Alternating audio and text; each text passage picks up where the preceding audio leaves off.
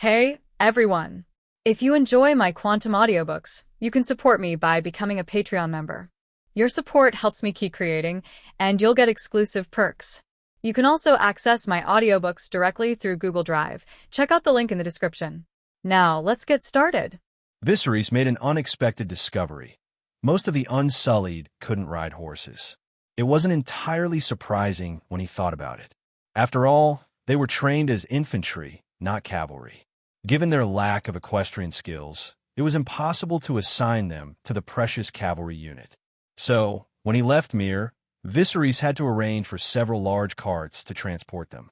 A caravan of 10 roof carts and several horse-drawn carriages set off for Dragon's Flame Fortress. Inside one of the carriages, Viserys handed Fields a small vial of dragon's blood and instructed him, "When you arrive in Lys, a certain lady will contact you. When you return, aim for the position of a battle commander. That lady will assist you." "I understand, Prince," Fields replied, his voice tinged with excitement. He knew the significance of Viserys' words. Not only had he secured an alliance with the prince, but if he could secure the role of commander in Lys, his influence would soar. While becoming a top noble might be out of reach, House Targaryen would certainly regain its place in the Lys Council chamber. Meanwhile, Chanelli, sitting nearby, occasionally glanced at Viserys. Although she had been rejected, she couldn't help but fantasize. In her mind, it hadn't even felt like a rejection. "I never truly thought of marrying him. Anyway," she mused. As the others chatted, Regis suddenly spoke up, his voice laced with concern. "My lord, a group of cavalry is approaching us." The siblings tensed. They had encountered bandits on the road over the past few days, but with 100 Unsullied accompanying them, they hadn't been truly threatened. However, cavalry was a different matter. From the perspective of the Golden Eagle, Viserys knew it was Yora and his men, but he wasn't inclined to reveal his powers at every turn, so he simply reassured the siblings. Unexpectedly, Regis soon added, "It's the wind blown." The caravan halted, and Viserys stepped out of the carriage just in time to see Dany on her white horse. "Brother!" Dany leaped from her horse and threw herself into his arms, clinging to him like a deer seeking comfort. She buried her face in his chest, desperate to absorb his scent. After calming Dany, she turned to the caravan behind Viserys. Watching the Unsullied, with their spiked helmets, clamber out of the wagons one by one, she felt a mixture of curiosity and admiration. Yora, too, couldn't help but wonder where Viserys had been and how he had managed to return with a contingent of Unsullied. Dany, however, was not entirely surprised, having seen Unsullied before in Tyrosh. But the next moment, her attention was drawn to a girl with silver hair, just like her own, stepping out of the carriage. Silver hair, Dany thought, a flash of alarm passing through her. But when she saw Fields disembark as well, she relaxed, realizing they were likely siblings. "Ser Yora, you will escort Fields to Lys," Viserys commanded. "Yes, my lord." Yora responded automatically, though confusion quickly clouded his features. "Prince? Lys, don't ask questions. Just go." Yora hesitated, puzzled by the order. Did he go to Lys during this time? But why? Despite his doubts, he obeyed. After all, if Viserys intended him harm, he wouldn't have gone to such lengths. Anyone who wants to kill me could do it with a single glance from him. Not far from Dragon's Flame Fortress, the group split up. Yora escorted Fields to Lys, while Viserys and Dany returned to the fortress. As they departed, Chanelli couldn't resist glancing back. Upon arriving at Dragon's Flame Fortress, Viserys noticed something odd. Alongside the blue and white flag of the Windblown, a new banner flew, one bearing 3 wolf heads. "While you were away, a mercenary group called the Wolf Pack came to help defend the fortress," Dany explained. It seemed Tyrosh wasn't confident in leaving the defense solely to the Windblown, so they had brought in the Wolf Pack as a counterbalance. The Wolf Pack was a mercenary group formed by the surplus population released by the North after the Dance of the Dragons. Though they were originally from Westeros, this group had long since lost any connection to their homeland. They had lived on the continent of Essos for over a century, intermarrying with the locals. Calling them Westerosi no longer seemed appropriate. Viserys couldn't treat this group the same way he treated Weber and the others. These people had no interest in returning to Westeros. "How many are there?" he asked. According to Lady Maris, there were about 1,000, but a large number were transferred out recently, so there are now less than 300 left, came the reply. Viserys nodded. This was a manageable number. Although they might not be able to stop the windblown entirely, they could certainly buy some time if trouble arose. It also showed that the paralysis tactics he and the old captain had used were very effective. Tyrosh had nearly handed the Dragon's Flame fortress over to the windblown. "This gives me a better chance," he thought. Viserys winked at Dany and said, "I'll go find the captain first.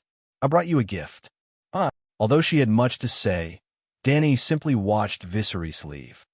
The closer Viserys got to returning, the more uneasy the old Captain Hoyt became. When he heard that Viserys was coming back, he almost wished he could go and greet him in person. However, to avoid revealing his whereabouts, and because he couldn't leave the mercenary group as its leader, they sent Yura instead, along with some of their personal guards, to welcome Viserys. As soon as Viserys returned to the Dragon's Flame fortress, he went straight to Hoyt's room. "How is it?" Hoyt asked hurriedly when he saw Viserys. His eyes were wide open with red-tinged eye bags, and his neck stretched out as if trying to reach the answer faster. Viserys smiled and said, "It's done." He then presented the alliance, which set the date for the joint expedition, just over a month away. Hoyt looked at the alliance, with its gold-threaded seal, as if he were dreaming. In less than a month, such a massive alliance had been formed, and he no longer had to worry. Though Hoyt didn't ask many questions, Viserys knew he was eager to hear about the current situation, so he began recounting his trip to Pentos. "That bastard," Hoster muttered, his eyes showing disdain, yet also amazement at Viserys' understanding of human nature. He's still the same after all these years. In truth, Hoster had already figured it out. How could Pentos be so easy to conquer? But if Viserys can form an alliance with Sunspear, then it might not be long before he attacks Westeros. Even if Pentos can't be taken down for now, the Windblown can make use of it first. We'll have a meeting in a while to pass on the news of the alliance. How about a month from now?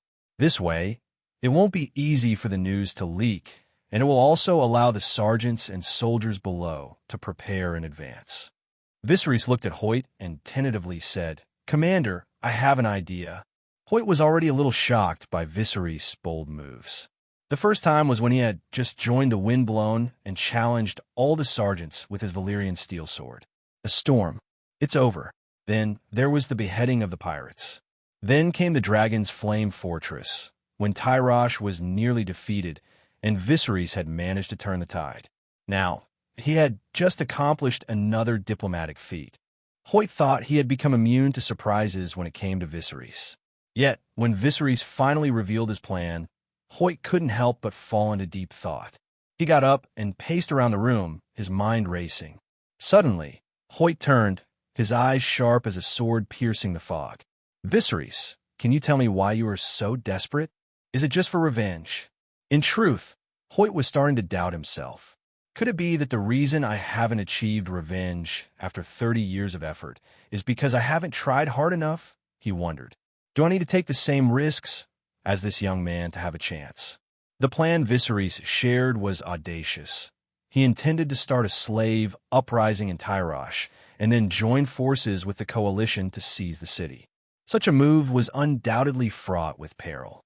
An ordinary person might have dismissed Viserys' repeated risky behavior as reckless, but Hoyt was a wise old man.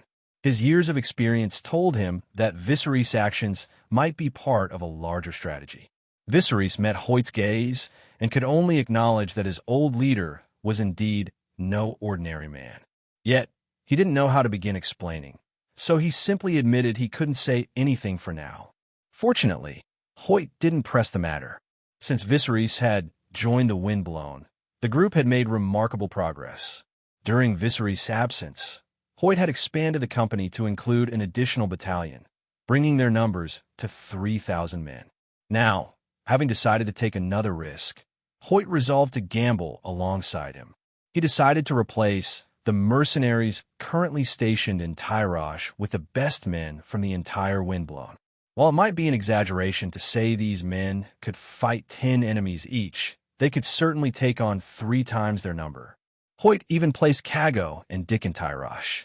Meanwhile, Lys was overjoyed at the conclusion of the alliance. Fields was being treated like a hero. The only one displeased was Rovi, whose influence had been halved, and who had almost lost his right to enter the council chamber. "Since I can't stay in Lys, let's go to Tyrosh," Rovi thought as he gazed at the lights in the council chamber. He decided to betray Lys's interests in exchange for the prosperity of his house. Time flies, and less than 10 days remain before the alliance is set to deploy its troops. As a key participant in the war, Lys is under immense pressure. They've hastily recruited 20,000 slaves to defend the city, and martial law has been imposed across the entire region. Just a month ago, Lys purchased a new batch of Unsullied. Now, these Unsullied patrol the city streets like tight, unyielding ropes winding around the city. Tensions are high, and some have begun using insider information to trigger price hikes. Before the war has even started, a small-scale famine has already taken hold. A suffocating atmosphere hangs over Lys, with the sound of weapons being forged in the arsenal echoing through the night. Recently, a slave, driven to desperation by excessive labor, stabbed his master. In stark contrast, the city's sex industry has seen an unexpected surge. But amidst this backdrop of tension and turmoil, Tragar and Kaga received shocking news. Rovi had defected. As the officer directly responsible for the Battle of Dragon's Flame Fortress, Rovi knew punishment was inevitable. He fled to Tyrosh, taking his servants and some of his family with him. In fact, during Viserys' absence, the nobles of Lys had already begun to exclude Rovi, both openly and secretly. Some of his properties had been seized by force. Now, his only hope was to reach Tyrosh and identify Viserys, in the hope of securing a place for himself in the city. "Lord, Viserys is still in Tyrosh. We have to do something," Fields urged. "What can we do? Rovi has been gone for 2 days. Even if he had wings, no one could catch up with him." Tragar snapped, frustrated by Fields' plea. He never expected their own ranks would fall apart at such a critical moment. If Tyrosh learns of the alliance's details, it could split the coalition. The Tyroshi, skilled in bribery, would capitalize on the situation without hesitation. Fields, too, fell helpless. After all, no one could catch up with a ship that had been at sea for 2 days. Their only hope now was that Rovi's ship might encounter a storm and sink, but the chances of that were slim. For a moment, the leadership in Lys was in despair. "Wait, there's also that lady," Fields suddenly recalled. When he handed over the dragon's blood to Sherera, she had mentioned being able to contact Viserys. From what Viserys had described, this lady had her own unique strengths, and perhaps they could ask her for help. With this in mind, Fields rushed to Shira's residence without delay. However, when Sherera saw him, she remained unusually calm. "Don't worry, Viserys will take care of it," she assured him. "You already notified him?" Fields stammered. Sherera smiled, but said nothing. She knew that Viserys had consulted the Oracle that day. By now, Rovi's defection should have already been addressed. And indeed, Sherera was right. Viserys had already activated Dragon Dreams and seen Rovi's ship in his visions. "Rovi is coming to Tyrosh? What is this guy up to?" Viserys muttered, his mind racing. He had been away from Lys for nearly 2 months and had no idea what had transpired in his absence. But now, Rovi, a general from Lys, had chosen to come to Tyrosh just before the decisive battle. This was a clear act of treason, and if so, Viserys would be the first target. Realizing the danger, Viserys knew he had to act fast. However, with the war looming, Toland had already blocked the surrounding seas. While it might not be impossible to get a ship out of the harbor, most long-distance vessels were beyond Tyrosh's control, and sending a warship to intercept Rovi was out of the question. Cambron would undoubtedly increase surveillance at this critical moment. Even if Viserys could evade suspicion, any attempt to intercept Rovi might expose them all. With the surrounding seas heavily monitored, Even a golden eagle's view of the area wouldn't help. Private ships were grounded, and the best he could do was take a small sampan to intercept Rovi, bringing at most 5 or 6 men with him. According to Dragon Dreams, Rovi had at least 3 ships, manned by unsullied and sailors numbering no fewer than 500. That left Viserys with one option: infiltrate Rovi's ship and assassinate him. Sinking the ship wasn't realistic either. The strength required to pull it off, and the time it would take for the ship to actually sink, made this plan a headache to even consider.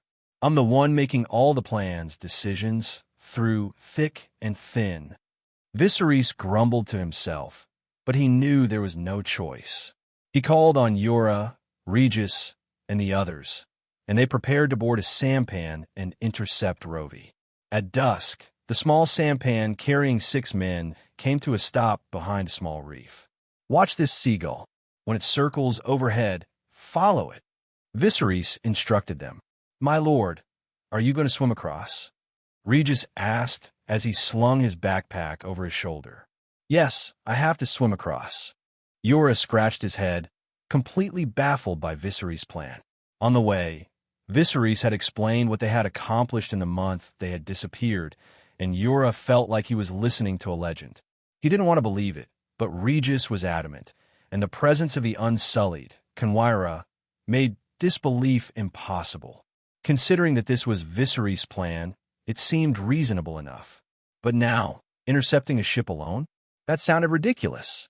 What Yura didn't know was that Viserys was targeting not 1, but 3 ships. My lord, isn't there a safer way? Yura asked, his concern evident. Safe? If Rovi reaches Tyrosh, we're all dead. Just keep an eye on that seagull, Viserys replied sharply. Yura could only sigh in frustration. He was forced to follow blindly, knowing that if anything went wrong, he might never return to Bear Island. Viserys put on his pack and, without hesitation, jumped into the water with a splash.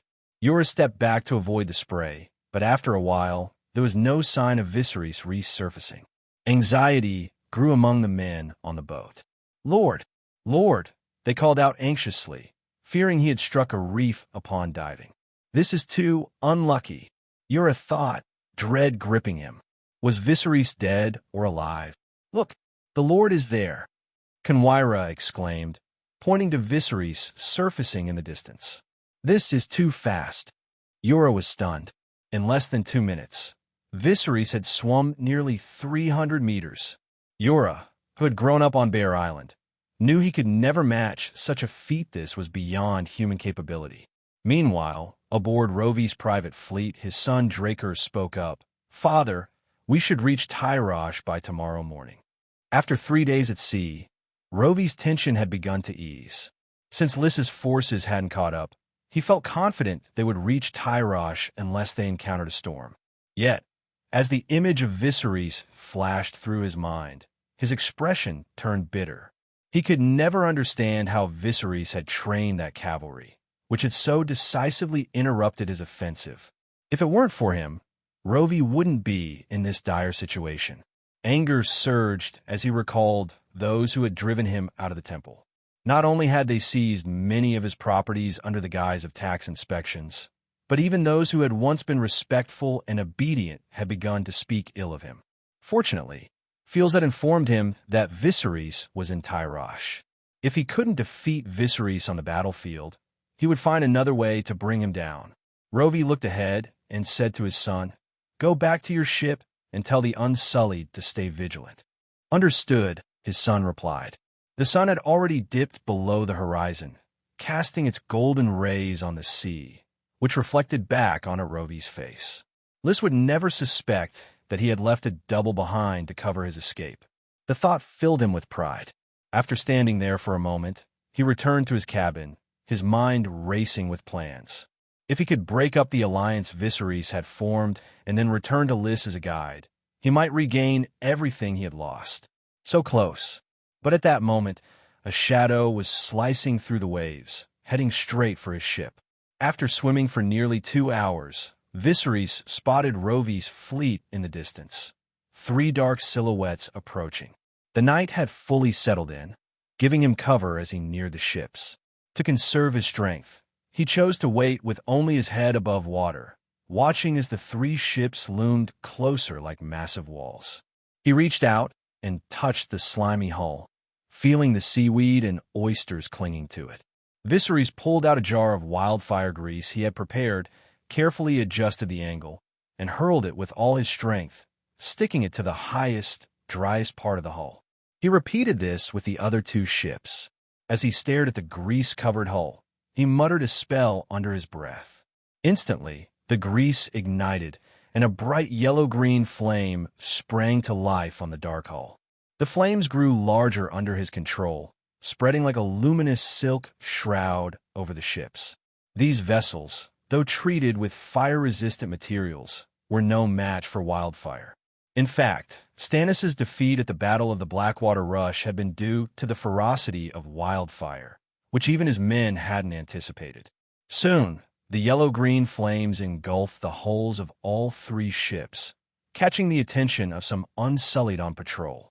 Fire! Viserys faintly heard the cries from aboard. One of the Unsullied stared in horror as the flames shot up from the hull, twisting into the shape of a giant python that coiled around the sail. The fire snake transformed into a blazing inferno, spreading rapidly across the ships. In no time, the three vessels had become floating braziers, burning fiercely. Rovi, still asleep, was jolted awake by the commotion. He pushed the slave girl beside him aside and opened the door, only to be hit by a wave of searing heat. "What's going on? Am I not at sea? How can it be a fire?" Rovi looked up and saw the yellow-green flames consuming the sail. Wildfire! The realization hit him like a blow. His first thought was of sabotage, but he quickly dismissed it. If someone had set fire to the ship, wouldn't they die as well? Was someone trying to kill him in a desperate attempt to take him down with them? "Father!" Rovi heard his son, Draker, scream. He turned just in time to see Draker engulfed in flames, a human torch, before he jumped overboard. "No!" Rovi cried out in despair, knowing that jumping into the open sea was a death sentence. "Watch out, my lord!" An Unsullied guard rushed to Rovi's side, pulling him back just as the mast came crashing down. How could this happen? How could this be? Rovi felt as though he were in a nightmare, watching the wildfire reach the ship's alcohol stores, triggering a massive explosion. Unsullied and sailors alike jumped overboard, preferring the uncertain fate of the sea to the certain death of staying aboard the burning ships. The fire was so intense that Yura and his men didn't even need to follow the seagulls to find their target. Meanwhile, Viserys hid in the darkness, ensuring that no one could escape, killing anyone who tried to grab on a floating debris. The ships burned for half the night, and by morning, only charred wreckage remained. The next morning, Rovi groggily opened his eyes and found himself lying in a small boat, an Unsullied by his side. Realizing he must have been rescued, he asked with his eyes still closed, "What happened to our ship?" "It burned down," Conwyra replied. "What about the others?" Rovi inquired. "They're all dead," Conwyra said. Rovi paused, trying to muster the tears, but failing. "It's okay. My own son is dead, but I still have my bastard. As long as we reach Tyrosh, it'll all be worth it. Keep going. We're heading to Tyrosh," Rovi ordered. "You're not going," Conwyra said firmly. "You're not going." Rovi suddenly opened his eyes, startled by a familiar voice. He couldn't quite place the name, but it tugged at his memory. Struggling to sit up, he looked toward the source of the voice. "Viserys, how can it be you?" Rovi's face twisted in shock. "I'm asking you, what's the situation in Lys right now?" Viserys' tone was calm, but commanding. "How can you be here?" Rovi stammered, as if he hadn't heard the question. "Answer me," Viserys insisted. "This is impossible. You're not Viserys. You're not." Rovi's words devolved into incoherent muttering, his eyes unfocused and vacant, as if his mind had fractured under the pressure. "He's lost his mind, my lord," Yura observed. "It seems we won't get anything useful from him," Viserys remarked, his tone resigned. "Take the ring from his finger and toss him overboard." "Yes, my lord," Yura replied. He pushed Rovi's limp body to the edge of the sampan and efficiently slit his throat. "You're quite skilled," Viserys commented. "Oh, this way the blood doesn't get everywhere," Yura responded with a grim smile. As he prepared to push Rovi into the sea, he suddenly felt something hard and lumpy in the dead man's clothing. "My lord, there's something in his clothes." "Cut it open," Viserys ordered. Yura pulled Rovi back up and sliced open his clothing, revealing a cascade of colorful gems spilling out onto the deck. "Look at that. We've hit a bonus. Count them," Viserys instructed. "With pleasure," Yura exclaimed, his excitement palpable as he rummaged through Rovi's garments. In total, he found 76 pigeon egg-sized gems of various colors, each one impeccably cut and gleaming with quality. "My lord, these gems are worth at least 300,000 gold dragons," Yura said, his voice filled with awe. 300,000 gold dragons, likely all the wealth Rovi had taken with him in his flight, was a fortune equivalent to the annual tax revenue of a free city. "One for each of you. The rest can be put away," Viserys said. "Thank you, my lord," Regis replied joyfully, picking a yellow gem and admiring it. "No, my lord. What you've already given us is more than generous," Yura declined politely, which left Regis feeling slightly embarrassed. Regis's hand, still holding the gemstone, hung in the air. He realized he had done almost nothing on this mission and felt it was unreasonable to accept such a reward. Still, he couldn't help but feel a bit resentful toward Yura. That could have been handled privately, he thought, feeling the awkwardness of the situation. "That's enough. Just do your job well in the future." "It's only a gemstone," Viserys said, dismissing the tension. "Thank you, my lord," Kamara said softly, selecting a blue gem and tucking it carefully into his pocket. Though Viserys had freed him, he still regarded him as the best master he could ever serve. They were all pleased, receiving a reward worth 1,000 gold dragons for almost no effort at all. Meanwhile, back in Lys, Rovi's defection had forced the city to accelerate the construction of fortifications and the production of weapons. But a dark cloud hung over everyone's heads. Kaga was deep in discussion with the Alchemists Guild, trying to secure more wildfire, when he suddenly heard Tregor's voice echo through the hall. A letter from Viserys," Kaga exclaimed as he looked up to see Tragar and Fields entering his alchemy workshop. Fields was in a daze, his eyes fixed on the seagull that had delivered the message. He was especially puzzled by the ring on the bird's leg, but there was no mistaking it. This was a letter from Viserys. After reading it, Fields felt a wave of relief, though the content left him uneasy. Without hesitation, he handed the letter to Tragar and the others. Tragar, though initially hesitant after reading it, decided to bring it to Kaga. The letter contained good news, but Viserys' tone was anything but gentle. He berated them for their incompetence, particularly for failing to keep track of Rovi. The most polite thing he wrote was that their brains were full of shit. Despite their initial indignation, they quickly set aside their pride and began to contemplate the situation. Questions flooded their minds. How did Viserys learn of Rovi's defection? How did he stop him? Was Rovi dead or alive? This incident only served to prove one thing. Viserys' sources of information and his methods were far beyond their comprehension. Previously, Kaga and Tragar had harbored some doubts.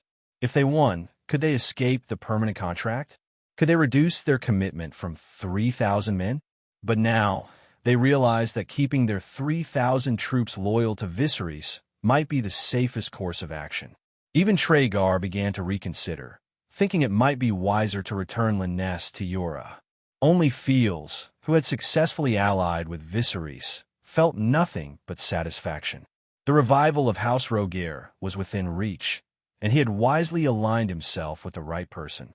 In light of recent events, Viserys requested that they appoint a suitable commander. Fields, who had just secured his alliance with Viserys, was the obvious choice. His decision to stay loyal was proving more beneficial by the day. After returning to Tyrosh, Viserys focused on improving the conditions for the slaves in his mines. The poor nutrition had left them weak and malnourished, but if they were to play a key role in the upcoming uprising, they needed to be strong. "I'll tell you what, boy, you're lucky to be here," a skinny miner with bloodshot eyes whispered to the brown-haired boy beside him. The master is generous, gives everyone a bowl of egg soup with every meal. Egg soup? The boy, called Millen, repeated in disbelief. Yes, with plenty of oil, too, the older miner confirmed, slurping at the thought. Millen, only 15, could hardly believe it. He had been a slave for as long as he could remember, and generosity was something he had never experienced from any master. Hey, it's time to eat. The call to eat sent the miners scrambling out of the mine, their picks and shovels abandoned. They moved like a herd of black and gray oxen, rushing to get in line. But once in line, they stopped pushing and shoving, disciplined by long years of harsh training. The aroma of the food wafted through the air, rich with the scent of fat. Wait, today is reward day. Tonight, the master will give each of us an egg. An egg each. We can eat eggs here, Millen asked, still incredulous. But when it was his turn to receive his meal, the sight of the thick, gooey egg soup with oil floating on top made his stomach growl with hunger. The master is here, someone suddenly shouted, just as everyone was finishing their bowls, drawing the attention of the entire crowd. Since taking over the mine, Viserys had made occasional visits to ensure the slaves knew who he was. After all, he would be leading them into battle one day. In the past, he would say a few words from a distance before leaving, but today he decided the time was right to get up close and personal. The slaves all knew their master was a silver-haired boy with an almost divine appearance. It's our master. Master. Master. It's the master. Master. Thank you for your kindness. Viserys walked among the slaves with Yura by his side, nodding to those who greeted him. Some slaves from other mines looked at Viserys with curiosity, taking in his presence. Before long, a few slaves spontaneously knelt on the ground, extending their hands for him to walk on. Puzzled, Viserys turned to Yura. Lord, they're expressing their gratitude by offering you their hands to tread upon, Yura explained. As Viserys looked at their rough, calloused hands, a complex emotion stirred within him. He recalled a moment from his previous life as a mercenary, when a villager had begged him for a single tablet of fever medicine for his ailing mother. In gratitude, the villager had offered to work for him. This reminded Viserys of how Daenerys, with nothing more than hot water and a simple soup, had earned the title of Young Mother from the slaves. It wasn't surprising that Daenerys had been able to establish a foothold in Slaver's Bay with just 3 young dragons and fewer than 20,000 unsullied. These slaves were in an even more desperate situation than that villager. They had nothing, no property, no rights. But despite his pity, Viserys knew he couldn't start an immediate revolt and grant them freedom like Daenerys had. It would have to be a gradual process. If these uprisings succeeded, he would grant freedom to those who followed him. For the others, he might secure some preferential treatment, but nothing more. He was aware that a sudden upheaval could cause panic in the surrounding free cities, resulting in more losses than gains. Take your hands off the ground. I have something to say, Viserys commanded. The slaves quickly withdrew their hands and looked up at him, ready to listen. Viserys had learned a thing or two from the speeches of third-rate country leaders. His message was straightforward. Work hard for him, and within 3 years, they could earn their redemption. Within 5, they could turn their lives around. He also pointed out a path to social advancement for them. Viserys promised to select the best among the slaves to join his personal mercenary army. While working in the mines was grueling and becoming a mercenary was dangerous, the latter offered a path to freedom. A life spent toiling in the dark mines until death was inevitable. But the chance to fight for one's freedom was a glimmer of hope. The choice between the two was clear. Viserys' plan was to select soldiers from among the slaves and gradually train them into a new army. Slaves, with their obedience and large numbers, made an ideal source for recruitment. For instance, in the copper mine alone, he estimated that out of the 30,000 slaves, at least 5,000 could be transformed into a disciplined and effective force. However, it was still too early to focus on that. For now, his priority was to motivate these slaves to join him in a rebellion when the time came. Although the idea was promising, Viserys understood that most slaves were still preoccupied with whether they could secure an extra bowl of food. The long years of servitude had numbed them to the point where survival was their only concern. He realized that the key issue was the absence of a model slave, someone who could inspire others by rising above their station. Slaves had their own form of wisdom. For them, doing as little as possible while eating as well as they could was often the most practical approach. Yet, his efforts were not entirely in vain. The eyes of some younger slaves, especially those under 20, still glimmered with excitement. Take the newcomer, Millen, for example. He would much rather fight people outside than pound rocks in a mine. Some of the slaves had already decided in secret that they would seize any opportunity to escape their lives of darkness and deprivation. At the Tyrosh Palace, in the wine garden, the Tyroshi, known for their flamboyant tastes, continued their love of bright colors, even in their gardening. I heard Viserys is in Tyrosh. What's he up to these days? Cambron asked. He bought a mine in the east. Seems like he's looking to invest in property, Toland replied.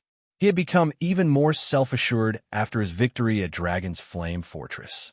His newfound confidence was reflected in his appearance. His hairdresser had recently introduced a gradient hair dye, making him the envy of others as the first to use it.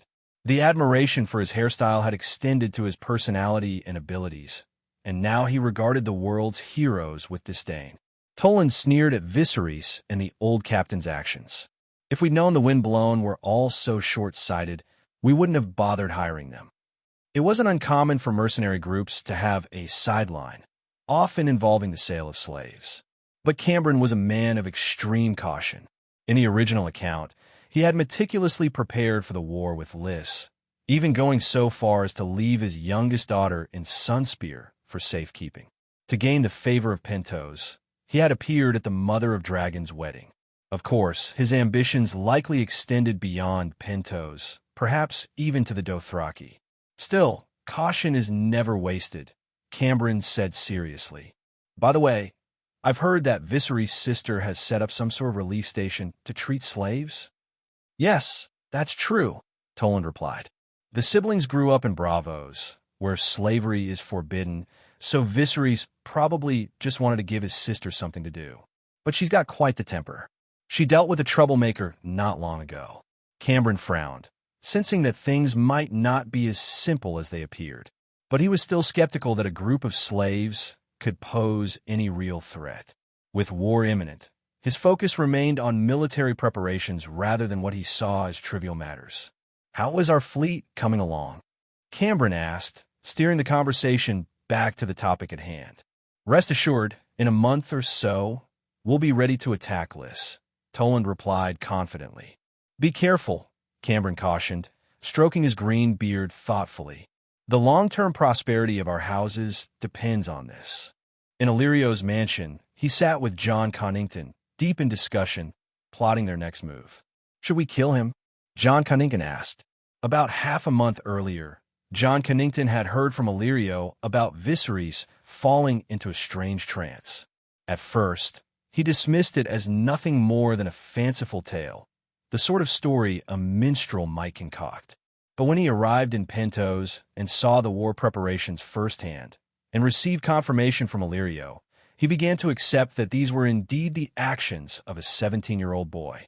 When Illyrio suggested eliminating Viserys, a flash of murderous intent crossed Jon Connington's eyes. As he considered it further, he couldn't help but reflect on the story of young Aegon that Varys and Illyrio had spun. The more he thought about it, the more the tale seemed riddled with inconsistencies.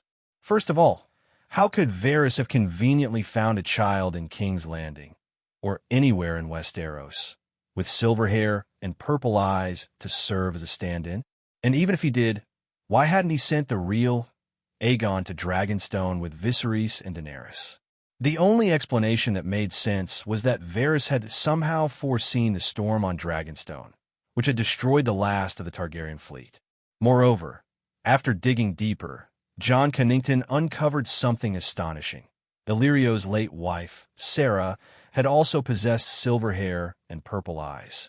Despite these revelations, John Connington wasn't entirely convinced by Viserys' claims. But Illyrio's eagerness to kill Viserys made him wary. What was Illyrio really up to? Didn't you say the dragon has 3 heads? Why the rush to kill Viserys? John Connington asked, his tone probing. Illyrio paused, his burnt cheeks twitching slightly, before quickly offering an excuse. You know, that's just a prophecy. Our priority now is to place Prince Rhaegar's bloodline on the Iron Throne. John Connington didn't buy it. You didn't say that before, he thought, but kept the suspicion to himself. The more he observed, the more convinced he became that Illyrio was hiding something. However, he knew that pressing Illyrio too hard would only raise suspicions. There was also the fact that Viserys hadn't exposed Illyrio's schemes, which suggested that Illyrio still had value, and John Connington couldn't afford to act rashly. Can you arrange for me to join Pentos's army? John Connington asked. I want to see Viserys again. If necessary, I can disable him. Ensure that even if he's strong, he won't be a threat to young Aegon's claim. Illyrio's eyes lit up at the idea. Crippling Viserys instead of killing him offered multiple advantages.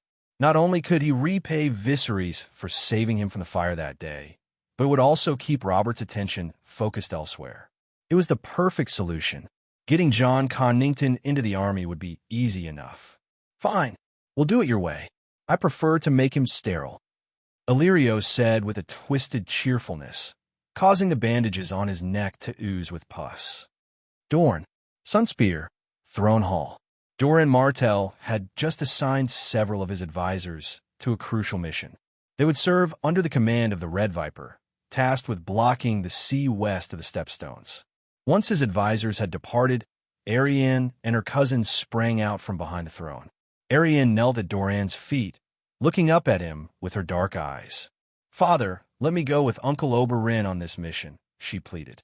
Since learning of her father's decision, the tension between Arianne and Doran had eased, and she had begun to warm to him again. Doran, who had always been a mild-mannered man, had grown even more so after losing his gout. He knew exactly what his daughter was thinking.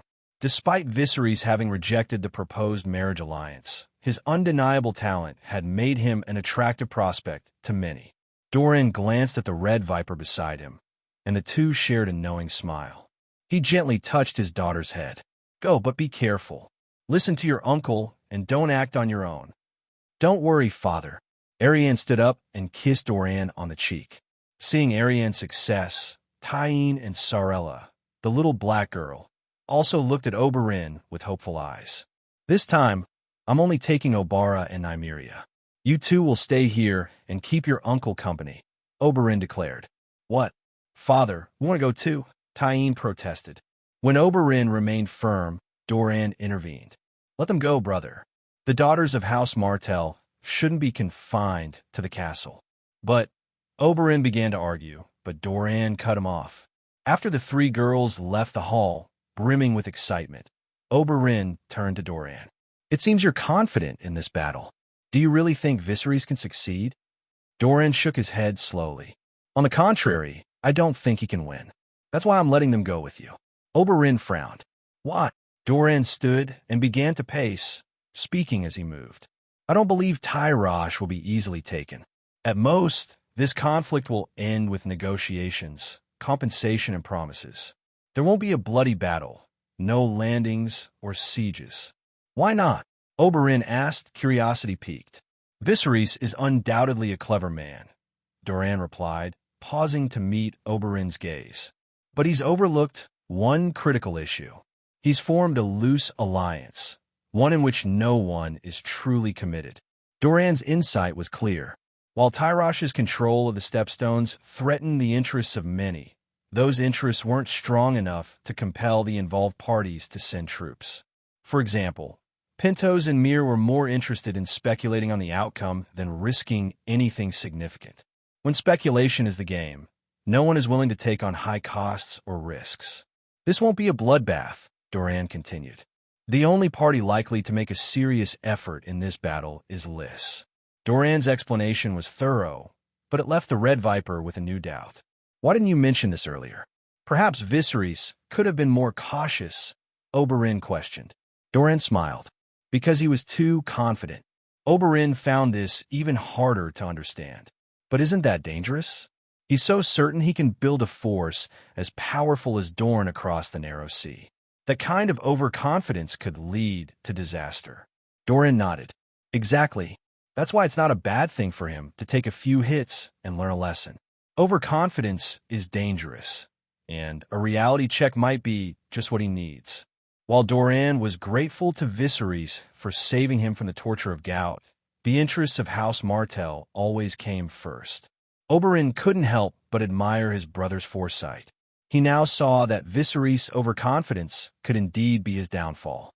Bittersteel had spent his entire life in the free cities, and the most he had achieved was establishing a mercenary company.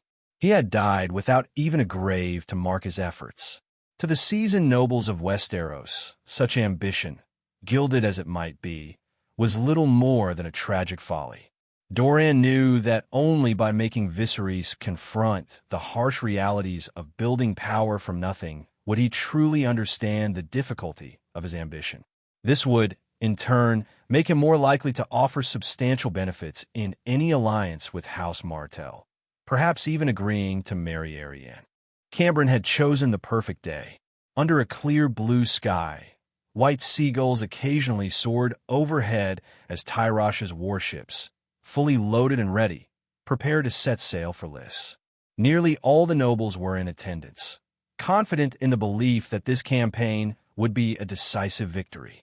For them, defeating Lys meant monopolizing the stepstones, allowing them to charge whatever tolls they desired and seize any appealing targets as slaves.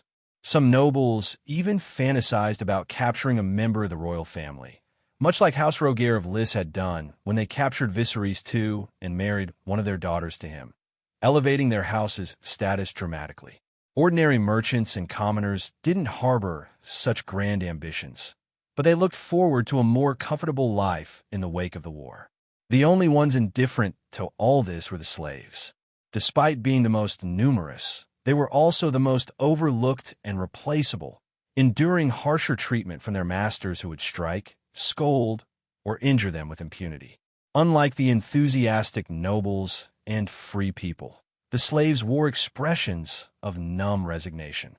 Soon, Archon Cambron appeared, flanked by a group of unsullied and attendants, causing a stir among the crowd.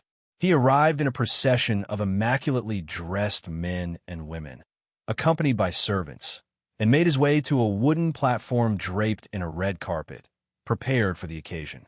On the platform stood a golden bronze statue of the three-headed god, though it was, of course, a replica. Cambron was about to deliver his marching speech before the statue. Behind him stood the captains and officers, with General Toland closest to his side. People of Tyrosh, in the presence of the three, allow me to say with pride, we are going to do it. The war between Tyrosh and Lys has lasted for 100 years, but today, at this very moment, this unhappy relationship is coming to an end. Viserys, watching from a distance, scoffed. Yes, just like that, he muttered, recalling how, in his previous life as a Sellsword, the warlords of third-rate countries would deliver similarly grandiose speeches before starting a war, except Cambron was far more dramatic. The history of Lys will end at this moment. Let Tyrosh be great again. Gods, that stinks even worse, Viserys thought, but the people of Tyrosh seemed to love it. The crowd erupted in cheers. Let Tyrosh be great again. Let Tyrosh be great again. Let Tyrosh be great again. As the fervor reached its peak and Cambron was about to give the order to set sail, a black-haired messenger approached him from behind the stage. With just a single sentence, Cambron's expression shifted. Then a second messenger arrived, followed by a third. What's going on? Why hasn't the order to set sail been given? What's happening on stage? I see 2 or 3 messengers arriving at once. Is something wrong? The crowd buzzed with speculation as Cambron and his entourage abruptly left the platform. Confusion spread, not only among the civilians standing in the distance, but also among the officers and captains stationed nearby, who exchanged uncertain glances. Everyone, I speak to you with anger. Tyrosh has suffered a shameful betrayal. What? What's going on? What does this mean? The mood of triumph and anticipation quickly turned to confusion and alarm as Cambron's declaration reverberated through the crowd. What was intended to be a rallying call for invasion had now transformed into a desperate call for city defense. Cambron demanded that every citizen take up arms to defend their homes. A campaign of conquest had suddenly become a battle for survival. As the instigator of all this, Viserys knew exactly why. The alliance had struck right on schedule. The Mir Pinto's fleet had blockaded the northern seas of Tyrosh, while the Sunspear fleet had sealed off the western waters. To the south, Lys faced Tyrosh head-on. From the vantage point of the Golden Eagle, Viserys had seen it all unfold. He knew the time was ripe for a slave uprising. At this very moment, the slaves were laboring in the mines, working harder than ever. Word had spread that their master would reward them today with a rare treat, a generous portion of meat, half a caddy for each slave. Although they hadn't yet seen the meat, they could already catch its tantalizing aroma. "Can you smell it, boy? Our master keeps his word," one of the older slaves remarked. Gulping down his excitement, Millen nodded vigorously. "Yes, I can smell it. I've only ever eaten scraps thrown to me by my master. I've never had real meat."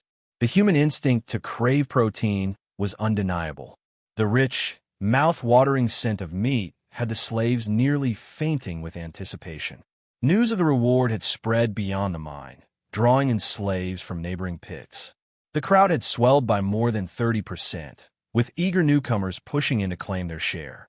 They worked with renewed vigor, not just out of guilt for eating Viserys meat for free, but also because the original slaves from the mine were closely watching them. Some had considered reporting the influx to the unsullied overseers, worried that there wouldn't be enough meat to go around. But the unsullied seemed unconcerned, simply telling everyone to work hard. "It's time to eat." At the sound of the familiar drumbeat, the slave miners rushed out of the tunnels, their copper-streaked faces shining with sweat. Hey, what's the rush? Step back. Don't push me." The line was especially crowded today, with everyone unconsciously pressing forward, necks craning like bean sprouts to catch a glimpse of the food. When they finally saw the fist-sized, oily chunks of meat before them, their mouths watered uncontrollably. They bit into the meat, savoring the texture as it melted between their lips and teeth, thinking this must be what heaven was like. Some of the younger slaves devoured their portions immediately, while older ones clung to their pieces, savoring them slowly. They didn't chew or swallow right away, but instead sucked the meat and its juices until it became dry and shriveled. Just as they were about to hide their leftovers for later, the voice of the unsullied rang out. "Eat it!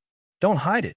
Though they didn't understand why, the slaves who had planned to save the meat for later were forced to comply, hastily finishing their portions under the watchful eyes of the unsullied overseers. As the sun set, the sky deepened into a blood-red crimson. The major ports of Tyrosh were under martial law, and the Blood Tower, once used for transferring slaves, had been fortified into a stronghold. Overhead, Viserys' great eagle circled the seas around Tyrosh, surveying the scene below. In the northern part of the Stepstones, nearly 300 warships from Pintos and Mir patrolled the waters. The warships of Pintos were particularly distinctive, not for their numbers, but for their unique sails.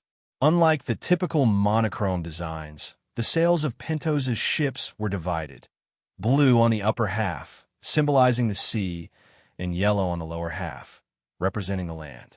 This design reflected the symbolism of the Prince of Pintos, who had two wives representing the sea and the land. Every New Year's Day, he deflowered two virgins in a ritual meant to symbolize the opening of the land and the exploration of the sea, a tradition that Viserys found disturbingly devilish. As Viserys observed the Pentosian soldiers on the sailboats, he noticed their lack of fighting spirit. He recalled that Illyrio had once explained how the nobles of Pintos used debt as a means of controlling their army. These soldiers were not fighting out of loyalty or patriotism. They were simply paying off their debts. During their service, their debts continued to accumulate.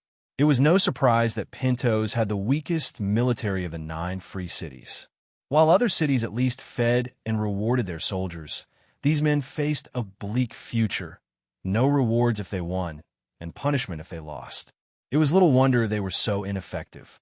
As Viserys continued his watch, he spotted 2 familiar faces, Dotnura and Lightnir, the brothers who had traveled with him to Myr on the flagship of the Pentos fleet. He suspected that they were there not just to reap the spoils of war, but more likely to gain prestige and solidify their position in Pentos. Suddenly, something else caught his eye. A familiar golden eagle perched on the flagship. It was Connington's. This unexpected sight made Viserys pause, puzzled by why he was present. At this point, Illyrio didn't believe he had been exposed, so he saw no need to go to extreme lengths to kill Viserys. Perhaps he had other plans in mind, and for now, it was a matter of waiting to see how things unfolded. Viserys continued his observations. The fleet closest to Pentos belonged to Myr, its white-sailed warships numbering about twice as many as those of Pentos. Myr was no small power. It was one of the most formidable of the free cities. Steering the Golden Eagle westward, Viserys soon spotted the fleet from Sunspear. In terms of sheer numbers, Sunspear had mobilized nearly 400 warships. Their distinctive yellow hulls and the spear-piercing the sun emblem on the sails were both bold and imposing. The fleet also included ships from other noble houses, each bearing their own crests, some with a green serpent, others with a large red rooster. Sunspear is indeed powerful, Viserys mused. It seems they've sent an army of nearly 10,000. But despite their strength, Viserys didn't expect Sunspear to shed much blood in this conflict. If Tyrosh was to be taken, it would largely be his doing. Westeros might not have the wealth of the free cities, but its strict feudal system allowed it to mobilize far greater military forces. As he continued to observe, Viserys quickly spotted the Red Viper on the flagship, standing on the deck and speaking with nobles of various ranks. Behind him were a few short soldiers, undoubtedly Arianne and her companions. "We'll launch the first attack in the evening," Oberyn announced. "But we'll only send 3,000 men ashore and withdraw before we lose more than 10% of our forces." The Dornish nobles didn't fully understand the reasoning behind such an arrangement, but it was their duty to obey their lord. Avoiding a full-scale battle with Tyrosh was certainly welcome news for most. Of course, some of the more astute nobles likely guessed the true purpose, but no one questioned the orders. Watching the Red Viper's careful planning, Viserys couldn't help but feel a sense of helplessness. This alliance, which appeared so threatening, was really just a bluff. Once challenged, it would crumble. But Viserys had never expected them to succeed on their own. His goal was simply to create external pressure on Tyrosh. The real victory would come from within, with the uprising he was about to ignite. At the moment, the greatest force holding Tyrosh in check was Lys. In other words, Tyrosh was at its most vulnerable, and tonight would be the perfect time to decide the outcome. If they could seize the palace, they could seize Tyrosh itself. Returning to the mine, Viserys decided to inspect the equipment he had prepared in advance, such as the battering ram for breaching the palace gate and the wildfire for launching fire attacks. However, it was clear that Cambron was also aware that tonight posed the greatest danger to Tyrosh. If he could survive the night, there would be room for negotiation. As Viserys arrived at the mine, he was greeted by the sight of a bureaucrat in a red robe, his beard and hair dyed purple. The man was flamboyant and somewhat ostentatious, but he bowed with respect as Viserys approached. "Lord Viserys," the bureaucrat greeted, bowing slightly. As a government official in Tyrosh, he was well aware of Viserys' reputation and knew that this particular mine was controlled by the Windblown. However, being within Tyrosh's borders, it was still subject to the Archon's authority. "What brings you here, my lord?" Viserys asked. "Well, Tyrosh is currently caught in a conspiracy, and I've been ordered by the Archon to requisition half of the slaves from this mine to defend the city." Compensation? In times of peace, slaves were treated as beasts of burden. In times of war, as cannon fodder. Were the Archon's terms of compensation? Viserys inquired, his tone sharp. The bureaucrat gave a dismissive chuckle. You must be joking, Lord Viserys. If Tyrosh falls, there will be no compensation. And weapons? Viserys sneered. Don't they have pickaxes? Viserys stared at him for a moment before replying. Fine. When do they need to report? Listen for the bells. If they haven't assembled after 5 rings, they'll be charged with treason, the red-robed official warned. Understood. The purple-haired bureaucrat hadn't expected the conversation to go so smoothly. He had assumed that Viserys would be a more difficult character to handle. As he left, he cast a contemptuous glance over the mine, clearly unimpressed. Similar scenes were unfolding in other mines around Tyrosh. However, unlike Viserys, the slave owners in those places responded to the tension with brutal crackdowns. Even minor infractions that might have been overlooked on a normal day were now met with severe punishment. In many cases, slaves were beaten for no reason at all, simply as a warning to the others. Not long after the recruitment officer departed, several slaves were publicly hanged as a grim example. Those who had tried to steal food from Viserys' mine were singled out for especially harsh beatings. Soon, word spread among the slaves about their impending fate on the battlefield. Millen, we're going to the battlefield tomorrow. Are you scared? Old York asked, his voice steady.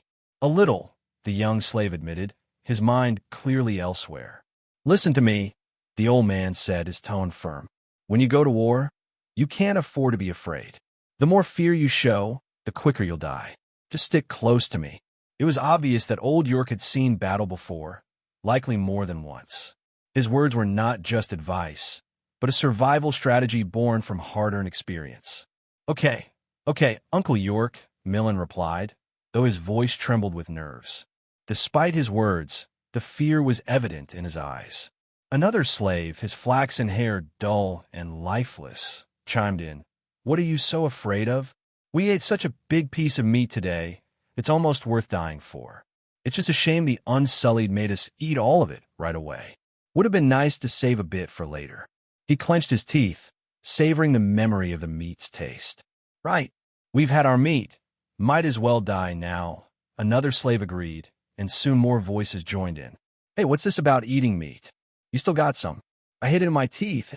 The night had fallen, and the mine was illuminated by the flickering light of braziers. Viserys had gathered all the slaves together, more than 1,200 in total. Among them were over 200 elite wind-blown soldiers that Hoyt had discreetly stationed there over a month ago. Though they wore ragged robes like the other slaves, underneath they were clad in fine iron armor.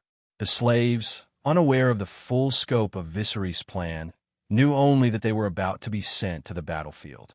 They had no idea why they had been summoned in the middle of the night. The whispers in the crowd grew until someone spotted Viserys' silver hair and hushed those around them.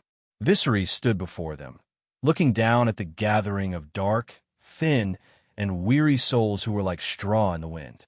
His voice rang out clearly. I have some bad news for you. Tomorrow you will go to war, and you will not return. A stunned silence fell over the slaves. They couldn't comprehend why Viserys would tell them this. Even Yora, who knew Viserys' plan, was taken aback. It seemed insane. If the goal was to inspire the slaves to fight, shouldn't he be trying to boost their morale? But with Viserys standing firm beside him, Yora held his tongue and continued to observe.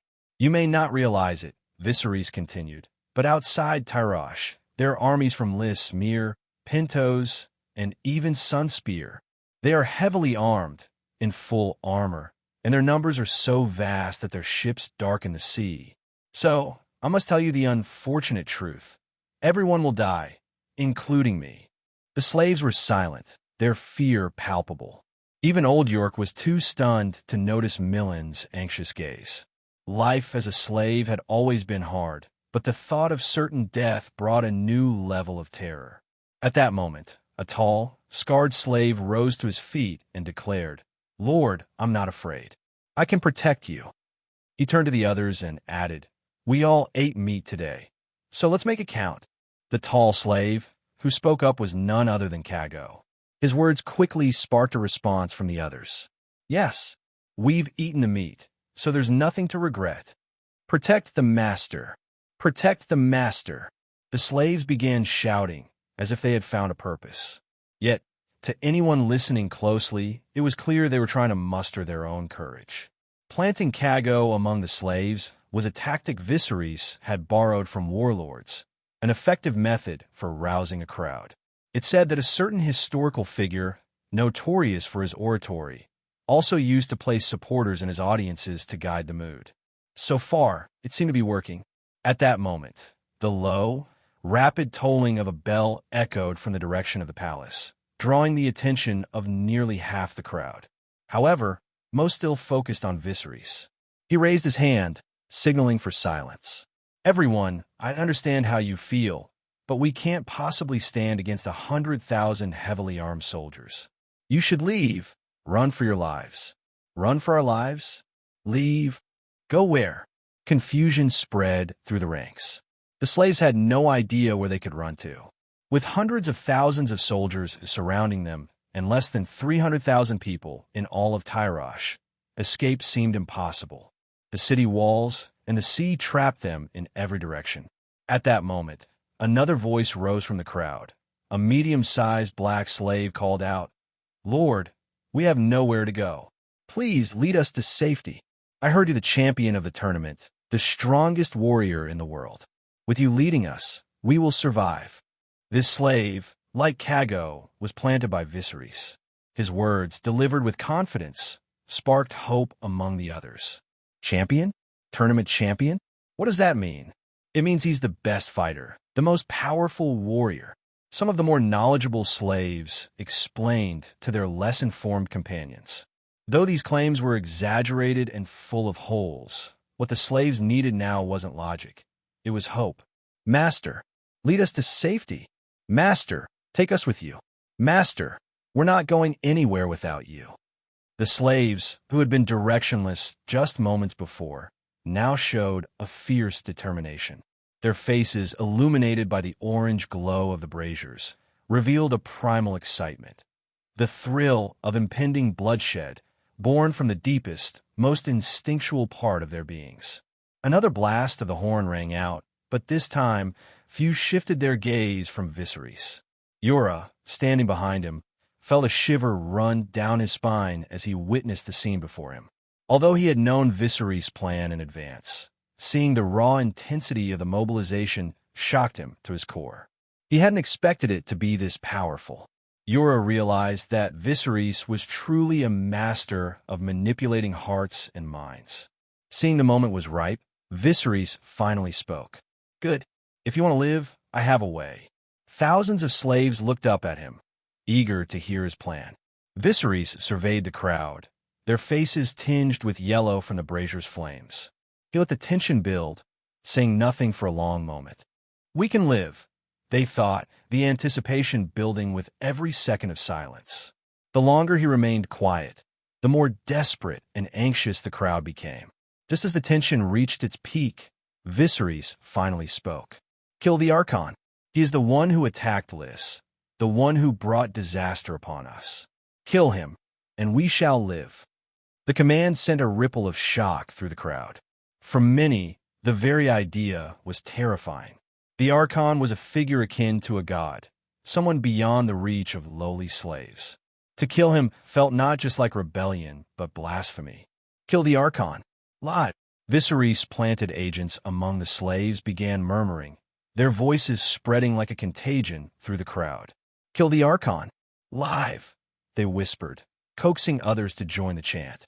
Gradually, the slogan took hold, whispered first by a few bold voices, then echoed by more and more.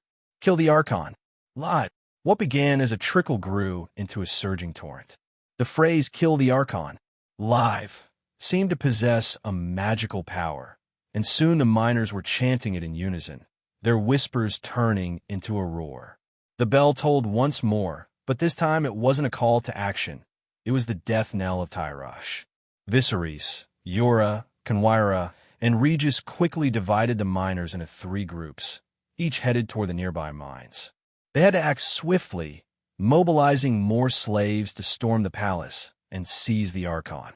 with no fences or defenses between the mines, just simple markings, and the surrounding slave owners unaware of what was happening. Resistance was minimal. The entire mining area was guarded by only 1,000 soldiers, most of whom were stationed on the city walls. Viserys had 300 elite soldiers and 1,000 enraged slaves, and it wasn't long before their numbers swelled. The rallying cry, "Kill the Archon and live," resonated with the slaves, even if they didn't fully grasp its meaning. To them, it simply meant that killing the Archon would prevent them from being sent to the battlefield as cannon fodder. A chain reaction began. 1,000 became 2,000, 2,000 became 5,000, and soon they were 10,000 strong. And once they reached 10,000, there was no stopping the tide. By the time the slave army had swept through the entire mining area, their numbers had swelled to nearly 20,000. Through the eyes of his golden eagle, Viserys observed the mass of assembled miners. Each held a pickaxe or torch, their flickering lights a spark ready to ignite a wildfire, illuminating the night. But Viserys knew that this unruly mob wasn't yet an army. They could only succeed if they struck the palace in one decisive blow. If their momentum faltered, they would surely fail. According to plan, Daenerys was leading a similar uprising, though her task was somewhat easier. By now, the name, Young Mother, had become a symbol of hope, a beacon that sustained the will of many slaves. In the moonlight, Daenerys, her silver hair gleaming as she rode her white horse, looked like a goddess, radiating a soft yet unyielding strength. Hundreds of slaves surrounded her, listening in quiet reverence. Before them lay several half-dead slave owners, including Coxmer, who had caused trouble recently. Earlier that day, he had been drinking in his garden, brooding over the state of affairs. But to his shock, the usually docile slaves had turned on him, binding him with ropes. He had tried to call for help, but most of the guard were already stationed on the city walls. Now, he lay before Daenerys, the first sacrificial offering in her bid to liberate the oppressed. "Slaves, this is the last time I will call you that," Daenerys shouted from atop her horse, her voice carrying over the crowd. "The so-called Archon has brought disaster upon us all. He hides in his fortress, safe behind its walls, while you are expected to use your flesh as shields and your bones as spears for his ambition." Her voice trembled slightly, and faint blue veins stood out on her neck. Though she was nervous, so much so that she secretly pinched her thigh for courage. Thinking of the slaves who had died before her eyes steeled her resolve. The words Viserys had taught her now rang sincere and heartfelt. The slaves, seeing Daenerys as if bathed in a radiant light, felt their determination solidify under her gaze. Ding dong, ding dong. The bell tolled relentlessly, a reminder of the urgency of their mission. Break your shackles and claim the freedom you were born to have, Daenerys cried, her voice fierce and clear. As she finished, she rode up to Coxmer. For Coxmer, the world suddenly became blindingly bright and then plunged into darkness. The last thing he heard was the thunderous cheers of the slaves. Ding dong, ding dong. "It's time," Red Viper murmured, listening to the faint bells tolling from Tyrosh as he glanced up at the moon. He was just about to give the order to attack when a seagull swooped down, delivering a letter to him. "A white raven? No, it's a seagull," Arianne exclaimed, watching in shock as the Red Viper removed a note from the bird's leg. She had never imagined that seagulls could be used for such a purpose. Is this more of his magic? She wondered, an image of Viserys flashing through her mind. She quickly ran to her uncle's side, eager to see what the note said.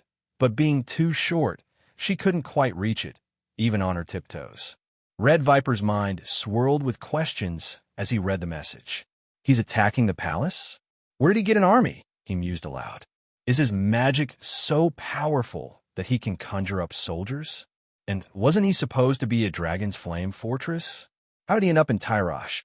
Arianne finally caught a glimpse of the note, and her face lit up with excitement.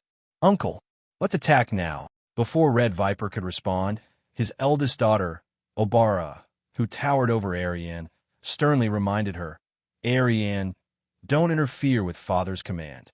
Realizing her mistake, Arianne shrank back, chastened. Anyone else who had dared to speak to Red Viper that way might not have lived to tell the tale.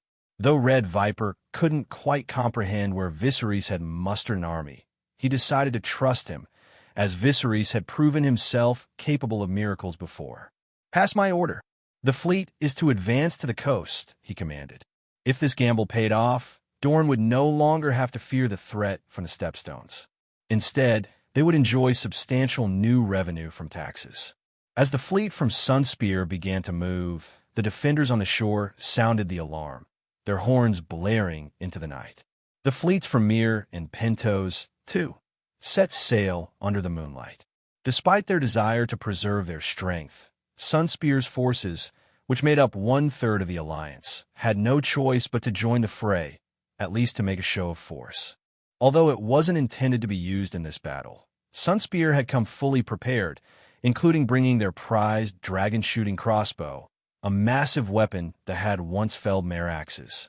This 300-pound behemoth was mounted on the deck of their warships, and to draw its powerful bowstring, a winch the size of a bathtub was employed.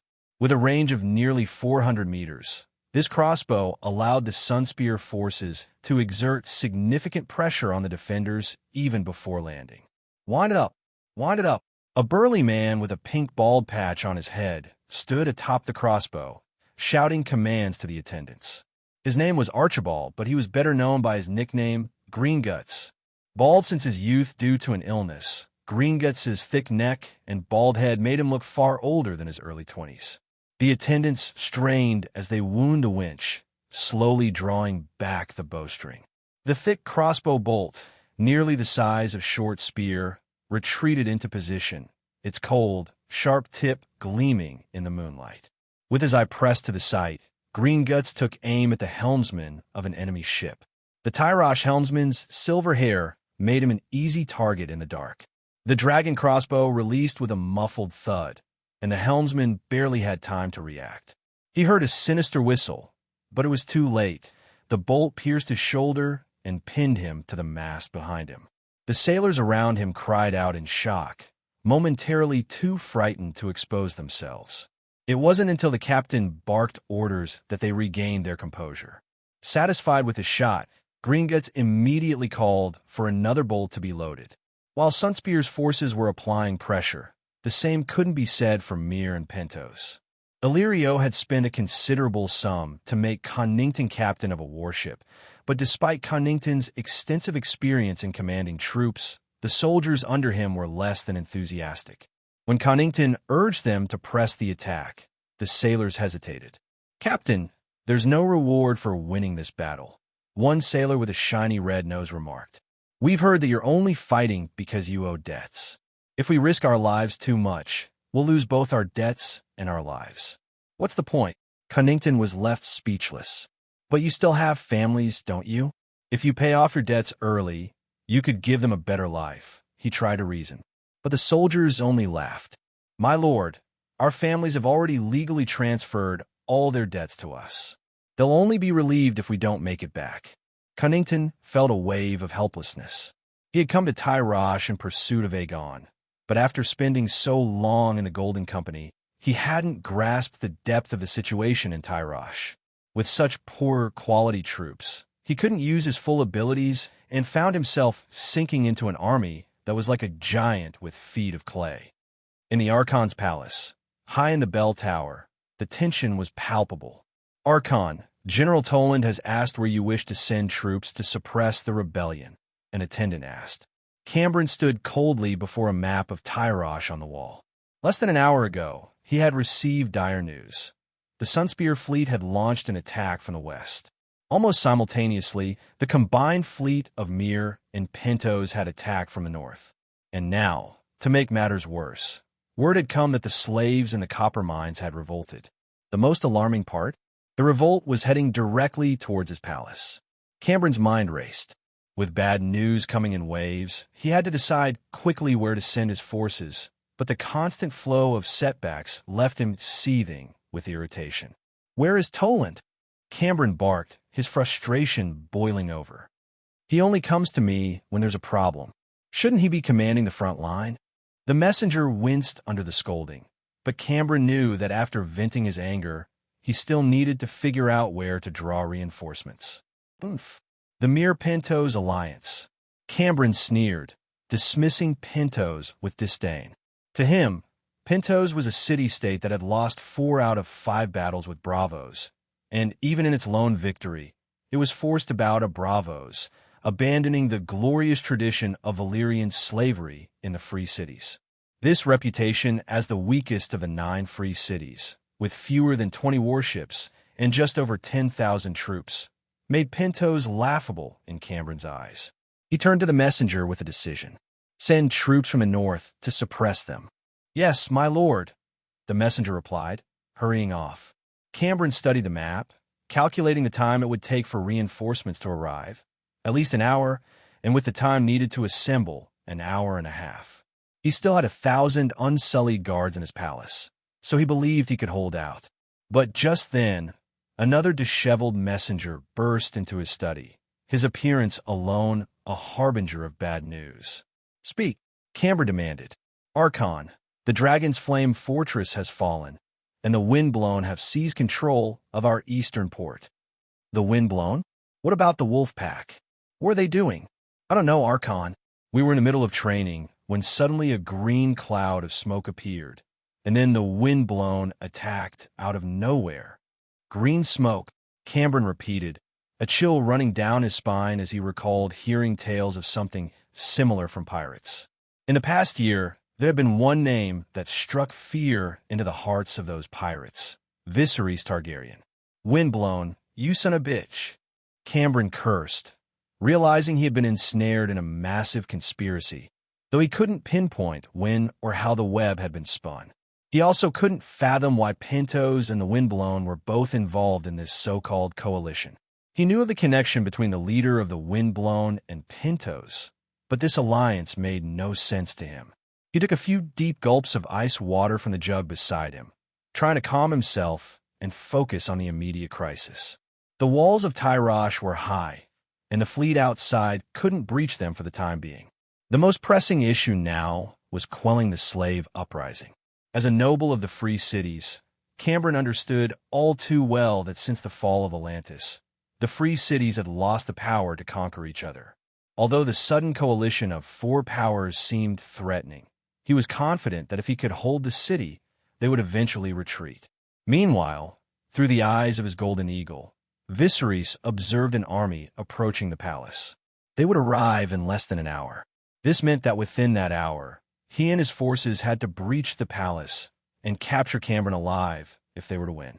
Looking around, Viserys counted fewer than 10,000 rebel miners by his side. But if they could just open the palace gate, half the battle would be won. Viserys turned to the slaves behind him, his voice sharp and commanding. Hurry, break into the palace. Kill the Archon. You will never be slaves again. Kill the Archon. No more slaves. Kill the Archon. No more slaves. Viserys' rallying cry echoed through the crowd, condensing into a powerful, unified slogan. Within a quarter of an hour, more than 10,000 determined rebels had reached the gates of the palace. On the palace walls, archers peeked out from their cover, raining arrows down upon the crowd. In mere moments, hundreds of slaves fell under the deadly volley. The darkness of the night provided little cover, and death claimed its victims swiftly. Suddenly, a shout came from behind.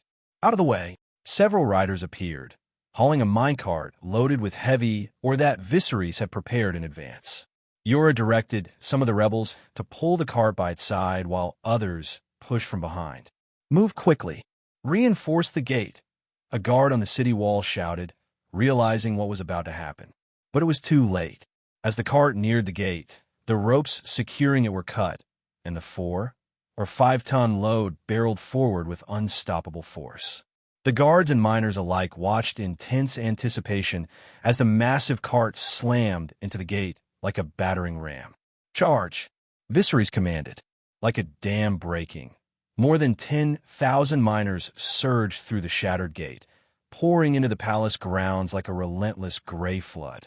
The sheer press of bodies forced their way inside, overwhelming any resistance. In the chaos, The weaker among them were trampled underfoot, their deaths unnoticed in the frenzy of the assault. From his vantage point on the bell tower, Cambron felt a chill run down his spine. Even without military experience, he knew the fate that awaited him if he fell into the hands of the enraged slaves. "Quick! Quick! Get the Unsullied to stop them!" Cambron shouted desperately. But the Unsullied needed no orders. They were already moving into formation. As the rebel miners stormed into the palace, 1,000 Unsullied soldiers formed 10 tightly knit squares, a formidable wall of flesh and steel. Even the most uneducated slaves knew of the Unsullied's fearsome reputation. It was said that under the walls of Qohor, 3,000 Unsullied had held back tens of thousands of Dothraki warriors.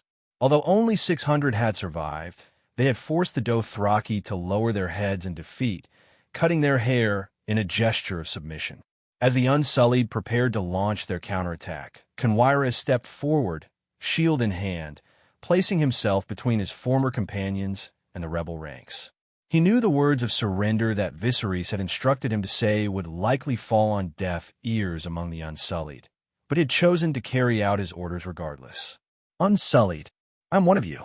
We are all slaves. You are slaves, and these people were slaves not long ago. Lay down your weapons and let us pass. You will be free men," Conwyra shouted, stepping into the torchlight so the Unsullied could clearly see him. But as Conwyra had anticipated, his plea fell on deaf ears. The Unsullied were unmoved, their discipline unwavering. Viserys had expected this outcome and wasn't relying solely on persuasion. Instead, he waited for the signal, the flaming arrows that would ignite the next phase of the attack. Behind him, the miners held their breath, hoping for a miracle. None of them wanted to face the Unsullied in battle. But at the command of the Unsullied commander, 1,000 spears flew through the air toward the rebel miners. Most of the malnourished slaves didn't even see the projectiles coming, but it didn't matter. The deadly rain of spears found its mark, splattering blood across the ranks of the uprising. Though the night obscured much of the carnage, the thick, iron-rich smell of blood filled the air, unmistakable and nauseating. Millen felt a warm, sticky sensation on his cheek. He touched it and realized it was blood. Before he could fully comprehend what was happening, he was thrown to the ground. When he looked up, he saw Old York had fallen on top of him, a spear jutting from his chest. "Old York! Old York!" Millen cried out, shaking him. Despite the fatal wound, Old York's eyes were shining with a strange light. "Follow the master! Live on!" Old York managed to say before the light in his eyes dimmed, and he fell silent. "Old York! Old York!" Millen continued to shake him, refusing to accept the reality of his death. But before he could even process what had happened, another volley of spears rained down. The rebel army, slaves just an hour ago, had never experienced a battle like this. Panic quickly spread through their ranks. Some cried out for their parents, others turned to flee. The enormous palace gate behind them became a bottleneck, causing a stampede as more than 10,000 people pressed together like a pot of boiling black porridge. The smell of blood grew stronger, and it was clear this was turning into a slaughter. "Run! Get out of the way! Don't push me!" Before Viserys could regain control, the Unsullied pressed forward like a sharp blade, ready to slice through his forces. Cago, seeing the mine slaves trying to flee, was enraged. In his fury, he lashed out with his curved blade, striking down some of his own people in an attempt to restore order. But instead of rallying the troops, his actions had the opposite effect. The slaves, seeing his armor, mistook him for one of Cambron's men, causing them to flee even faster. The chaotic scene was punctuated by the sudden sound of gongs, familiar to the miners from Viserys' mine. It was the signal for mealtime, a routine so ingrained in them that even amidst the chaos, the sound triggered a reflex. Some of the miners, even in their panic, began to salivate at the sound. The gongs cut through the panic, momentarily bringing some of the fleeing miners back to their senses. But the situation remained dire, with the Unsullied closing in and the rebel army on the brink of collapse. "Even if you run now, you'll be killed. Charge!" The only way to survive is to fight. Regis shouted from a high vantage point, his powerful voice cutting through the chaos and calming some of the panicked crowd. We have 30,000 men. They have only 1,000. Overpower them. Overpower them all. His voice cracked at the end, but the message had sunk in. The slaves didn't know the exact numbers, but they understood that 30,000 was far more than 1,000. At that moment, a flaming torch flew into the ranks of the Unsullied. But this wasn't just a torch. It was a bottle of wildfire, an incendiary weapon that Viserys had concocted. The bottles exploded upon impact, creating a yellow-green wall of fire that significantly slowed the Unsullied's advance. Yet what happened next surprised even Viserys. Some of the Unsullied caught fire, and though they briefly fell out of formation, they didn't break. Despite the intense heat and flames, they managed to extinguish the fire within minutes and rejoin the fight, their bodies singed but their resolve unbroken. The sight of these warriors continuing to fight, despite the pain and the burns, earned a new level of respect from Viserys. The wildfire, while hotter and more difficult to extinguish than normal flames, caused only minimal disruption among these fearsome soldiers. It was clear that the Unsullied's training had prepared them for nearly anything, even fire. Viserys had heard of their brutal training methods, confronting their worst fears head-on until they were no longer fears. It seemed they had even trained to withstand fire. But Viserys had more tricks up his sleeve. He still had fire magic. Protected by Kenwyra and the others, Viserys cast aside his halberd and summoned several fiery serpents, which slithered forward to sow chaos among the enemy ranks. The Unsullied, unfamiliar with magic, were visibly shaken. When one of them saw a yellow-green fire serpent lunging at him, he froze in terror. Though he eventually turned to flee, his own comrade's spear found him before he could retreat, a grim reminder of the discipline the Unsullied maintained. However, the fire serpents began to awaken a primal fear within the Unsullied, something even their training couldn't suppress. One by one, more Unsullied soldiers began to falter, their fears spreading like wildfire through their ranks. Those who had already been burned by the wildfire found the sight of the serpents particularly terrifying. The disruption in the Unsullied's front line forced them to retreat. Though Viserys wished he could sustain the attack, his magic had its limits. Summoning 7 or 8 fire serpents at a time was already pushing him to the brink. Still, the chaos he had caused was enough to give his forces an advantage. The miners, unable to see as clearly as Viserys, believed the firebombs had driven the Unsullied back.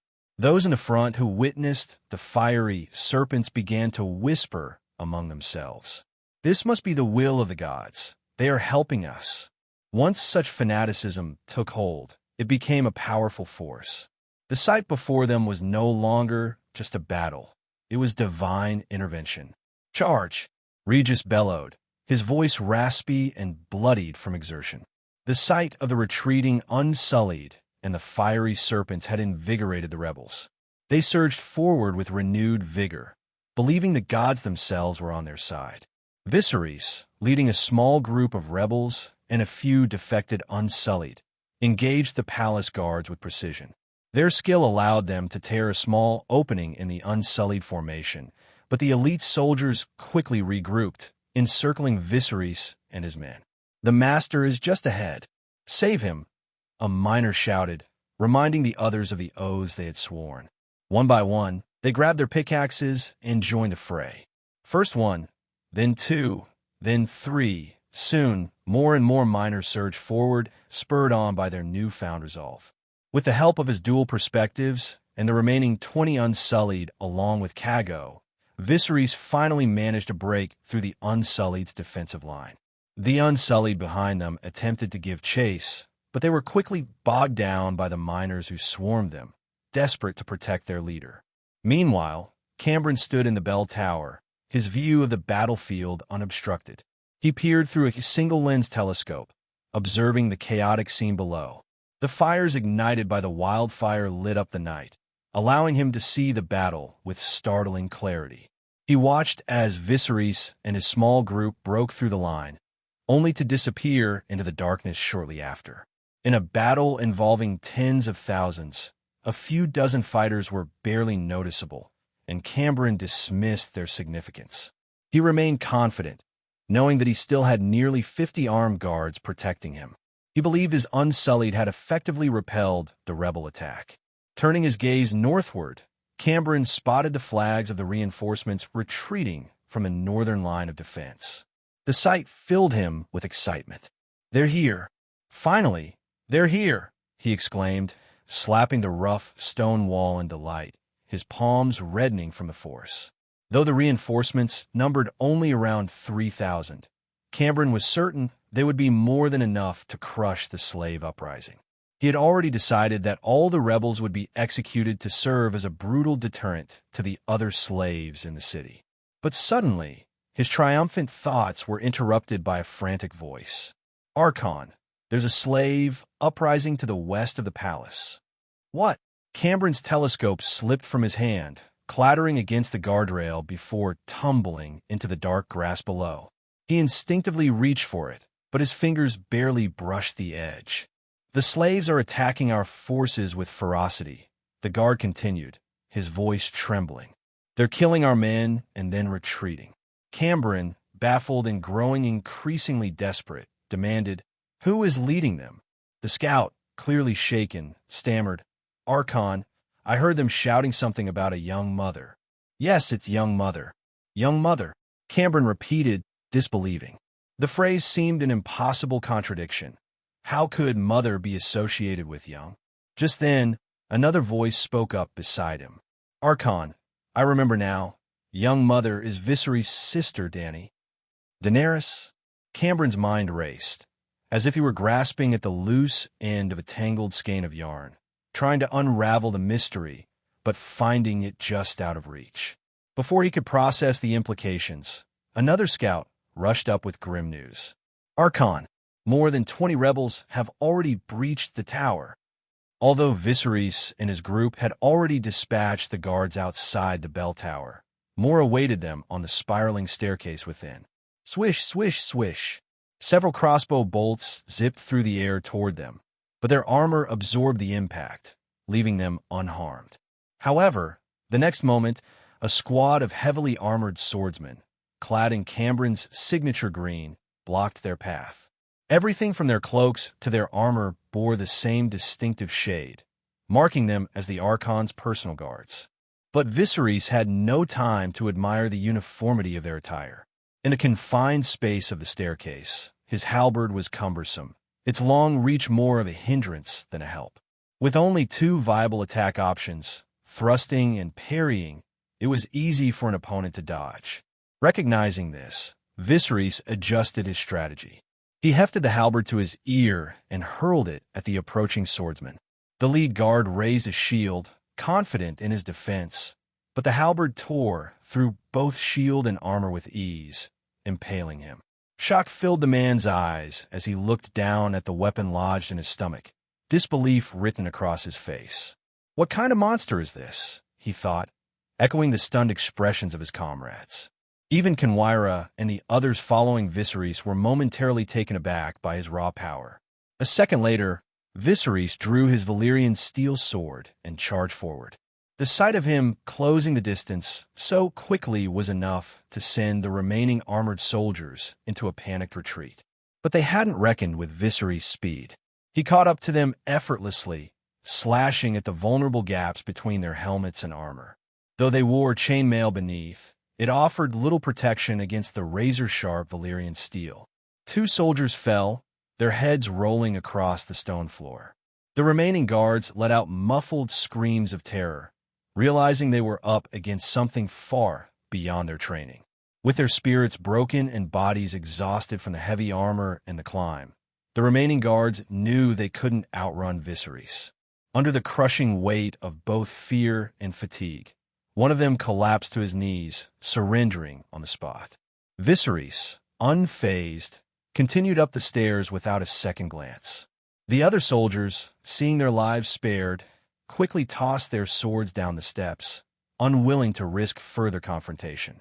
They had faced many foes, but none like this. Freed from the obstruction, Viserys surged ahead, moving with a speed that left Kenwyra and the others struggling to keep up. While the climb left them winded, Viserys seemed untouched by the exertion. From a perspective of his golden eagle, Viserys knew that Cambron still had about 10 men guarding him. Worse yet, the reinforcements were now only a few hundred meters from the bell tower. The urgency was clear. He had to capture Cambron, and he had to do it quickly, or everything would be lost. Damn, who designed these spiral stairs? Viserys muttered, frustration bubbling up as he continued to climb. He'd lost count of how many times he'd circled the narrow steps, 20 at least, but he was nearing the top. He knew that once he reached it, he'd have to face a group of 10 heavily armed men, and he'd have to take them on alone. Meanwhile, Cambron, unaware of the chaos below, felt his confidence growing as he watched the reinforcements draw nearer. In the tower, there are still enemies in the tower. Cambron waved his hand and shouted down to his approaching forces. Then, turning angrily to the guards beside him, he barked, "Don't just stand there. You shout too." Oblivious to the precise situation downstairs, Cambron was reassured by the fact that the men below were first-class warriors. He believed that even if the intruder was strong, they couldn't possibly reach him so quickly. Following his command, the guards leaned over the railing and began yelling, "Hey, there are enemies in the bell tower. Come quickly. There are enemies." The officer leading the reinforcements couldn't make out the exact words at first, but it didn't take long for him to realize something was very wrong at the bell tower. He quickly dispatched a small team of about 100 men to investigate. Just as Cambron and his guards were shouting, a calm but commanding voice cut through the noise. "Stop shouting." Cambron felt a cold dread settle in his chest. He turned and saw a figure emerging from the shadows, a man holding a Valyrian steel sword with a distinctive wavy pattern. The armor he wore was adorned with a golden-trimmed three-headed dragon, and at nearly 1.9 meters tall, his identity was unmistakable. When Cambron first learned that the Windblown had turned against him, he suspected that Viserys was planning something big.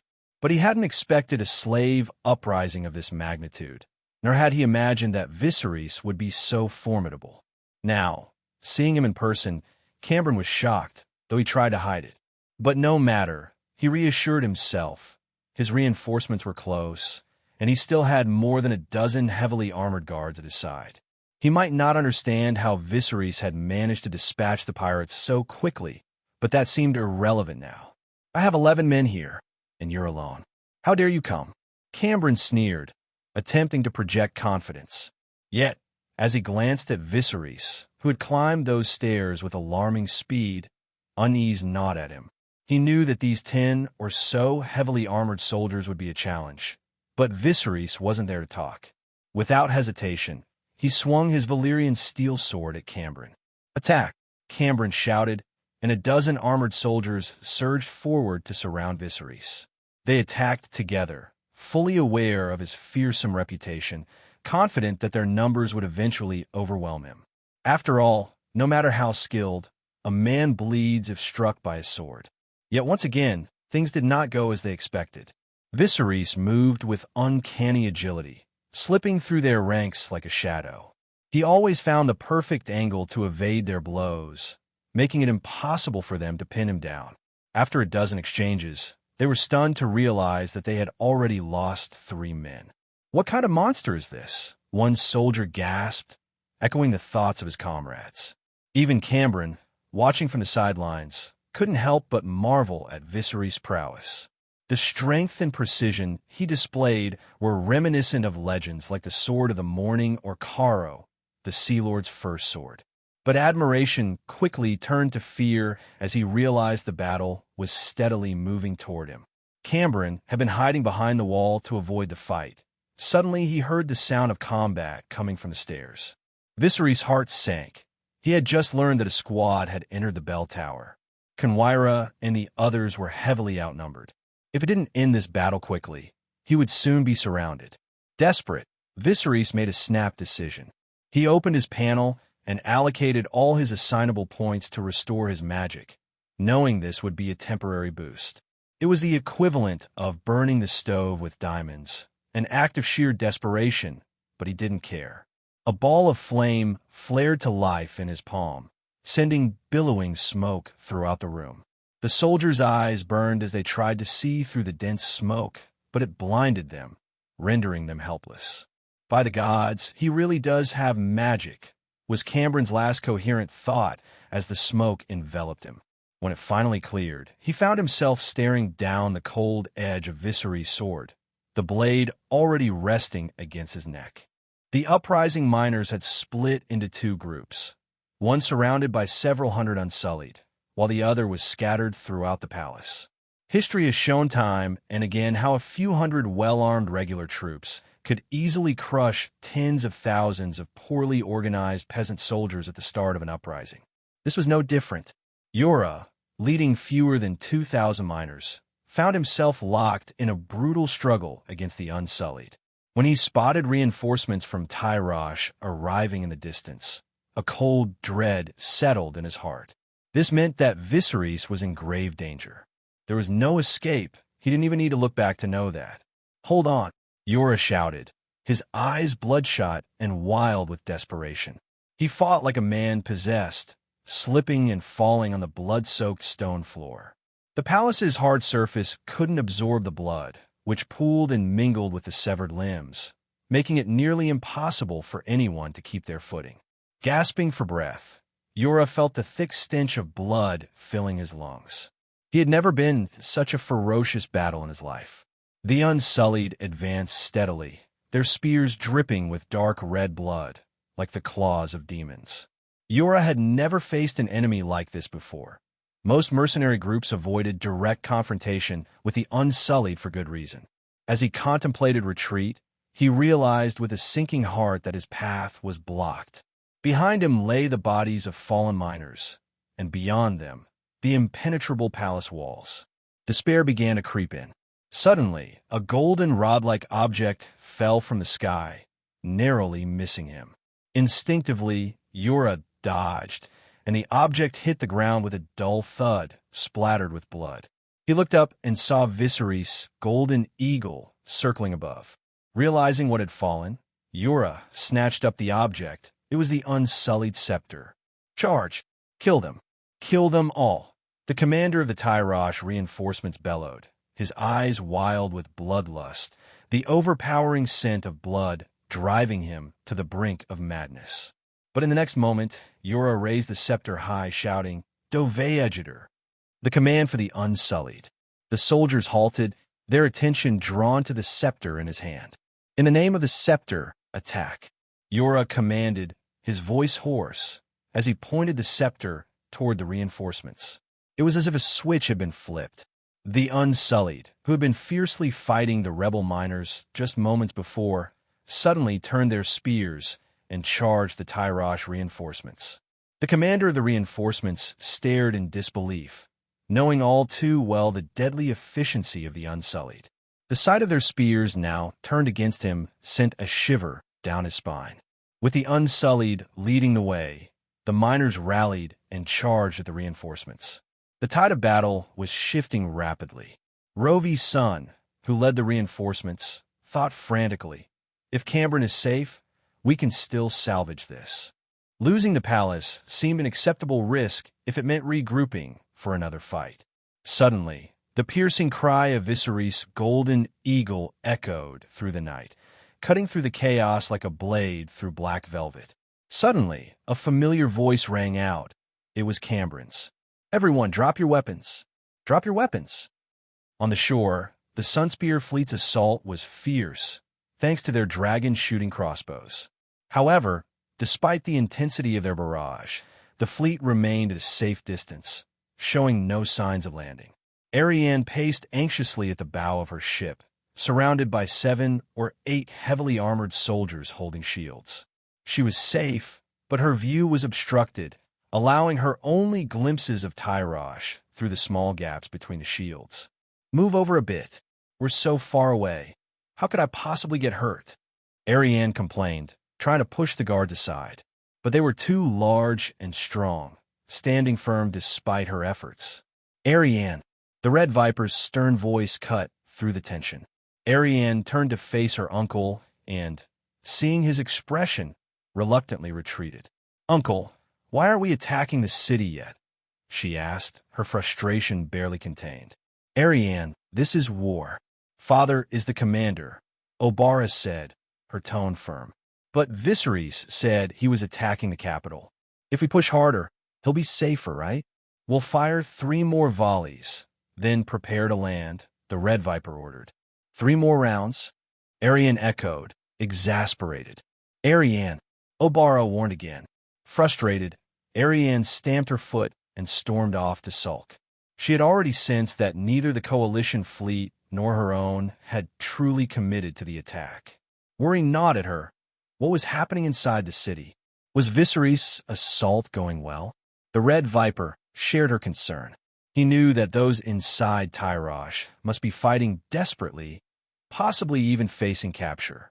But he also believed that Viserys was no ordinary man and would find a way to prevail. At that moment, a white seagull landed on the flagship. Red Viper glanced at it, and his second daughter, Nymeria, stepped forward to retrieve the note tied to the bird's leg. "Father, Viserys says he's taken the palace and captured the Archon alive. He wants us to meet him in the western part of the city." Red Viper could hardly believe it. He took the note and read it himself. "He took the palace and captured the Archon alive," he repeated, astonished. Where did he get an army from? The Red Viper was baffled. He had never been inside Tyrosh's palace, but from the outside, it appeared impregnable without at least 5,000 elite troops. Somehow, Viserys must have conjured up such a force. Finally, the Red Viper made up his mind to launch a full-scale attack. With the enemy's leader captured, the defenders' morale would crumble. Now was the time to strike hard and reap the rewards of victory. "Cease the harassment of the city and prepare to land," he commanded, ordering the ships to approach the shore. Arianne eagerly donned her helmet, ready to be the first to leap from the ship. "Nymeria, watch her. Obara and I will go," the Red Viper instructed. "No, Uncle, no. You promised me," Arianne protested, her anger flaring. "I promised to bring you to Tyrosh, not to let you go to war," the Red Viper replied, a cunning gleam in his eye as Arianne fumed. "Don't worry, we'll come for you after we've cleared the enemy," he added, leaving Arianne to watch helplessly as he and the others disembarked. Meanwhile, Connington, observing the battle from the Mirpentos alliance, studied the situation closely. He had suggested that the best vantage point to monitor the clash between the Pentos and Sunspear fleets was at their junction. But despite his strategic positioning, Connington wasn't optimistic about the battle's outcome. As the former hand of the king, he had the insight to see that the loose coalition, while fierce, might not achieve much. The Sunspear fleet seemed to share his doubts. They wouldn't risk their lives until they were certain of victory. The sailors' morale was low, and there was little hope of success. Then, to Connington's surprise, the Sunspear fleet began a landing operation. "What's going on?" he wondered, baffled. He couldn't understand why Doran, known for his cautious nature, would allow Red Viper to launch such an attack. The bloodied Yora finally rejoined Viserys. But what astonished Viserys the most was Regis, who, despite having 7 or 8 arrows lodged in his chest, was still standing and eager for more. After confirming that Regis wasn't on the verge of death, Viserys allowed himself a sigh of relief. "Lord, we've taken control of the entire palace, and the reinforcements are now our prisoners," Yora reported. "Yes," Viserys acknowledged, then turned to Conwyra. "You and Regis stay here and guard the palace." "Understood, my lord," Conwyra replied without hesitation. "My lord, let me go with you," Regis said eagerly. "Execute the order," Viserys commanded in a stern tone. Regis, deflated, was about to argue further, but Viserys softened slightly. "There will be plenty of opportunities in the future. I'm going to make the final move, and I can't afford for anything to go wrong." "Understood," Regis responded with renewed determination, as did the others. They then prepared to set off. Cambron, who had been standing nearby, watched Viserys with a mixture of fear and disbelief. Just 2 months ago, this mercenary had been on his side, slicing through enemies. Now, he stood victorious, having turned the tide and even mobilized the city's slaves to take Cambron's own palace. Cambron felt as though he had lost unfairly, but the spark of cunning still flickered in his eyes. "How do you plan to rule Tyrosh?" he asked Viserys, testing him. "Joint rule. That's what we and our allies agreed on from the start," Viserys replied. Cambron's eyes brightened with hope. "That sounds reasonable, but have you thought about how to protect your own interests?" A playful smile crossed Viserys' face as he realized he had underestimated Cambron. Despite being on the brink of destruction, Cambron was still scheming, trying to find a way to maintain his power. "Say what you're really thinking. Don't hold back," Viserys said. Seeing that his intentions were laid bare, Cambron decided to be blunt. "Since you can mobilize slaves, Prince, you should use them as your power base after the war. Tyrosh has fewer than 300,000 people, but 250,000 of them are slaves. If you order their emancipation, Tyrosh will be yours." Yora, standing nearby, nodded in agreement. After all, it was the slaves who had helped Viserys win the war, and Cambron's suggestion seemed entirely feasible. Viserys suddenly stopped and turned to face Cambron. Seeing this, Cambron thought he had won Viserys over and eagerly awaited his response. "What a great idea!" Viserys exclaimed, as if just realizing the potential. Cambron's heart soared with hope, but it was short-lived. "If I abolish slavery in Tyrosh, Myr and even Volantis will declare war on me," Viserys continued, his tone growing sharper with each word. "That would give you the perfect opportunity to strike back and kill me. Is that your brilliant plan?" Viserys punctuated each word with a backhanded slap across Cambron's face. With each blow, Cambron's heart sank deeper into despair. "No, Prince, no," Cambron pleaded, but Viserys was unmoved. "I didn't want to kill you," Viserys said with mock regret.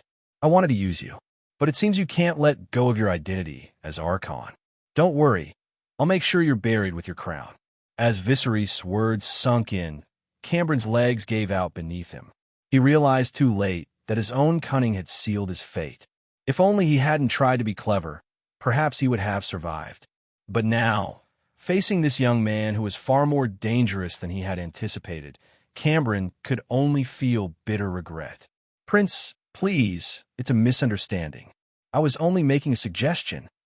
Cambron howled in desperation, his voice cracking as he tried to convince Viserys of his sincerity. The fear in his eyes was palpable, yet if Viserys hadn't seen through his facade, he might have almost believed him. In truth, Viserys still hadn't made up his mind to kill Cambron. With his dragon dreams, he could foresee and prevent most dangers before they became a threat. However, the ambition and cunning Cambron had displayed made it clear that subduing him would be a daunting task. After taking Tyrosh, Viserys needed a stable foothold. Rebuilding after the war would require experienced bureaucrats, and killing them all would make it nearly impossible to maintain control over the city. The fate of the original Mother of Dragons was a stark reminder of the dangers of eliminating too many local rulers. Tyrosh could potentially support an army of 20,000 men, and if Viserys could secure the disputed territories, that number might even rise to 50,000. But this depended on his ability to establish effective governance. Yet Cambron's relentless scheming and resilience were deeply unsettling. For someone who had gone from being a powerful Archon to a captive in such a short time, Cambron's quick recovery from shock was unnerving. It was clear that keeping someone as dangerous as Cambron around was a significant risk. "Prince, I'm willing to give you everything I own. Please spare my life," Cambron pleaded, his voice trembling with desperation. Viserys leaned in closer, his tone cold and menacing. "In a moment, you will persuade the soldiers outside to surrender. If you do, I'll make your death quick." Cambron flinched as Viserys' words cut through him. "You'll know what it's like to survive a disaster," Viserys added ominously. "And then, you'll be obedient." As this tense exchange unfolded, the fleet from Sunspear had already begun landing. However, Tyrosh's fierce counterattack had inflicted significant losses. Toland, who was overseeing the command, couldn't understand why the defenders had suddenly intensified their efforts, but he had no choice but to hold his ground. Just as Toland was about to lead his guards to the front lines to rally his troops, a subordinate rushed over, breathless.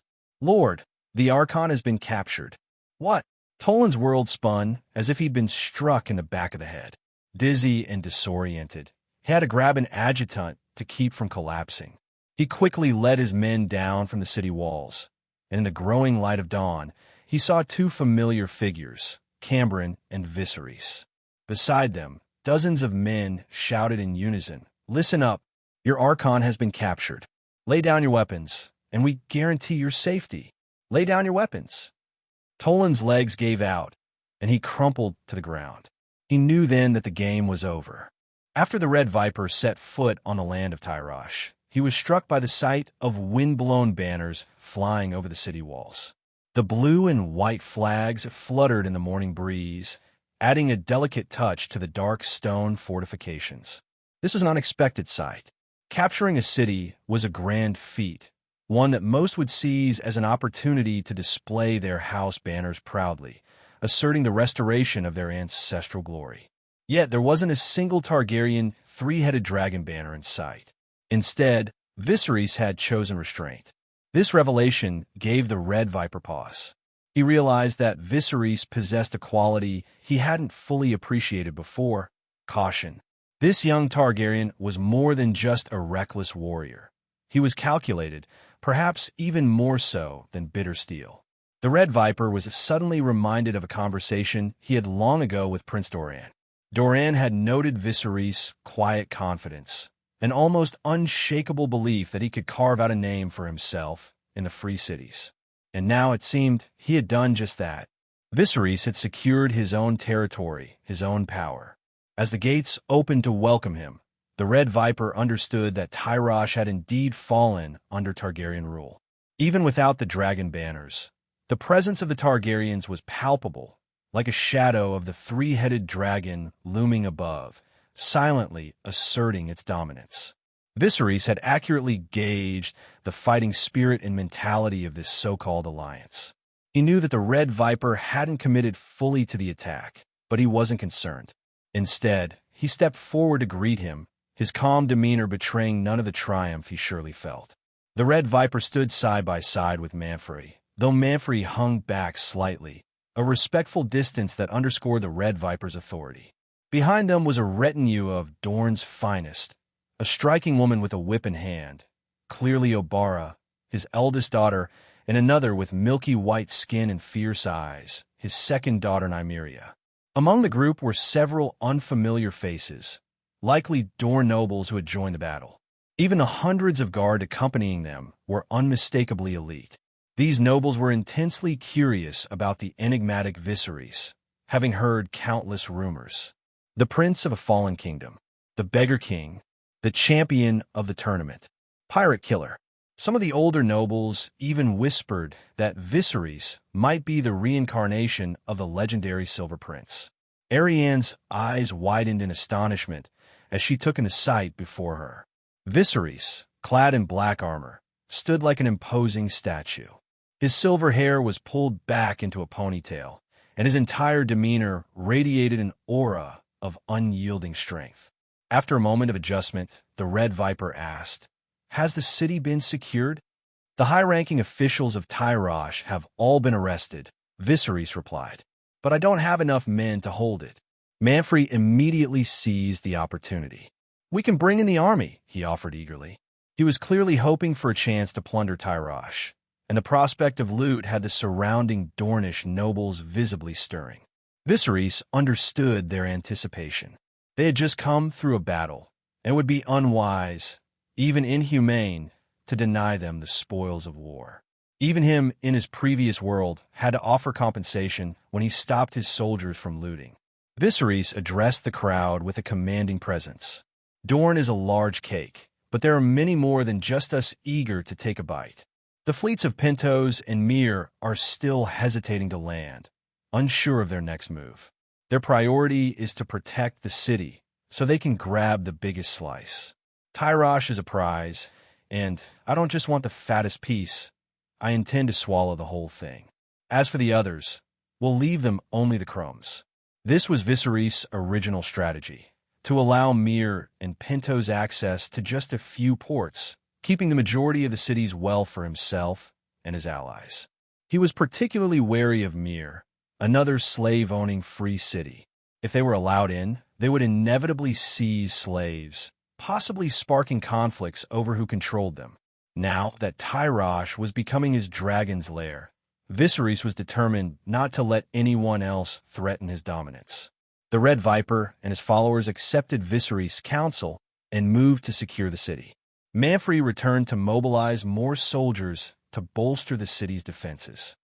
Meanwhile, the combined forces of Myr and Pentos remained offshore, hesitant to commit. As dawn broke, they decided to call a temporary truce. That's enough for now. I'm exhausted, Lightyear suggested to his brother. Send someone to check on the Westerosi.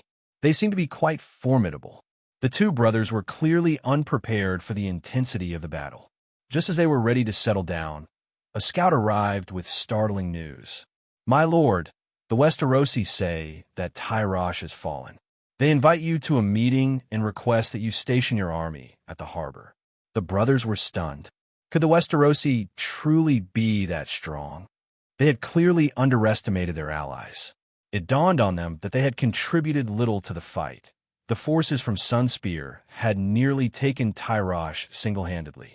In the hierarchy of the free cities, Braavos was stronger than Pentos, as history had shown when Braavos defeated Pentos. But even Braavos had not conquered Pentos.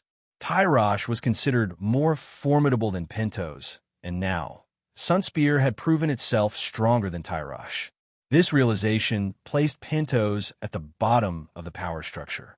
Facing such a powerful army, the brothers were understandably fearful. While docking their fleet in the harbor would have given them some reassurance, the invitation also made them feel deeply insecure. Yet, they knew they had no choice but to go. But who would go? The brothers exchanged uneasy glances, each trying to avoid the responsibility. Father said you're the commander of this battle, so only you can represent Pentos. I'll stay here, Lightyear said, trying to pass the burden. Since I'm a commander, I need to stay and oversee the fleet. You go instead, his brother countered. Their cowardice was evident, reminiscent of Corlin's infamous reputation for avoiding danger. How about sending a captain? Lightyear suggested, but the men they had brought were mostly from vassal houses, each eager to earn glory in battle. The brothers had even taken money from these men, so it wouldn't be fair to send one of them to face the potential danger alone. But the question remained, who will be sent? Oh, that's right. The Griffin, Connington. He's one of Illyrio's men, isn't he? Dotnera remarked, and his brother immediately agreed. Connington was indeed loyal to Illyrio, and they both knew that Illyrio had hinted at using Connington in the most dangerous situations. This seemed like the perfect moment to test that loyalty. When Connington received the mission, he accepted it willingly. His curiosity was piqued, wondering how Sunspear's forces had suddenly become so formidable. How had a mere 10,000 men managed to take Tyrosh?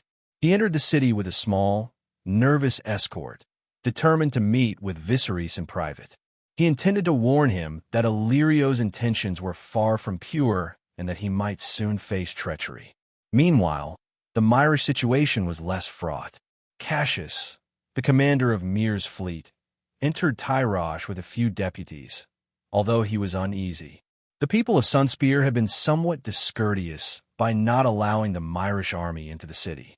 Fearing the military might of Sunspear, Cassius could only focus on securing as much advantage for Myr as possible. The old wind-blown captain, Hoyt, had anticipated many moves. Relying on his years of experience, he had already stationed men at the southern port before capturing the Dragon's Flame Fortress. Consequently, he controlled both locations simultaneously. Leaving 300 to 500 men to guard the fortress, he led 3,000 men directly to Tyrosh. As he approached the city and saw the wind-blown banners fluttering over the castle, Hoyt paused, momentarily lost in thought. Then he let out a huge sigh of relief. Captain, Viserys has succeeded. exclaimed his old comrade Denzo, his voice brimming with emotion. This meant Viserys was safe. The captain nodded, joy welling up in his heart. Despite the lingering smell of smoke and burning, the scene before him appeared exceptionally bright and clear. The blue and white banners dotted the scorched earth like flowers blooming in blackened mud. For the first time in history, a mercenary group was on the verge of owning its own territory. But wait, if a mercenary group controls territory, can it still be called a mercenary group? No, it becomes a warlord's domain, a hegemon. The realization struck Hoyt with both excitement and caution. He couldn't wait to see Viserys. With their cooperation, revenge seemed not just possible, but inevitable. As soon as Hoyt entered the city, he found Maris waiting to greet him. "Captain, Viserys told me to wait for you here. He said it was something important. It's about Pentos." Pentos? Hoyt's eyelids twitched. Was Viserys planning to wipe out the Pentosi army? That wouldn't do. Despite his desire for revenge, Hoyt knew that attacking an ally would be disastrous. It would destroy their credibility, leaving them isolated, with no one willing to cooperate with them in the future. Moreover, such an action would turn every neighboring power, Lys in the south, Sunspear in the west, and Myr in the north, against them. They would never be able to establish themselves in Tyrosh if they made enemies on all sides. Young people are too eager, Hoyt thought, believing that Viserys was rushing to consolidate power over the Windblown and then move on to Westeros. Young people often get carried away by the thrill of victory. Determined to dissuade Viserys from such a rash and dangerous course of action, Hoyt quickened his pace, striding purposefully towards the palace. He had to stop Viserys from making a decision that could undo everything they had achieved. At the top of the bell tower, Viserys, the Red Viper, and Cunnington stood overlooking the entire Tyrosh palace. From their vantage point, they could see the remnants of battle, the corpses, severed limbs, and the flames and smoke that had not yet fully dissipated. Even from a distance, the brutality of the conflict was unmistakable. The palace grounds were littered with bodies. In the gardens, the square, the hall, even the fountain. The bell tower itself had not been spared. Though the bodies of the fallen soldiers had been cleared away, the blackened bloodstains on the ground told of a fierce struggle.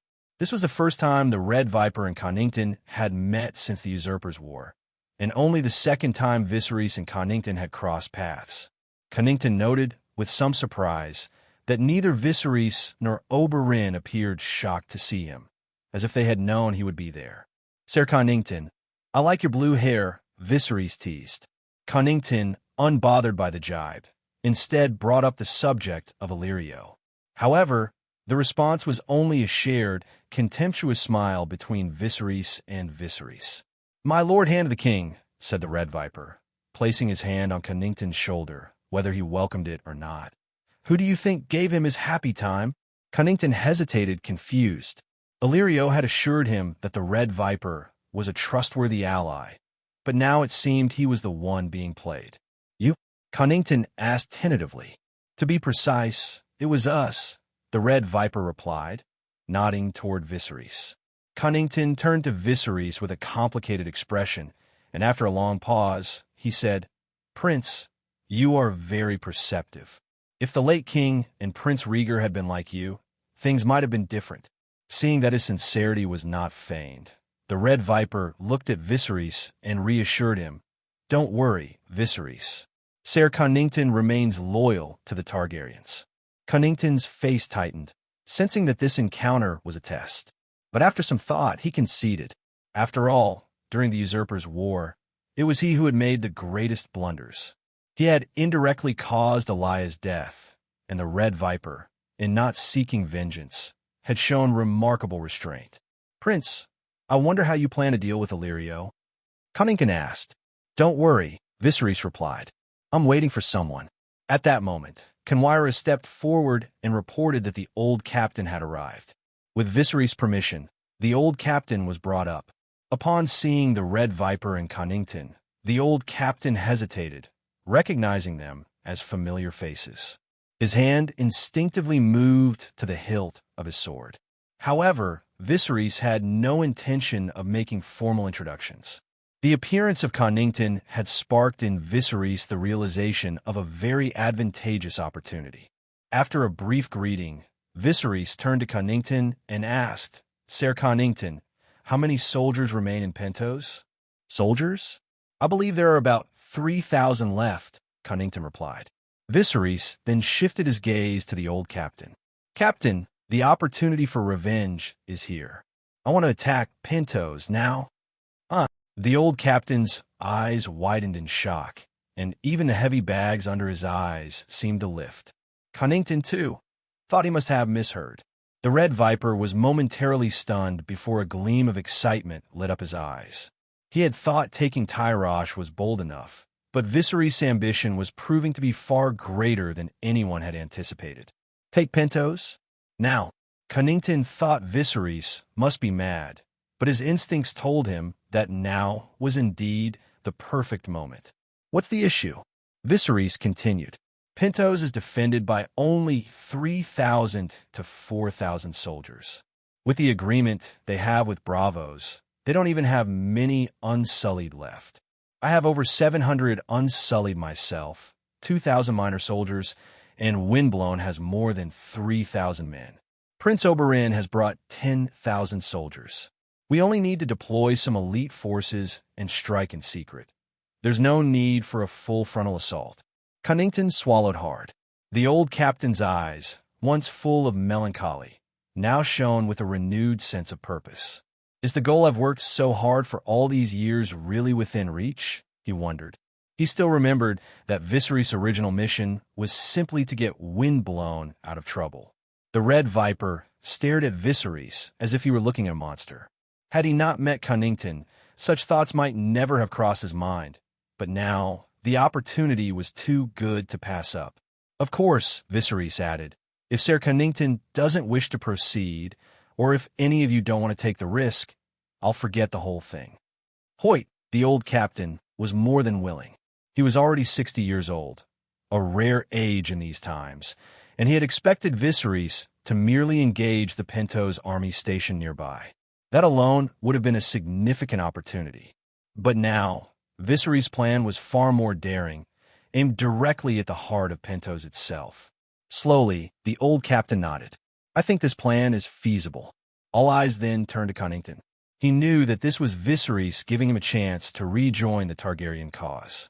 After wandering for so many years, this was the moment he had longed for, a chance to serve the Targaryens and help them reclaim the Iron Throne. Of course, he also hoped to restore his own family's fortunes. After the Usurpers' War, House Connington had barely managed to keep its castle, with most of its lands granted to Robert's more loyal followers. The goal was clear. The reward was in sight. As long as House Baratheon sat on the Iron Throne, Connington would never achieve his dreams. But with Viserys, there was hope. "I'll take care of the fleet." As Illyrio's agent, he had the authority to meet with the high-ranking officers of the Pentos army. All he needed was an excuse, a banquet or celebration, to lure the Pentos forces ashore. Then, they could launch their attack on Pentos like a Trojan horse. As for the Red Viper, his temperament was perfectly suited for Viserys' plan, which promised a grand spectacle. "I brought 10,000 men. Will 2,000 be too few? How about 5,000? The Red Viper asked excitedly. 5,000 won't fit on the ships. Bring 1,500, as long as they're good men. Include the unsullied and some from the Windblown. 3,000 or 4,000 will be enough. We're not planning to storm the city," Viserys replied. Success. This was to be a surprise attack. As long as they could control the power of House Corland and their vassal families, victory was assured. The old captain had no objections to being part of this Alone, he couldn't conquer Pentos, but if he could achieve his goal of revenge and secure real power, he would have fulfilled his mission. After everyone agreed, Connington suddenly spoke up. "Prince, I have one more request." "Speak," Viserys said. "If you're going to kill Illyrio, can you spare the child?" "Little Aegon?" Viserys asked. "Yes," Connington replied, his voice heavy with the weight of his request, as if all his courage had been spent on those few words. He was still the same Connington, unwilling to harm the innocent. Hoyt didn't care, but the Red Viper was curious about Viserys' decision. This was, after all, the bloodline of Blackfyre, a name that had brought endless trouble to the Targaryens. Any other Targaryen would have executed him without hesitation. Viserys smiled. "You're something else, Ser Connington. At the Battle of the Bells, you didn't want to harm the innocent, and you let Robert escape. That decision indirectly led to the deaths of my brother, Princess Elia, and her children. And now you want to make the same mistake." "Prince," Connington began, but his voice trailed off. At the mention of Elia, the Red Viper's mouth twitched, as if a snake struggling to restrain its venomous fangs. The deep-seated hatred in his heart flared to life. Connington looked at Viserys with a mix of pain and regret, realizing he had said something foolish. Viserys leaned back, glancing at the faces around him. Connington, the Red Viper, the old captain. All eyes were on him, as if they were waiting for his verdict. Finally, after what seemed like a long consideration, Viserys spoke, almost as if in compromise. "From today on, little Aegon is your son," Viserys decreed, "born to you and a Blackfyre descendant. He has nothing to do with Illyrio. You'll explain it to him yourself. Don't call him little Aegon or little Griff. Just call him little Connington." With those few words, Viserys sealed the fate of the Blackfyre bloodline. "Thank you, Prince." Connington knelt on one knee, choking back tears. For centuries, the Targaryens and Blackfyres have been locked in conflict, with the Blackfyre bloodline continuously reproducing in the free cities of Essos. The Blackfyres weren't particular about lineage. Whenever they were in the mood, they would sire more offspring. In terms of sheer numbers, they were even more prosperous than the Targaryens. Killing one Blackfyre would only lead to another rising in his place. Therefore, Viserys concluded it was far more strategic to use this opportunity to secure Connington's loyalty. Not to mention that little Aegon, no, he should now be called little Connington, is only 12. The fact that he risked his life to save Illyrio in the fire shows he has a good heart. With such a child under Connington's care, there's little fear that he will grow up twisted. The most important reason for keeping little Aegon alive is Viserys' intention to use him to manipulate the spider Varys. As long as little Aegon lives, Viserys can align with Connington to play a long game against the spider. If Varys doesn't want his plans to crumble, he'll be forced to continue cooperating with Connington. Even under the weight of the sunk cost, Varys will have no choice but to endure, no matter what suspicions arise.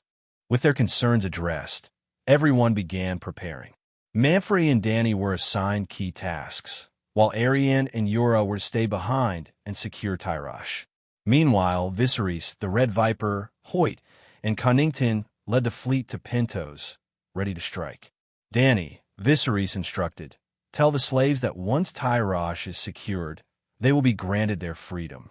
Slaves make up the majority of Tyrosh's population, and if you can win them over, the city will be secure." "Don't worry, brother.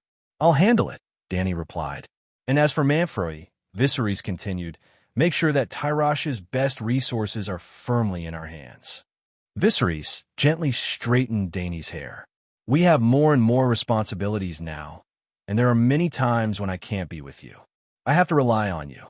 Dany nodded earnestly, her expression a mix of nervousness and happiness. Connington sent word to the Dotnara and Lightnear brothers, informing them that Viserys was planning a grand banquet in their honor and inviting them aboard his ship. With Illyrio vouching for Viserys, the brothers were without suspicion. Connington, skilled in persuasion, easily convinced the soldiers to accompany Viserys and his party that night as they set sail for Pentos. By the time the Pentos soldiers awoke from their drunken stupor, they found themselves under house arrest in their own camp. Meanwhile, Cassius Ymir was left behind in Tyrosh, with Manfrey assigned to keep him under control. Viserys, the Red Viper, and the old captain divided the fleet into three, each one like a sword aimed at Pentos. Captain Hoyt's ship was positioned in the center, his gaze fixed on the northern horizon, as if he could see through the misty night to the city of Pentos, the city that had haunted his dreams for 30 years. The hatred that had festered within him for decades was finally on the brink of release. Yet as they drew closer to Pentos, Hoyt found himself growing unexpectedly calm.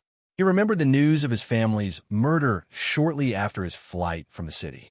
For 10 long years, Hoyt had been haunted by dreams of his slain relatives, some accusing him of cowardice, others expressing concern for his well-being. For years, Hoyt had questioned whether he had done the right thing by fleeing. While Pentos had sacrificed only a prince during a drought, a voice deep within him insisted that he was a man, not a slave, to be butchered at will. This belief sustained him, though it had grown faint with age, until Viserys reignited it with talk of just revenge. Now, Hoyt was convinced that his quest for vengeance was righteous. He had no reason to blame himself for defying the corrupt rules of Pentos. His mind was clear. The Barrett family and their vassals, the beneficiaries of those rules, had to be utterly destroyed. A face flashed through Hoyt's mind, that of a young man, Corlund, who had not yet become the head of House Barrett when Hoyt left Pentos. He would never forget the smug look on Corlund's face when he came to Hoyt's home to announce that he would be the next prince. At the time, both men had loved the same woman, but despite House Barrett's power, the girl had always favored Hoyt. He suspected that Corlund had a hand in him being chosen as prince, a move that led to his exile. 2 years after Hoyt's departure, Corlund married the girl. Hoyt was determined to spare nothing in his assault on Pentos, except Corlund's head, which he vowed to take himself. Due to the ongoing war in Tyrosh, the number of ships on the narrow sea route had significantly decreased. After nearly a week of sailing, the fleet arrived off the coast of Pentos in the early morning. As they neared the harbor, they saw the lighthouse extinguish its light, a signal that their arrival had been noticed. Before the fleet could enter the harbor, they needed to send notice, during which time the city would enter a brief state of martial law. This meant that Viserys and his forces couldn't simply sail into the harbor unchallenged. They had to rely on Connington to gain entry and trick the city gates open. Viserys, Connington, and the Red Viper, along with a ship full of elite soldiers, prepared to enter the harbor first and seize control of the city gates. Aboard the ship were Cago, Spiderweber, Beansback, the 2 Geralds, and a force larger than the one Viserys had led against the pirates.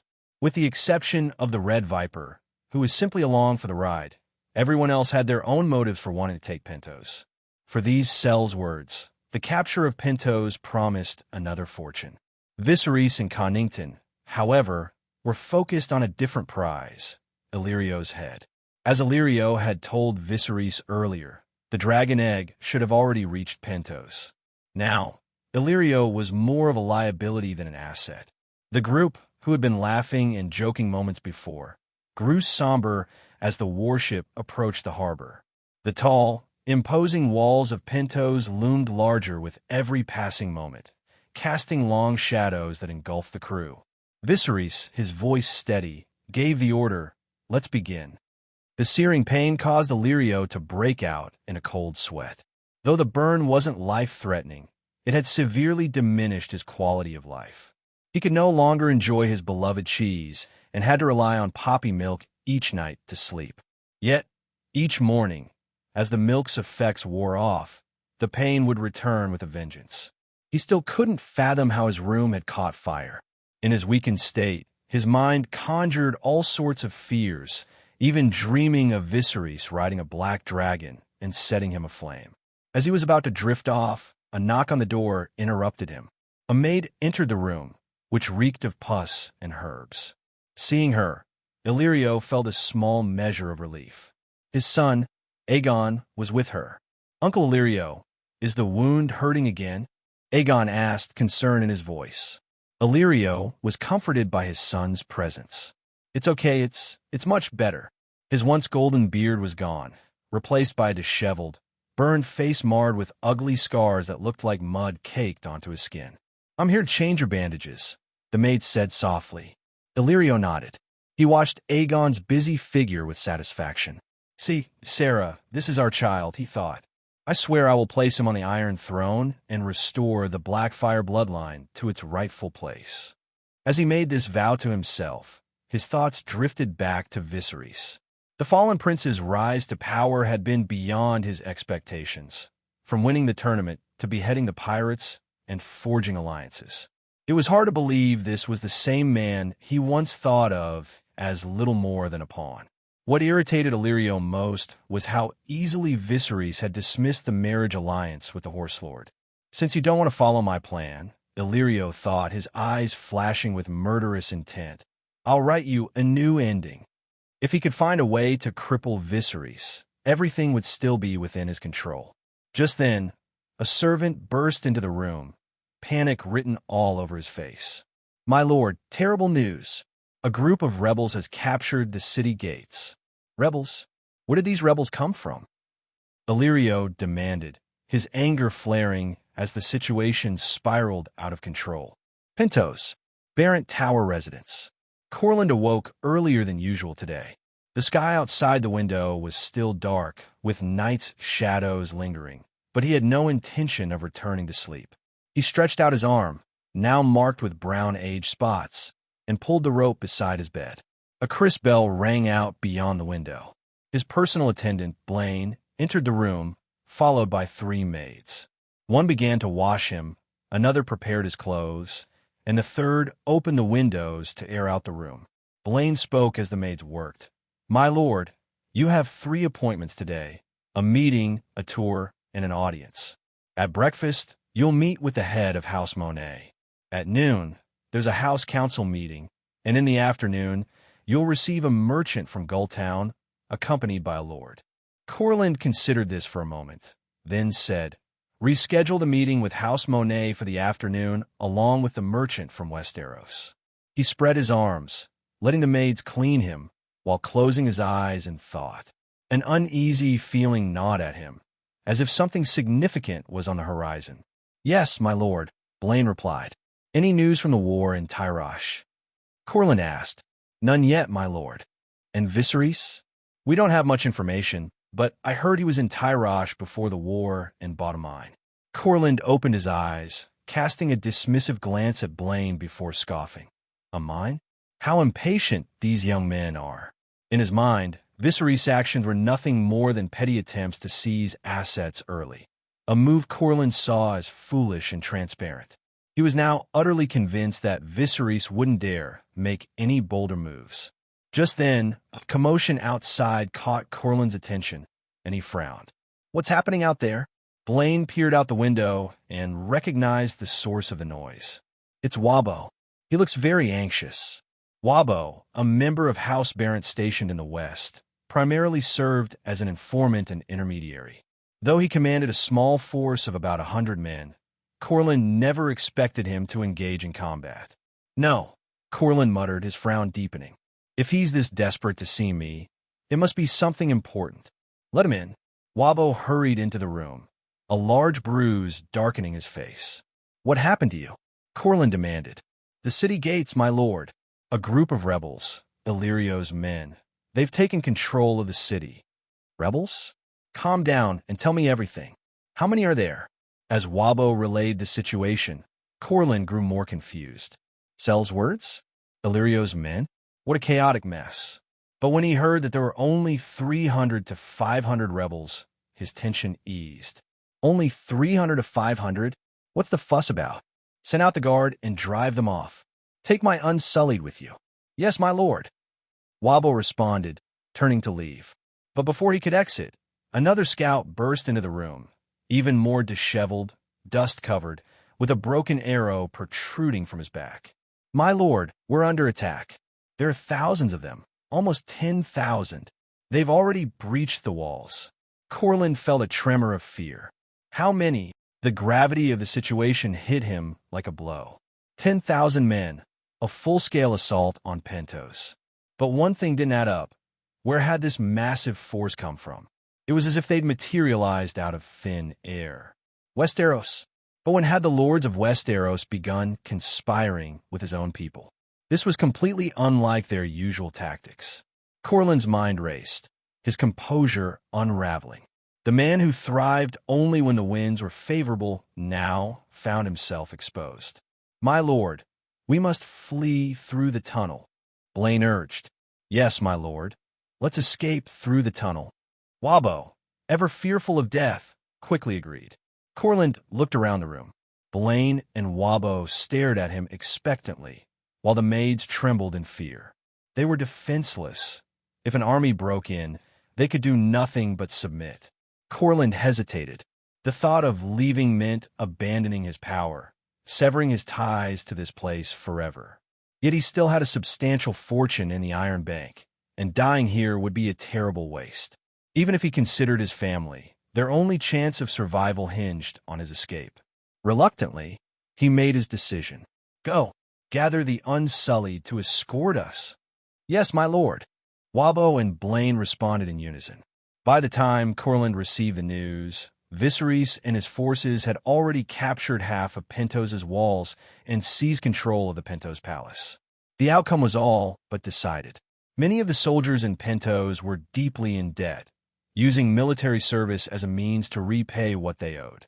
When Viserys commanded his troops to fight, he shouted, "Drop your weapons, and your debts will be forgiven."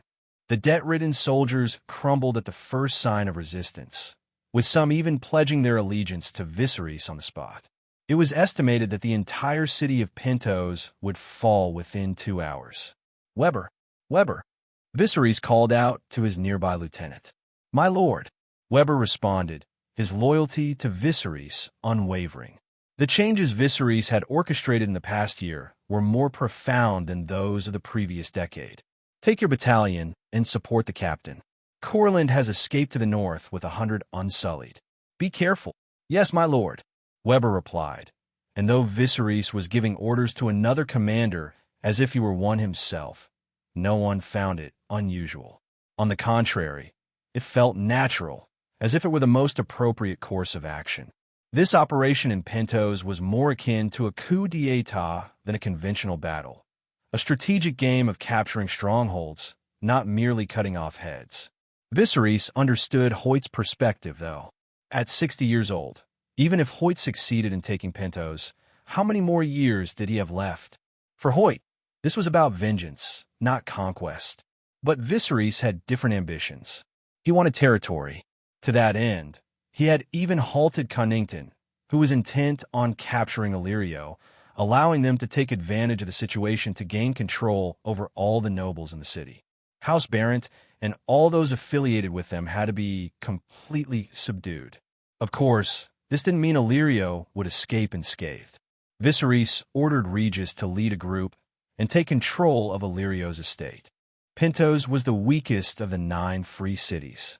Viserys and his forces had launched their attack in the early morning, and by noon, they had seized the palace and the homes of the great nobles. Hoyt had not yet returned from his pursuit of Corland, leaving Viserys and the Red Viper to take control of the captured nobles in the palace hall. Afterward, the two men made their way to a pool by the rockery in the palace gardens. Unable to stand the heat any longer, the Red Viper stripped off his armor and dove into the cool water. Although he was in his 30s, his body showed no signs of age. His olive skin was taut over well-defined muscles. Seeing the Red Viper so at ease, Viserys decided to follow suit, removing his armor and revealing his own lean, muscular frame. You're something else, the Red Viper remarked, feeling the water's refreshing coolness. Did you plan all of this from the start? Viserys' bold actions had clearly impressed him. The prince had a knack for diving headfirst into dangerous situations and emerging unscathed. I didn't know Connington would be here, Viserys replied. If I hadn't run into him, I wouldn't have thought of attacking Pentos. You're remarkable too, the Red Viper said, admiring Viserys' decisiveness. You just decided to attack and went for it, without a moment's hesitation. Most men would have basked in their victory after taking Tyrosh, savoring their success, but not Viserys. He hadn't even finished his meal before setting his sights on the next conquest. When the conditions were right, he acted. If they weren't, he created them. Hesitation, in his view, would only lead to failure, like bitter steel. When the conditions are ripe, I act, Viserys continued. If they're not ripe, I create them. Hesitate, and you'll end up like bitter steel. You're far stronger than bitter steel, the Red Viper observed, offering an honest assessment. He had originally intended to bring up the topic of a marriage alliance, but since Viserys hadn't mentioned it, he saw no reason to rush the conversation. Viserys had already caused a significant stir in the free cities, and it was clear he would do the same in Westeros. I've heard Robert spends his days eating, drinking, whoring, and sleeping, the Red Viper mused. Perhaps it's time to give him something to worry about. He also thought about the Reach. During the War of the Usurper, both Dorne and the Reach had been loyal to the crown, but after Robert took the throne, both regions were pushed to the periphery of power. Viserys' rise was sure to unsettle some, sparking conflict and intrigue in Westeros. However, the Red Viper had his own concerns. King's Landing was a place where everyone had their own agenda, and even with all his skill, he might find himself constrained by the political machinations of the capital. The Red Viper shared his concern with Viserys. So what if we don't have a position? Can we create one? Create a position? Oberyn repeated, wiping the water droplets from his face and looking intrigued. You could take some news about me with you when you go to King's Landing. Just apply for let's call it a foreign minister role. Foreign minister? The Red Viper asked, puzzled by the term.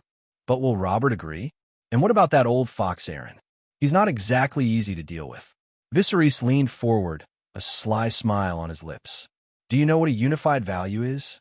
The Red Viper perked up, curious about this new concept. If I were a nobody, Viserys continued, not only would I have failed to accomplish what I have, but I'd be treated like the Beggar King. Dorne and the Reach would always have another option. But now things are different. Robert, that liquor pig, will have to give up some of his power to win you over.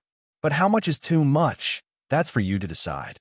The Red Viper, quick-witted as ever, immediately grasped Viserys' point. Liquor pig. Lyanna clearly doesn't like him, but he keeps trailing after her. What else could he be? The Red Viper burst into laughter. A liquor pig, that's perfect. At that moment, Weber and a knight from Dorne approached them. Weber spoke first. Viserys, the captain has returned. Let's go, Viserys said, rising from the pool. We'll discuss our next move together. On the other side of the palace, Hoyt walked with a spring in his step. When he saw Viserys and the others, a smile flickered in his eyes. He felt as if he had been transported back to his youth. No, even further, to the vitality of a 15-year-old. In his hand, he carried a cloak, within which was wrapped a round object. There was no need to ask. It was Corlyn's head. I hope that one day, Oberyn said, his voice filled with quiet resolve, I'll be able to cut off the head of the mountain just like that. The Red Viper's eyes darkened with shared hatred.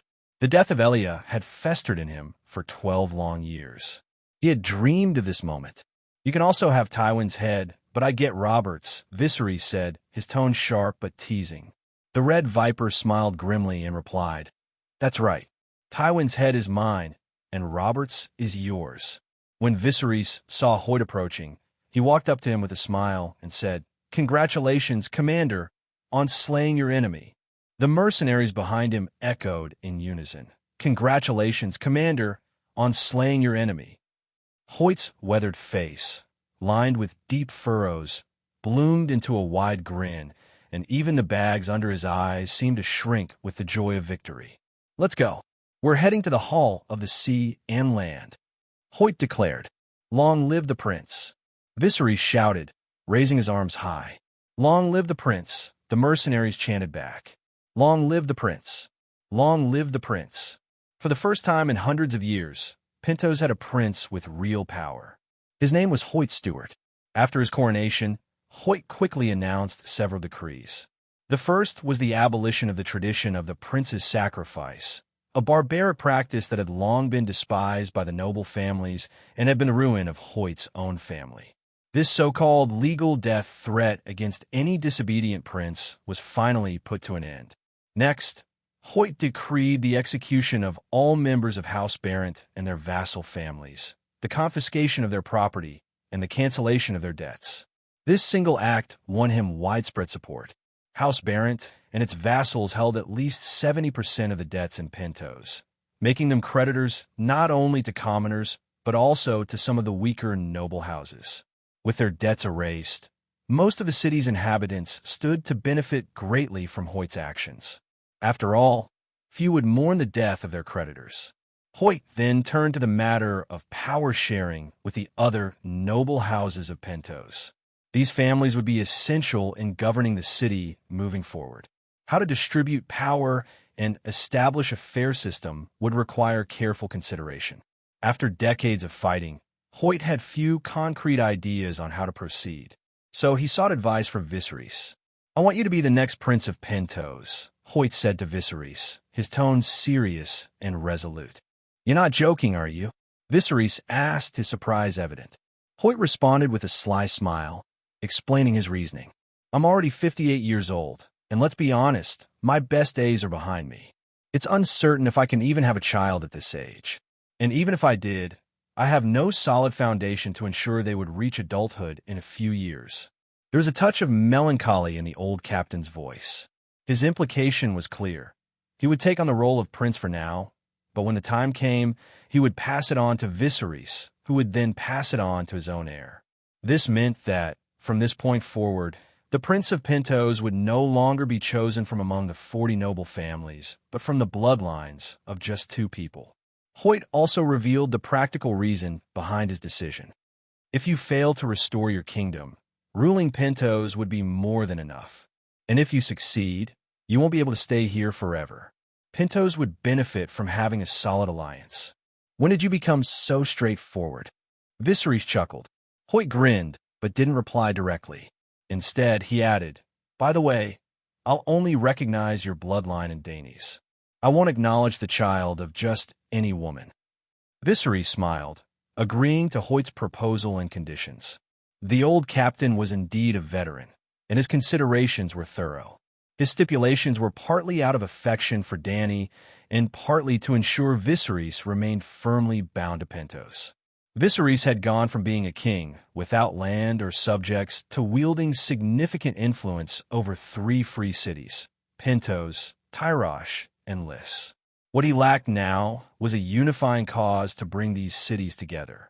The Triarchy had once united the 3 cities of the disputed lands against Volantis, but without external pressure, the powerful families of the free cities wouldn't easily relinquish their power. Moreover, convincing the 3 free cities to attack Westeros wouldn't be in their interest. Viserys had witnessed the Braavosi lords building a 9-tower manse for Drogo and remembered a problem he had recognized when he first arrived in Tyrosh a year ago: the looming threat of a Dothraki invasion. Viserys needed more than just the free cities. He needed vast, fertile lands to support his ambitions, and he couldn't allow the Dothraki to ravage the lands west of the Rhoyne. Drogo, the Horse Lord, wouldn't stand by his Pentos, once meek, suddenly joined a powerful alliance and slipped from his grasp. A war between Viserys and the Dothraki seemed inevitable within the next year or 2, but Viserys saw this as an opportunity to promote the idea of a federation. The nomads relied heavily on the vast grasslands, and Viserys believed their combat effectiveness was not insurmountable. If he could kill Drogo, he could establish the Federation and consolidate power along the eastern coast of the Narrow Sea. By then, the Red Comet would have appeared, and he would use the blood of the Horse Lords to herald the rebirth of the dragons. When Illyrio saw Viserys, Connington, and the Red Viper walking together, he blinked, thinking he was seeing things. "Father, Prince Viserys." Little Aegon greeted them as he tended to Illyrio at his bedside. Seeing Connington, his face lit up with joy. Illyrio said, "Prince Viserys, Prince Oberyn, Con." "Griff." Viserys exchanged a brief glance with Connington before walking over to little Aegon. "Come with me. I have something to tell you." Little Aegon looked confused but remained polite. He turned to Illyrio and said, "Uncle, I'll be going now." Illyrio's neck felt stiff, as if rusted, and he nodded with difficulty. He wanted to ask Connington what was happening, but Connington only stared at him coldly, his eyes sharp as swords, making Illyrio's heart tremble. A sense of foreboding gripped him, and even the headband he wore seemed to quiver slightly. Illyrio first looked at Viserys, who returned his gaze with a blank expression. Then he glanced at the Red Viper, who stood behind Viserys with a devilish smile, as if he were watching an amusing spectacle ready to reveal his fangs at any moment. At one point, Illyrio even imagined their pupils had turned vertical, like those of serpents, one ready to spit fire, the other venom. Princes, Illyrio began, forcing himself to remain calm. Shouldn't you be in Tarash? I missed you. Viserys replied with a mocking smile. So I came to see you. The Red Viper couldn't contain his laughter. Illyrio's smile froze as he realized they were toying with him. Anger flared within him. You already know? Know what? Viserys asked, feigning ignorance. Know that I've been playing you and your sister like chess pieces. Illyrio's eyes gleamed with a flicker of his old pride, a reminder of the ruthless killer he had once been before years of luxury dulled his edge. Playing with me? Viserys' voice was sharp. You're about to be outplayed. The fire that day. Illyrio's mind raced, piecing it together. But you, don't bother. Viserys cut him off. It's all irrelevant now. Tell me how you're connected to the spider, and I'll make your death quick. Illyrio's eyes widened. Can you at least tell me when you found out about us? What good will that do you now? Viserys replied coolly. Cooperate, and I might let Aegon live. Viserys' words struck Illyrio with terror. He couldn't fathom how Viserys had uncovered this secret. Only he and Varys were supposed to know. Could Varys have betrayed him? But if that were the case, Viserys wouldn't need to ask for Varys' contact information. Realizing he had been exposed, Illyrio glanced at the Red Viper. He had even urged him to kill Viserys. Now, in a Red Viper's eyes, he must have looked like a fool. Promise me to let me see my child one last time, Illyrio pleaded. He's Connington's child now. If you want him to live, keep your mouth shut. I promise, I won't say a word. Illyrio responded, the resignation in his voice palpable. Years of careful planning, more than a decade of scheming, had all crumbled to nothing. He took a deep breath, as if preparing to divulge his conspiracy with Varys. Were you involved in the gradual change in my father's mind? Viserys asked, his tone sharp. I don't know, Illyrio replied, shaking his head. I don't think so. Varys mentioned it in his letters to me. He was as surprised by the change in your grace as anyone. Viserys felt a chill at Illyrio's words. He had always suspected that his father's decline was linked to Varys. The idea that the Targaryens carried a genetic predisposition for madness was something he outright rejected. After all, during the Valyrian era, the Targaryens had ruled for thousands of years without such problems. How could so many issues arise in just a few hundred years in Westeros? With Varys seemingly ruled out, Viserys began to wonder if the three-eyed raven was behind it all. Can I see the child now? Illyrio asked, his voice trembling slightly. Viserys didn't bother giving him instructions on what to say. Illyrio should know better. Meanwhile, young Aegon, who had just learned his true identity, was struggling with the revelation. He could never have imagined that the uncle he loved was the very person who had destroyed his family. He used you as leverage to force your own father to serve him, Viserys said gently, trying to comfort the boy. But now that we've destroyed House Barrett, he has no one left. You can finally live with your father again. This was the lie they had carefully prepared in advance. The truth was that Illyrio had taken Aegon's mother, Sarah, from Connington and blackmailed him into serving by threatening to expose Sarah's and Aegon's true identities. Aegon, smart beyond his years, turned to the Red Viper for confirmation. Yes, Ser Connington was indeed Hand of the King, the Red Viper said, eager to support the narrative with just a hint of truth in his words. Aegon remained silent for a long moment, absorbing the weight of the revelation. Then, with sudden resolve, he drew his sword and knelt before Viserys. Prince Viserys, thank you for saving me and my father. I will do whatever it takes, even if it means giving my life, to help you ascend to the Iron Throne. Viserys smiled, extending a hand to help him up. First, learn from your father. When you become a true warrior, then you can serve me. Though only 10 years old, Aegon was already over 1.6 meters tall. He looked up at Viserys with deep admiration, his eyes reflecting the awe he felt for the man who had become one of his idols. Viserys glanced at Connington, and the understanding passed between them silently. From that moment on, There would be no more young Griff, no more little Aegon, only a little Connington.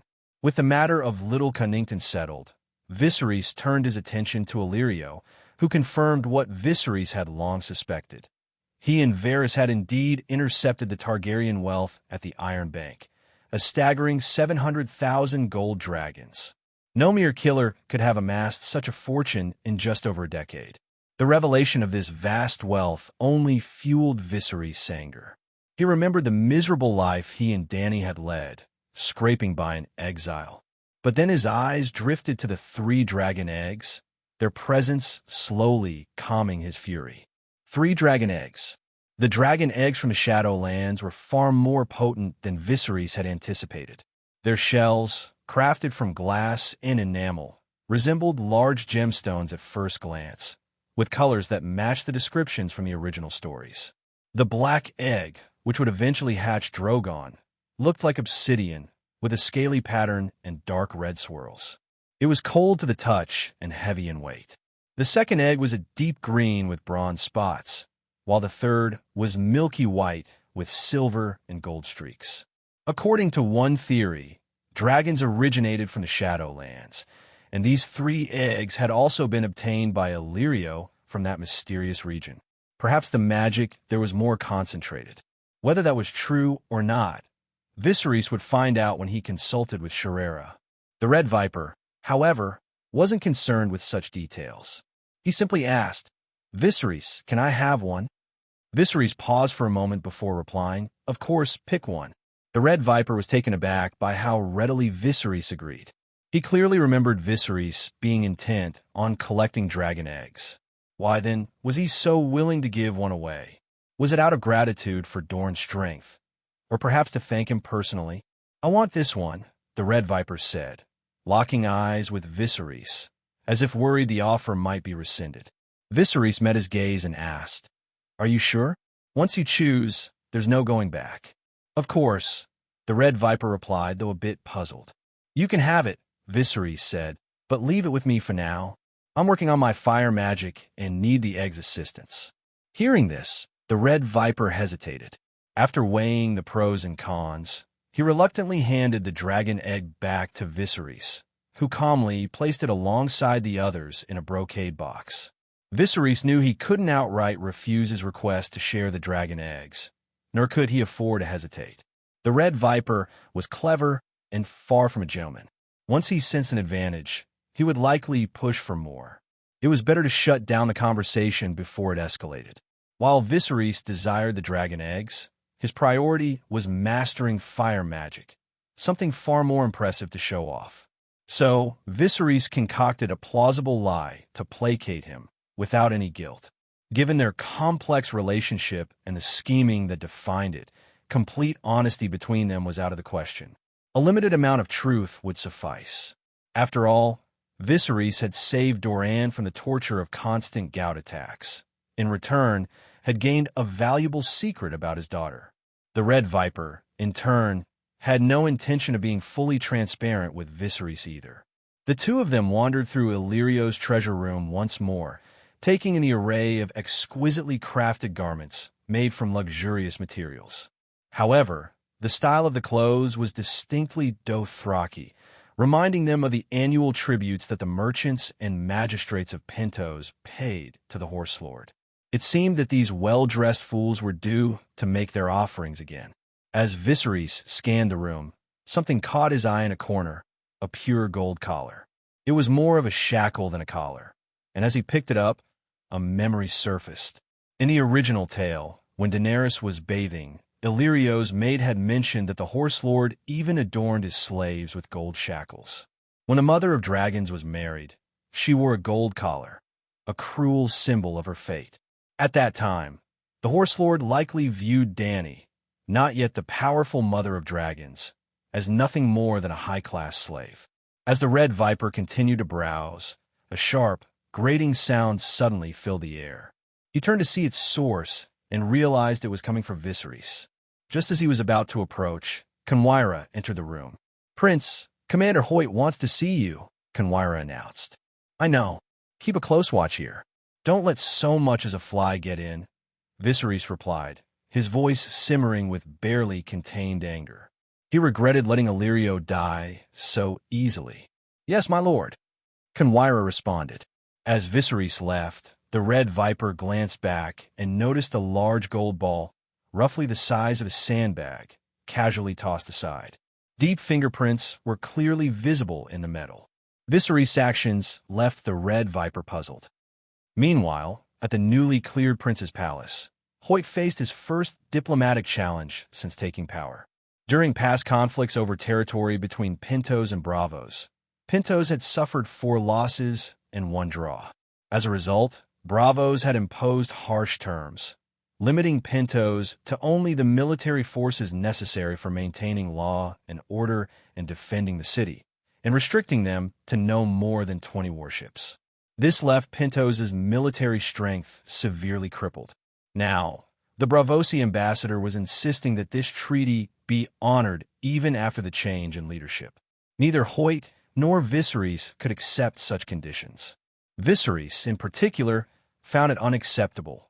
Pintos, as the free city closest to King's Landing, needed far more than 20 ships and a small army if it was to serve as a springboard for deterring King's Landing and possibly launching an attack on Westeros. However, Viserys couldn't help but admire the Bravosi's audacity. Less than 2 days after the city changed hands, they had the nerve to show up and demand guarantees for their interests. This boldness highlighted the challenges that lay ahead for Viserys. Unifying the Triarchy, or even expanding it to include Pintos, was no small task. Internal dissent would need to be managed, and external forces like Bravos and Volantis would certainly resist the emergence of a powerful alliance. The Horse Lords loomed on the horizon, eyeing the grasslands, and the Iron Throne's master of ships, Stannis II Lannister, still commanded a formidable fleet. Then there was Tywin Lannister's Westerlands, also boasting a powerful navy. Building up his own territory from scratch was going to be a monumental task. When Viserys arrived at Hoyt's palace, he was met with an unexpected sight. A familiar face, Jalifa. Jalifa was the captain of House Targaryen, the man who had outmaneuvered Viserys and Bravos by playing the role of the mantis to Viserys' cicada with a bird in the shadows. Upon seeing Viserys, Jalifa was equally surprised. The cold, tense standoff with Hoyt suddenly dissipated. Both men were taken aback by the encounter. "Viserys," Jalifa asked tentatively, still unsure if the man before him was truly who he thought. Hoyt and the Red Viper were both caught off guard, especially the Red Viper, who was beginning to realize that Viserys seemed to have acquaintances everywhere. Hoyt felt a glimmer of hope.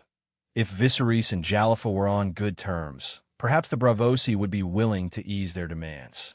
After all, who in their right mind would willingly surrender so much wealth every year to those savages? A strong military was essential to breaking free from such burdensome obligations. "This is Prince Oberyn of Dorne," Viserys introduced. "Oberyn, this is my friend from Bravos." Jalifa was surprised by the identity of the Red Viper, but showed no signs of intimidation. After the introductions, Viserys asked, "Weren't you with Roth's fleet? How did you end up here as an envoy?" Now certain that he was speaking to Viserys, Jalifa's guarded demeanor softened, and he opened up like an old friend. "This is all thanks to you," Jalifa exclaimed. "Me?" Viserys asked, surprised. Jalifa explained that he had been given this relatively easy assignment because, a few months ago, Viserys had taken out the notorious pirates. With the seas now safer, the narrow sea route had become significantly more secure, allowing Roth to place Jalifa in a more strategic position and assign younger, less experienced men to escort merchant ships. Though Jalifa didn't know why Viserys was in Pintos, his instincts told him that Viserys would play a crucial role in the upcoming negotiations. There was something different about him, a deadly aura, the kind that only someone who had taken the lives of many could exude. Jalifa's intuition was spot on. Viserys had personally killed nearly 500 enemies when he took out Rovi's ships, not to mention the countless foes he had slain on the battlefield. Despite this, Jalifa maintained his stance. The agreement between Pintos and Bravos should remain unchanged. Hoyt and the Red Viper turned their eyes to Viserys, waiting for his response. But instead of agreeing or refusing, Viserys pivoted, asking about the current situation in Braavos, particularly the status of House Targaryen and House Frigger. Lord Roth is doing well, and young Viserys is in good health, Jallifer replied. A boy? Viserys inquired. Yes, and Lady Mediis is pregnant again. The High Septon says it's a girl this time, and they plan to name her Daenerys. Viserys listened carefully, understanding the implications. Braavos was now largely under the control of House Targaryen and the Sea Lord's House of Antarion. With his influence extending across 3 free cities, Viserys knew he had the power to significantly affect the balance of power in Braavos. He also realized that it was pointless to waste time with unnecessary pleasantries. Here's what we'll do, Viserys said decisively. I'll write a letter to Lord Roth, and you can deliver it. We'll discuss the terms after that. Jallifer recognized the need to give Viserys the respect he was due and agreed without pushing further. The situation in Pentos was temporarily stabilized, but Viserys knew he had to hurry back to Tyrosh to deal with the aftermath there. The smoke of war had dissipated, leaving behind a faint scent of lime in the air. The sky over Tyrosh had returned to a clear, bright blue, signaling the end of bloodshed and fire. But even as the city began to heal, life had to go on. Manfrey, who had stayed behind in Tyrosh, was eager to secure more benefits for Sunspear. Although looting slaves was out of the question, he hoped to bring back valuable goods or skilled craftsmen. However, Dany, known as the young mother to the freed slaves, held the most valuable parts of Tyrosh firmly in her grasp, with the 500 unsullied left by Viserys and the 3 battalions under the old commander ensuring her control. If Manfrey wanted to challenge her hold, he would have to drop his pretense of cooperation. Recognizing that seizing Tyrosh had been an unexpected victory, Manfrey decided it was best to wait for Viserys' return before negotiating the distribution of spoils. In the meantime, he took responsibility for the city's defense. But that didn't mean he was idle. Despite House Martell's reputation for being hot-blooded, they were also known for their cunning. At Manfrey's urging, Arianne spent nearly every day by Dany's side, tirelessly promoting her younger brother, Quinn, as a potential match. During this time, Dany had to endure Arianne's relentless chatter while assessing the damage Tyrosh had suffered. Prince Dany, Quinn is truly a remarkable young man, Arianne would insist. Even Ser Barristan has praised his skill and character. Ser Barristan the Bold, whose reputation for honor and virtue spanned the 7 kingdoms, was the embodiment of the knightly spirit. Arianne, of course, was exaggerating Quinnen's virtues. In truth, Barristan had never praised Quinnen's martial prowess. He had merely acknowledged that Quinnen was a decent young man. Arianne's enthusiasm stemmed from her awareness of the secret marriage pact between the Targaryens and Martells. Knowing she was destined to marry Viserys, Arianne was less concerned with securing her position as heir to Sunspear and more focused on strengthening the bond between their houses. Viserys had already informed Dany of the marriage pact, and after all they had been through together, Dany needed no further explanation. Still, Dany found Arianne's constant promotion of Quinnen a bit tiresome. Trying to maintain a polite demeanor, she replied, Princess Arianne, it sounds like Prince Quinnen is indeed a fine young man, but can we discuss this later? Many people in Tyrosh are hungry, and we need to ensure everyone is fed first. Having endured hardships alongside Viserys, Dany understood the pain of hunger all too well and felt deep sympathy for the common people. Viserys had also impressed upon her the importance of controlling the food supply, knowing that whoever controlled the food would control Tyrosh. However, Dany's attempt to deflect the conversation didn't have the desired effect. Arianne responded dismissively. I really don't understand why people would do anything for a mere mouthful of food. Isn't there more to life than eating? Dany's expression grew serious, the polite smile she had been maintaining fading.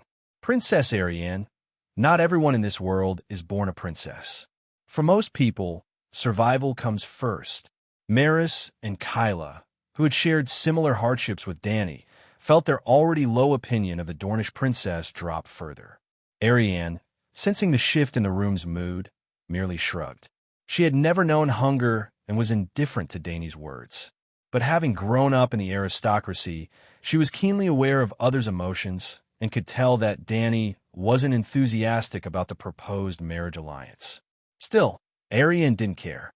She was more than satisfied with the idea of marrying Viserys. This sister-in-law's attitude didn't bother her much. But then a realization struck her. Targaryens traditionally married within their own family.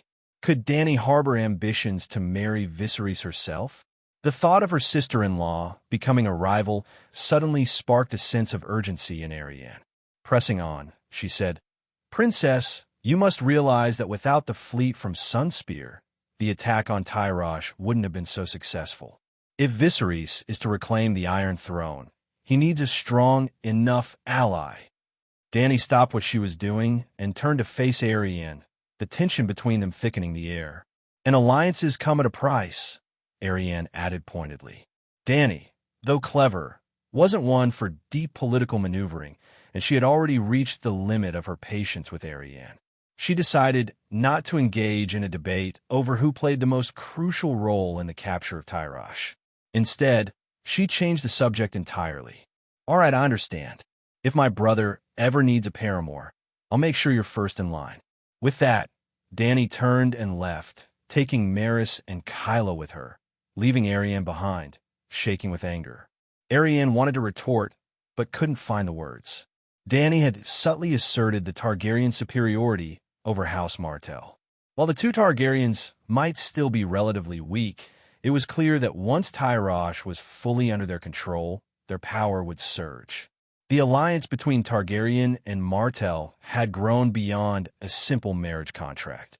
It was now about shared political ambitions. The magic Viserys had promised, Doran's gout-ridden condition. Viserys and Dany now held more cards and had more options.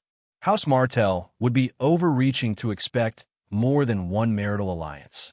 With all the commotion in the free cities, House Tyrell and Highgarden couldn't afford to remain indifferent. The frequent tensions between the Reach and Dorne only added to the complexity. Dany was also aware of Viserys' efforts to hatch dragons and firmly believed they would return. In her mind, the Targaryens didn't need to share their future success with too many others. This belief fueled her firm stance. But Arianne was not one to back down easily. Prideful as ever, she resolved to stay in Tyrosh after the war, determined to compete with Dany on her own terms. Dotnara and Lightnir sat in a dark room, staring at each other, the silence between them thick with tension. As time dragged on, the brothers' unease grew into a gnawing despair. They were captives now, with no sign of the warship that had once been their escape. Whether Pentos fell or not, their fates seemed sealed. Death if the city was lost, or life as bargaining chips if it wasn't. "Why do you think the Griff is attacking Pentos?" Lightnir asked, his voice laced with confusion. "We've never even seen him before, have we?"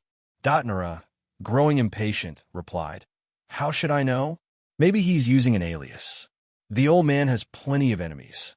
What Dotnara didn't reveal was that he had secretly stashed a significant sum of money for Courland in the Iron Bank. If things spiraled out of control, he planned to use the money to buy his freedom. But he couldn't shake the nagging doubt. How could he ensure that the enemy would let him go after getting the money? Meanwhile, in Tyrosh, besides Manfrey, the busiest person was Fields. He knew Viserys had gone to Pentos, but the exact reasons remained unclear. However, with the Pentos army detained and their warships seized, it was obvious what was happening. Such a bold move inevitably sparked panic among their allies. Just days earlier, Mir had sent someone to report on the situation, and they had even begun reaching out to the Golden Company. With tensions rising, all Fields could do was support Manfrey, while keeping Mir's Cassius and the two men who had arrived 2 days ago under close watch. Cassius, fully aware of Manfrey's detention of the Pentos army, was understandably on edge. He refused to leave his fleet for even a moment, maintaining constant communication with Mir. Fortunately for him, he believed that Fields was just as in the dark as he was, and Fields made a point of visiting him nearly every day. The leader of the Windblown is truly remarkable. He sees the perfect opportunity to strike at Pentos, Cassius remarked. Yes, and he managed to bring House Martell on board. It seems he's determined to take Pentos. Fields agreed, though privately, he suspected this bold move had Viserys' hand all over it. Still, the sheer audacity of the strategy made it hard to believe. Lord Fields, I have a proposal, Cassius interjected, shifting the conversation. It's been over 10 days since the leader of the Windblown left. Whether or not Pentos has fallen, he should be returning soon. I believe we should form an alliance. Cassius was quick to grasp that whatever the outcome, Pentos would no longer be a major player at the table. With the Windblown already allied with Sunspear, he knew he needed to secure his own alliances quickly. Fields' interest was piqued, and he responded, Your proposal is timely. I will inform Lys of this development. Fields understood the situation clearly. Pentos and Myr had contributed little to the battle for Tyrosh, which had been won largely due to the slave army organized by Viserys. Under these circumstances, Viserys would be reluctant to concede much of the spoils. But Fields couldn't make such decisions on his own, so he needed to buy time.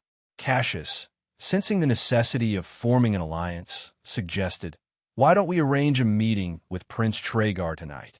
Fields, having already pledged his loyalty to Viserys, knew he couldn't allow this alliance to take shape. However, outright refusal would risk revealing his true allegiance. As he pondered how to delay things further, one of Cassius's guards entered and announced, My lord, the Windblown and Sunspear armies have returned. They request your presence at the palace. Cassius was hesitant about Viserys' invitation, especially given that they had just attacked their so-called allies. Reluctant to fully engage, he decided to send only his deputy in his place. Fields understood the caution. After all, Myr was already on edge. The atmosphere within the victorious coalition was tense. Manfrey carefully managed the city, which felt like a powder keg ready to explode.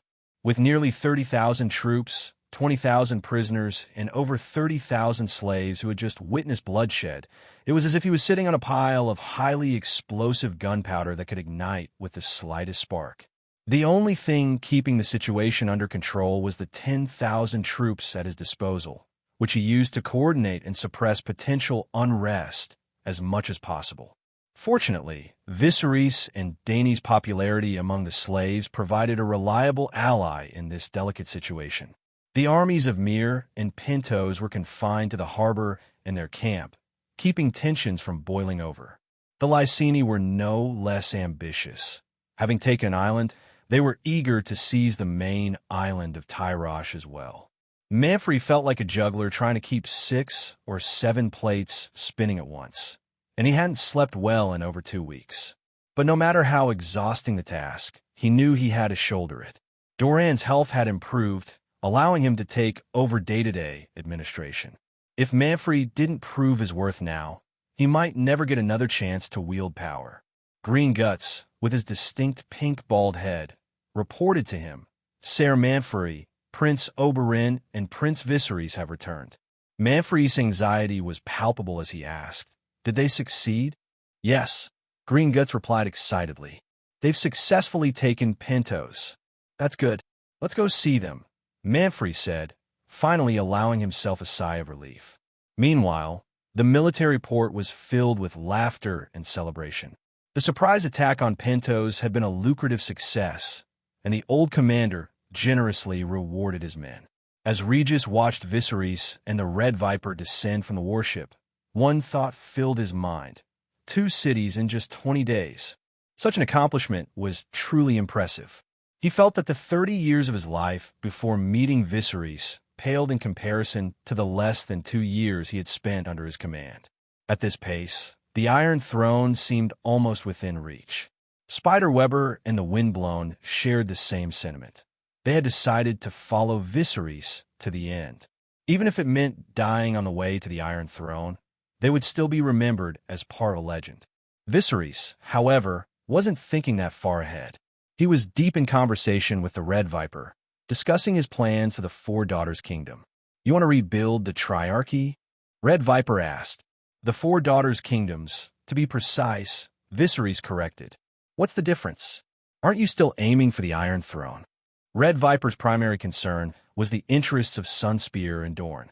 Viserys had discussed his plans with him on their journey, including the agreement that after the battle, Sunspear would station 1,000 men in Tyrosh, with Viserys responsible for provisioning them. But the core interests of House Martell lay in Dorne and Westeros. If Viserys lost sight of his ambition, it would be a significant setback for them as well. How could I lose my ambition? Viserys reassured him. Didn't we agree to kill Tywin and Robert together? After calming the Red Viper, Viserys continued, Prince Oberyn, if the long night were to fall tomorrow, how long would Dorne's food supplies last? The long night? Why bring that up now? Red Viper asked, full of skepticism. I'm not talking about a long winter, Viserys replied, meeting Red Viper's gaze and enunciating each word carefully. I mean the long night. But we're still in the middle of summer, and autumn hasn't even come yet. How could you know when even the maesters can't predict it? Despite his doubts, a chill ran down Red Viper's spine at Viserys' words. He had experienced winter twice, and because Dorne was in the southernmost part of Westeros, the impact had been minimal. But the long night was different, legendary and terrifying. The long night, if it came, would bring an endless, frigid darkness, a time when nothing would grow and White Walkers would roam the land. It would last for a generation until a hero emerged to end it.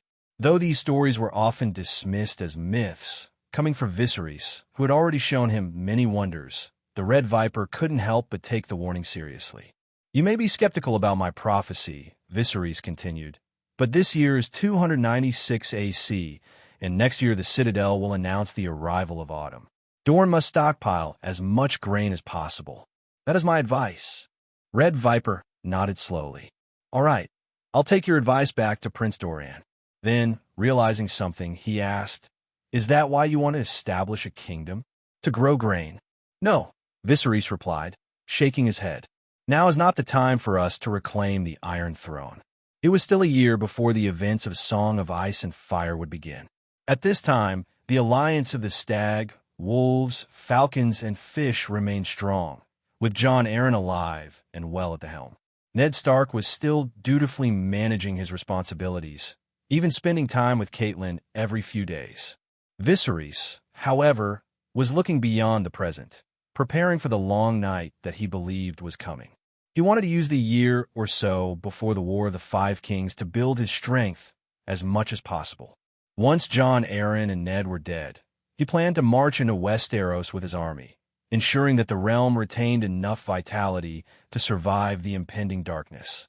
But for now, Viserys knew he was still too weak to control Tyrosh alone. His ambitions extended beyond Tyrosh. He aimed to control the entire Stepstones and the disputed lands. As for the concept of a confederation, the Red Viper found it difficult to grasp, let alone comprehend its purpose. Despite his reservations, he was drawn to Viserys' vision and, if given a choice, would rather stay by Viserys' side to witness the birth of this so-called confederation than venture to King's Landing. In the throne hall of Tyrosh Palace, representatives from all sides had gathered.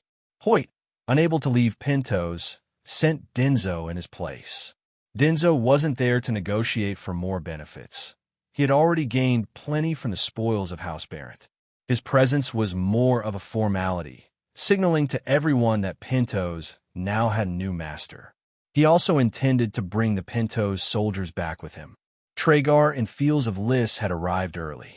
As Traegar watched a tall man leading a group of soldiers in charge of security, he felt a shiver run down his spine.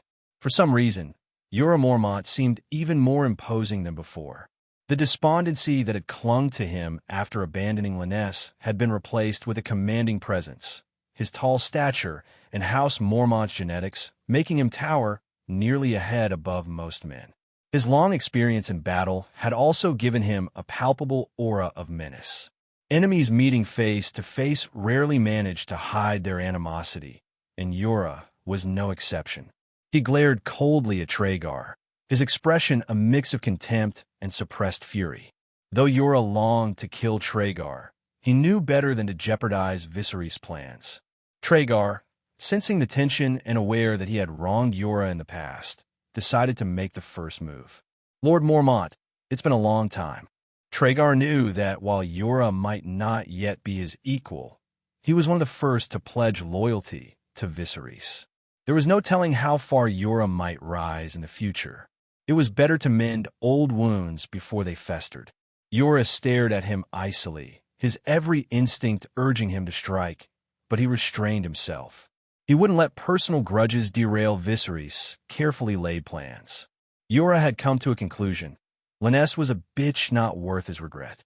She had cost him his inheritance of Bear Island, driving his father to join the Night's Watch prematurely, so Yura could take over as lord. The guilt he felt over this betrayal haunted him, but he realized that Lynesse was the kind of woman who chased wealth, and he was better off without her. Lord Tragar, Yura replied curtly. Tragar felt a flicker of relief. If Yura was willing to respond, there was hope for reconciliation. I've heard much about your exploits against the pirates and your success at Dragon's Flame Fortress. I wonder if you'd allow me the honor of hosting a banquet in your name? No need for a banquet, Yura responded, his voice cold. Just make sure you return my ship. Yura's words, delivered with his head slightly bowed so that shadows obscured his face, sent a shiver through Tragar. Yura had already resolved to leverage the situation for his benefit, and Tragar realized he couldn't simply return the ship empty. He would have to offer Yura something better, perhaps an upgraded ship, filled with lavish gifts. As Lys's representative, Tragar's demands included a return to the pre-war status quo with Tyrosh. He wanted to see the stepstones and the two lakes divided equally, and hoped to reclaim Dragon's Flame Fortress. He even suggested replacing the previous permanent contract with a monetary payment, a request that could only be described as fanciful. Viserys, of course, would never agree to such terms and would consider it a victory if Tragar managed to secure even one of those concessions. Myr's Cassius, on the other hand, only sent a deputy. Their main goal was to quietly withdraw from the alliance and secure a transit port, avoiding the fate that had befallen Pentos. Sunspear, having already reaped substantial rewards, was not pressing for further gains.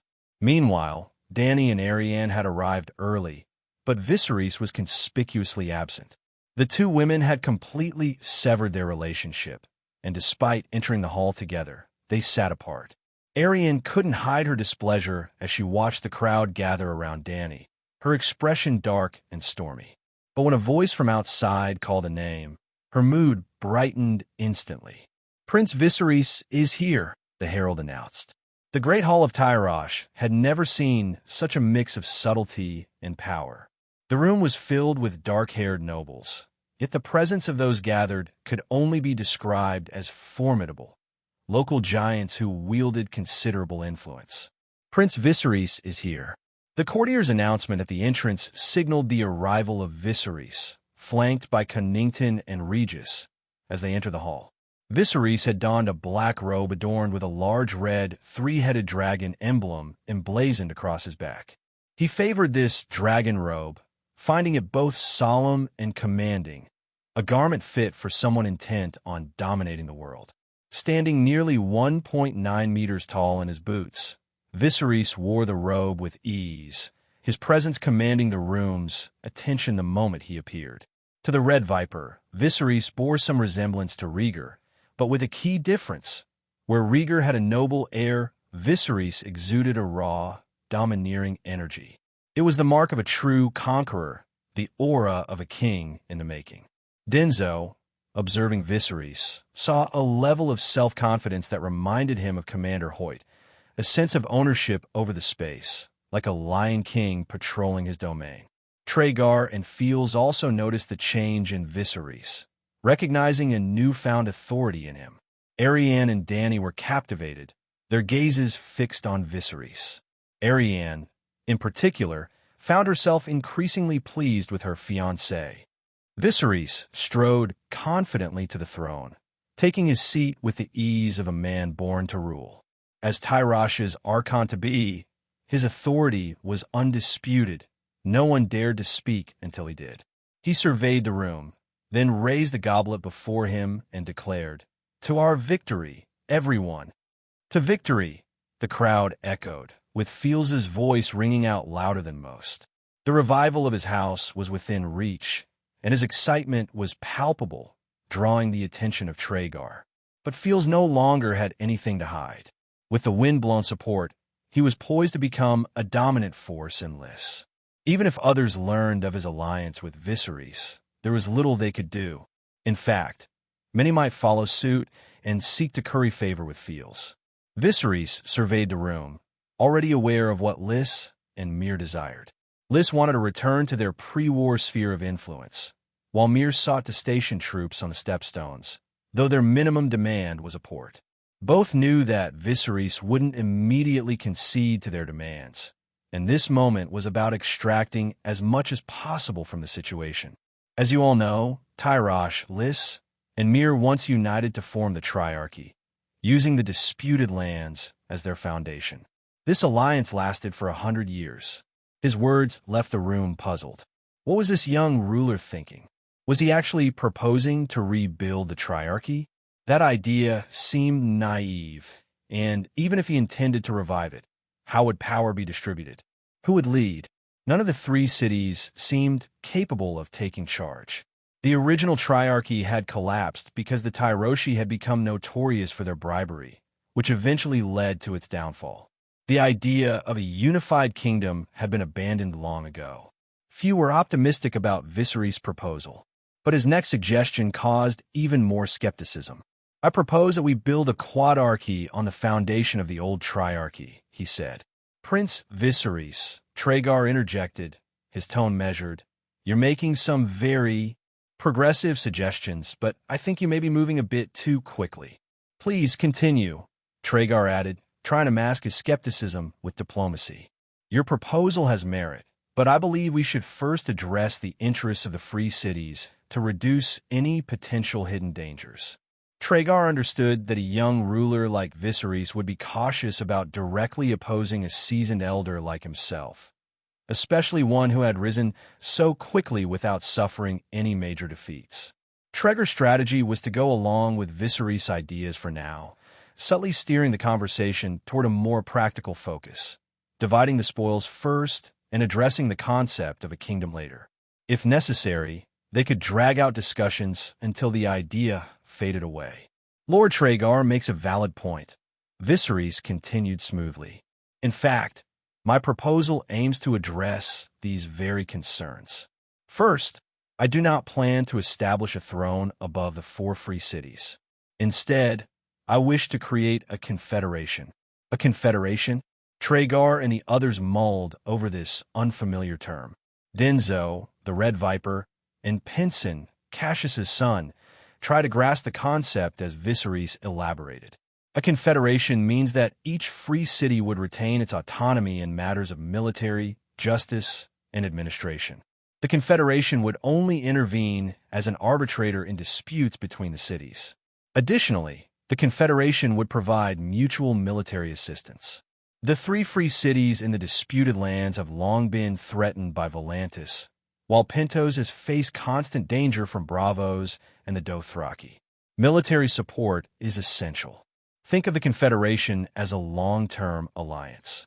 As they listened, the idea began to make more sense.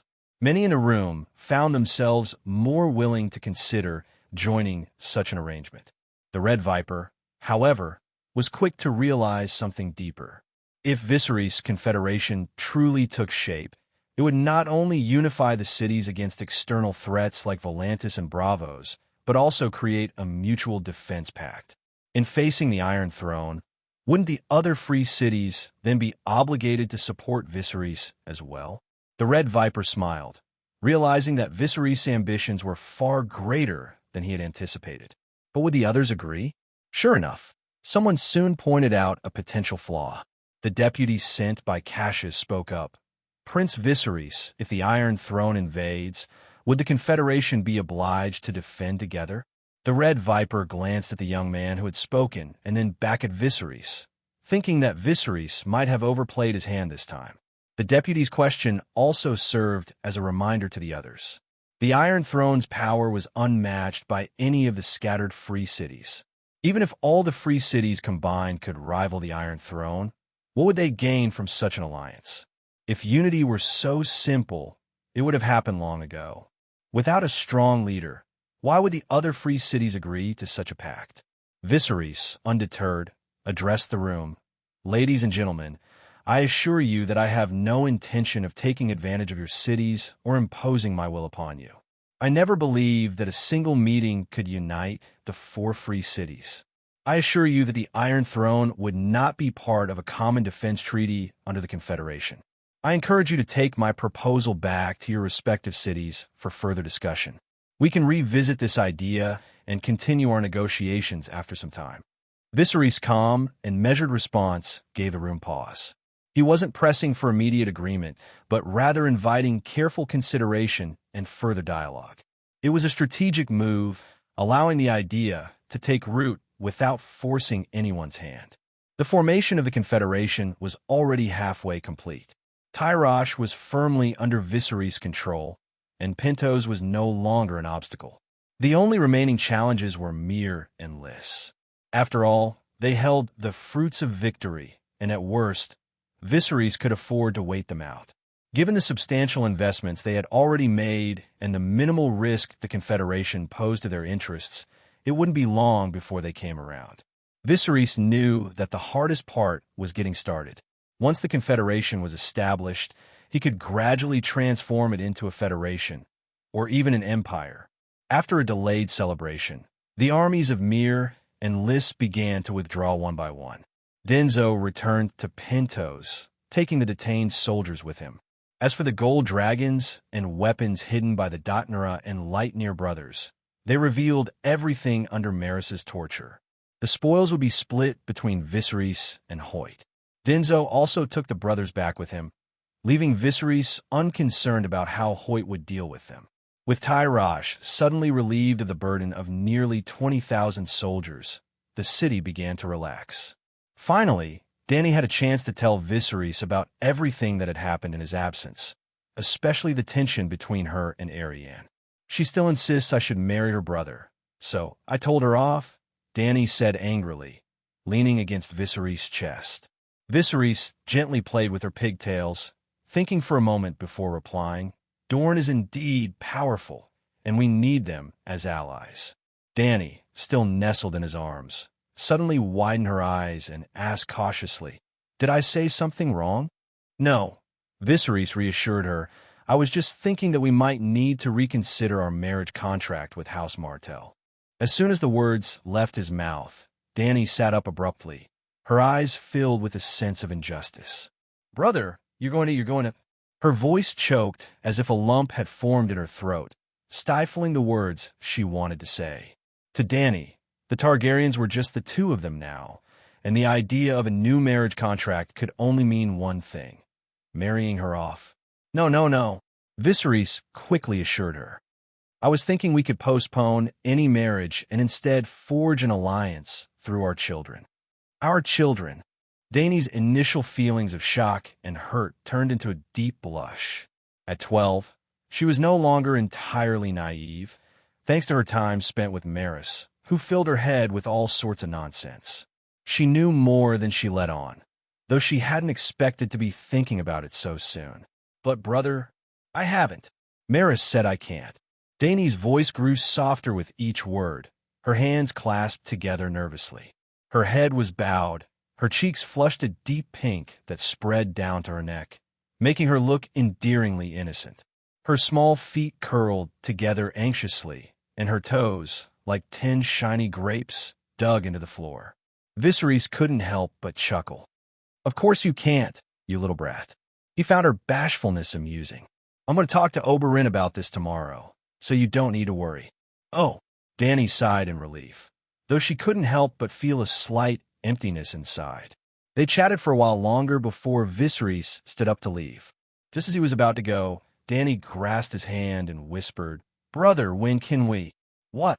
Viserys asked, feigning ignorance. Never mind, Dany murmured, her voice trailing off. The next day, Viserys sought out the Red Viper in private and proposed his new marriage contract. The Red Viper's face showed clear displeasure at the suggestion. His thin eyebrows arched, and the corners of his lips turned down as he questioned sharply. "You said you didn't want to fulfill the original marriage contract because you felt pressured, and we agreed. Now you want to change the terms? What's wrong? Does the idea of marrying a daughter of House Martell repulse you that much?" Viserys didn't back down. "Let's be reasonable here. If I hadn't relieved Prince Doran of his pain, would we even be having this conversation?" Viserys paused for effect, his eyes locked on Oberyn's. "And let's not forget, the original marriage contract was signed by Ser Willem on my behalf. I had no say in it. And there's also a secret." Red Viper, his patience wearing thin, pressed on. "Go on, say what you need to say." Viserys remained silent, his gaze unwavering. Viserys remained silent, his gaze unwavering. "What secret? Speak," the Red Viper demanded, frustration creeping into his voice, but Viserys still didn't respond. Before Oberyn could push further, a voice came from behind him. "How did you know?" It was Arianne, her tone laced with shock. She had followed them, suspecting that they might be discussing her, and now she had overheard the conversation about changing the marriage contract. A chill ran down her spine. As Viserys mentioned a secret, Arianne's mind raced, desperately trying to figure out what he was referring to. Her thoughts quickly landed on her secret affair with Demon Sand, the bastard of God's grace. The loss of her virginity had been discreetly covered up by Prince Doran. How could Viserys possibly know? Although Arianne wasn't certain that Viserys was referring to her secret, she couldn't help but ask, "Are you talking about that?" At her words, the Red Viper's confidence wavered, and his aggressive demeanor softened. Although Arianne had only hinted at the truth, Oberyn felt a pang of guilt, knowing exactly what she meant. "No, it can't be," he thought. "How could he possibly know?" "Witchcraft." Viserys sighed and spoke calmly. "Princess, everyone makes mistakes when they're young. We are allies now, and honesty is essential. If you accept my revised marriage proposal, we can remain close allies." The room fell into a tense silence. Sensing the shift, Viserys pressed on, "Prince Oberyn, I've always valued our time together, and I don't want to lose our friendship." "Viserys," the Red Viper began, but the words caught in his throat. Whether it was House Martell forcing the fulfillment of an uncomfortable marriage contract or concealing Arianne's loss of virginity, the blame rested on them. Moreover, before embarking on this expedition, Doran had even instructed the Red Viper to manipulate Viserys, which now felt even more inappropriate. Even a nobleman's pride could falter under such circumstances. As for Arianne, her face briefly betrayed a look of disillusionment, but she quickly masked it with anger. "Oomph. You Targaryens can rot in your dragon's nest for all I care," she snapped before turning on her heel and storming out. This was the first meeting between Viserys and the Red Viper that didn't end on a mutually satisfying note. Red Viper couldn't argue with the outcome. After all, House Martell was at fault. Still, Viserys had shown enough sincerity to maintain the alliance. 2 days later, Manfrey, along with Arianne, Red Viper's daughters, and half of the Sunspear fleet, began their withdrawal. Red Viper lingered for a few more days, using the time to learn fire magic from Viserys and to repair their strained relationship. Red Viper proved to have a natural talent for magic and even learned to light a candle from a distance. His decision to stay wasn't just about magic, though. He wanted to mend things with Viserys as much as possible. When the time came for their farewell at the port, the two behaved as if nothing had happened between them. "So, you think there's a good chance of establishing this confederation?" Red Viper asked after listening to Viserys' explanation. "Not just a chance," Viserys replied confidently. "The confederation will be established in a few months." "I suggest you reconsider," Red Viper said, his concern evident. "Are you worried about the Iron Throne?" "Yes. If you manage to get the other free cities to form an alliance with you, then the confederation will have value. But if you exclude the Iron Throne, what good will it do you?" Viserys looked at him and said, "That's where you come in." "Me?" Red Viper was puzzled. "Yes. I need you to fight for me for half a year to a year." Red Viper was accustomed to struggling to keep up with Viserys' unpredictable ideas. Whenever he felt lost, he'd look straight into Viserys' eyes for clarity. "Why a year?" he asked, still confused. "I can't tell you yet," Viserys replied. Although Viserys didn't elaborate, Red Viper couldn't help but speculate.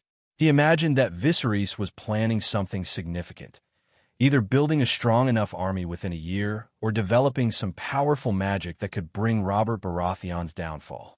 In reality, Viserys was anticipating the chain of events that would soon unfold in Westeros. Jon Arryn's poisoning, Ned Stark's arrival in King's Landing, and the subsequent War of the Five Kings.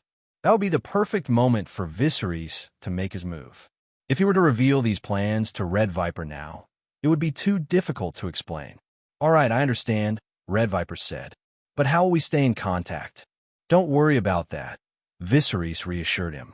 "I have time to train my own raven now, so we can communicate through it." Red Viper raised his eyebrows, intrigued. He was curious to see how Viserys' raven would differ from the ones trained by the maesters. Viserys escorted Red Viper to the ship, watching as the Sunspear fleet's sails grew smaller on the horizon. Red Viper stood at the bow, waving until the fleet disappeared into the shimmering waves. Once they were out of sight, Viserys turned to head back to the palace. He had been walking a tightrope for a long time. Physically, he was holding up, but mentally he was exhausted. "Let's see how Euron is doing. I wonder if he's reached Valyria yet." Viserys prepared to tune into Euron's journey through dragon dreams. On a desolate shore, a half-sunken warship lay quietly, its stern long gone, as if it had been there for ages. The wreck was turned upside down, resembling a broken corpse abandoned by time. Vines and weeds had claimed the warship, their tendrils weaving through the gaps in the hull. Shadows flickered within the hollowed remains, hinting at small animals that had made it their refuge from the elements. The horn on the ship's bow, a golden lion's head, stood as a silent witness to the disasters that had befallen this once mighty vessel. As Viserys' dragon dream perspective drew closer, he realized that this was not Euron's body he was seeing, but his avatar. "Clever," Viserys thought. "No wonder he's been able to retrieve such treasures from Valyria, like Valyrian armor and the dragon horn." Shifting his viewpoint, Viserys spotted the silence anchored not far from the shore. It seemed Euron's true body was still on the ship, confirming Viserys' suspicion about how Euron explored Valyria, using avatars, like lives in a game, to navigate the perilous ruins. Euron's avatar landed on the shore, kicking up sand as he approached the wrecked warship. The lion's head emblem hinted that the ship might have once belonged to House Lannister. He walked cautiously, the wind rustling through the desolate vegetation and the crunch of gravel under his boots echoing in the silence. As he neared the ship, Euron paused, noting the massive hole in the hull, 2 meters wide, wondering what kind of creature or disaster could have caused such damage. Just as he prepared to move around the wreck, a shadow suddenly swooped down. It was a creature similar to a crocodile, but larger, 3 meters long and nearly 1.5 meters tall. Unlike a typical crocodile, this beast had more developed limbs, allowing it to stand higher off the ground. If the Dragon Lords and their dragons were products of genetic engineering, Viserys mused, then it's likely these monsters are too.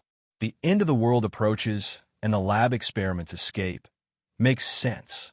Euron's avatar turned to flee, but the creature was too fast. It closed the distance in a single leap, kicking up dust as it charged. The beast stamped down on Euron's avatar, then tore off an arm with its massive jaws, black and red saliva dripping from its fangs. Blood sprayed, and the scene distorted before Viserys' eyes. Suddenly, Viserys found himself back on the silence. The avatar was dead, and the screen had gone black. Euron was clearly close to the ruins, but the exact location remained unclear. Viserys pulled his viewpoint higher, scanning the surroundings. The sea of smoke, rising like a pillar, was directly north. He's almost in Valyria, Viserys thought. Come on, Euron. Let's see what you can do. In the shade by the fountain of Tyrash's palace, The Windblown were hosting the grandest banquet since their founding. The air was filled with the aroma of food, the sound of musicians playing lively tunes, and the clinking of glasses. There was an abundance of drinks, Tyrosh's local brandy, Arbor's finest wine, and even Dothraki Mare's beverages, enough to satisfy every taste. Cool-haired maids with vibrant colors in their locks flitted through the crowd, their presence adding to the festivities. Some of the guests couldn't keep their hands to themselves, taking full advantage of the jovial atmosphere. In both the Free Cities and Westeros, banquets typically took place in the evening. However, given Hoyt's schedule, this one was held during the day. Hoyt had spent nearly a month consolidating his control over the newly conquered Pentos before coming to Tyrosh. He often said that having spent most of his life in the Windblown, he needed to see things through to the end. The tattered prince really hit the jackpot this time, becoming a true prince. Darcent remarked, his bright red hair glinting as he held the serving girl close. Who wouldn't be? I couldn't believe it when I first heard the news, Dick added, chewing on a tender lamb chop. Glancing around to ensure Maris wasn't nearby, he lowered his guard and continued, I heard Prince Hoyt is going to marry 2 wives and deflower 2 virgins every year. I wonder if the old captain can still handle it. Laughter erupted from the group, especially among those with vivid imaginations who couldn't help but picture the aged Hoyt in such a scenario. Despite the teasing, there was genuine envy among the Windblown for Hoyt and Viserys. The once Beggar King and Tattered Prince had each carved out their own territories, becoming rulers in their own right, a feat that left everyone in awe. Yet, when they thought of their own limitations, the envy faded into resignation. Even Darcent, who had once been openly critical of Viserys, had nothing left to say. If you think you're capable, why don't you go behead pirates yourself? Or mobilize mine slaves to rebel? Or take a city like Tyrosh by force? These weren't tasks for ordinary men, and Viserys had accomplished them all. Because of him, the equipment in their camp had seen a significant upgrade. Everyone understood the real purpose of the banquet. It was likely Viserys' inauguration celebration as their new leader. The captain is here. Maris's voice rang out, drawing everyone's attention. Hoyt entered, no longer clad in his tattered clothes, but draped in a silk robe, half blue and half yellow, a mark of Lys. The new attire gave him a rejuvenated appearance. Denzo had stayed behind in Pentos, so Hoyt was accompanied by Cago and Viserys. Cambrin, too, had been invited with Viserys' blessing. As a former Archon, Cambrin harbored no bitterness at the loss of his position. Understanding that to stabilize Tyrosh, Viserys needed to retain some of the old nobility's rights to ensure the city's swift return to productivity. Smiling, Cambrin joined the celebration, recognizing the significance of the handover from the old leader to the new. Fields, of course, was also present. As Lys's representative and Viserys' chief advisor, he was eager to hear the next steps from his lord. It was clear that the Windblown were on the brink of rapid expansion. Viserys and Hoyt had their sights set on controlling new territories, and they would need the Windblown as their foundation. It wouldn't be long before the group swelled to 10,000 members, making it the most powerful mercenary force in the Free Cities. But as Fields observed the grand banquet, a thought struck him. If a mercenary group controls its own territory, can it still be called a mercenary group? He mused with interest. At that point, it becomes a hegemon. Following tradition, Hoyt sat at the head of the gathering. He pressed his hands together, signaling for everyone to take their seats, then cleared his throat and addressed the crowd. Everyone, I wonder if you still recognize me? His words elicited a ripple of laughter. This year marks the 29th year since the Windblown was founded, Hoyt continued. In 4 months, we'll celebrate 30 years, and I will have been the leader of the Windblown for nearly 3 decades. Hoyt's voice seemed to carry the audience back in time, to the early days of the Windblown. Many of those present had been mere children, some not even born, when the group was formed. A wave of nostalgia swept over the room.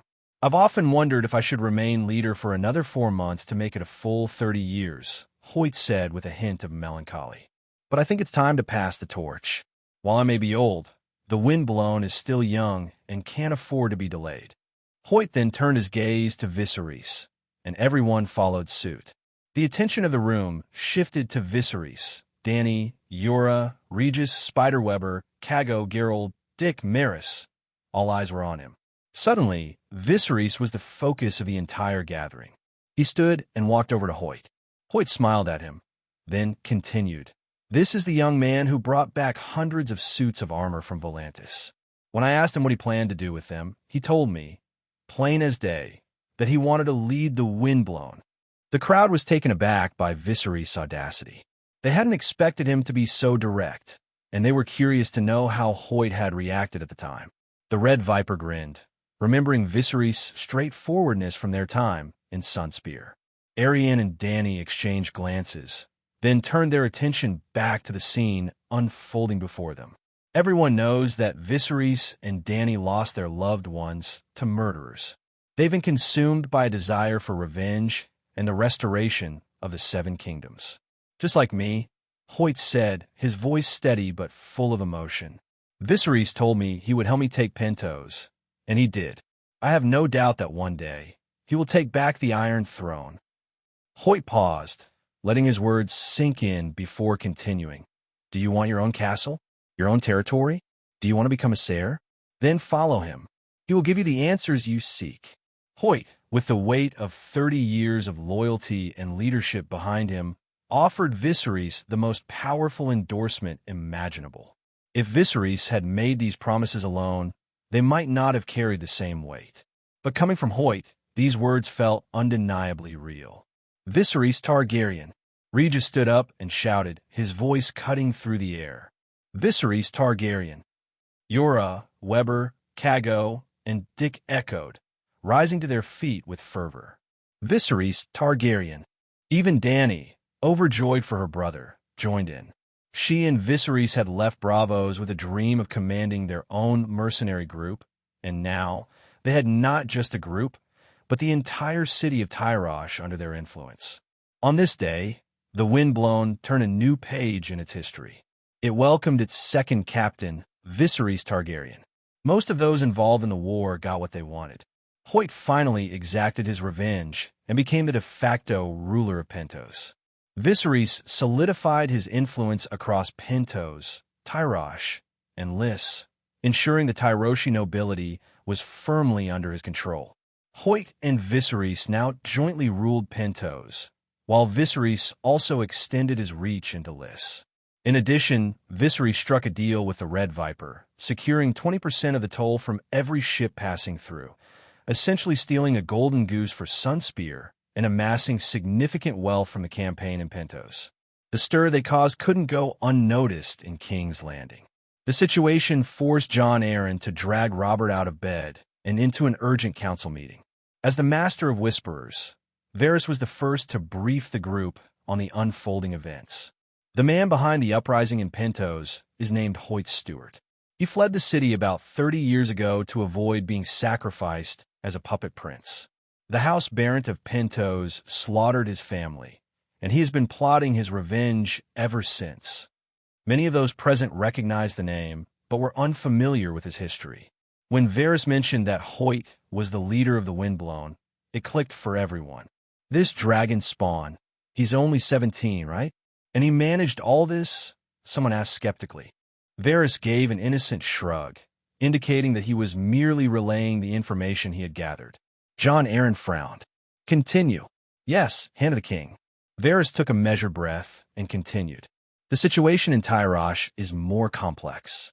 The city is now jointly administered by Pentos, Myr, and Sunspear, though it's primarily ruled by a man known as Griff. Varys wasn't exactly volunteering this information out of goodwill. He had a personal grudge against Viserys and would have preferred to see him torn apart. Tell me more about this Griff, Arryn said, narrowing his eyes. As an ally, Varys knew exactly how to present the situation to benefit himself. He painted Griff as an ambitious figure, a potential threat.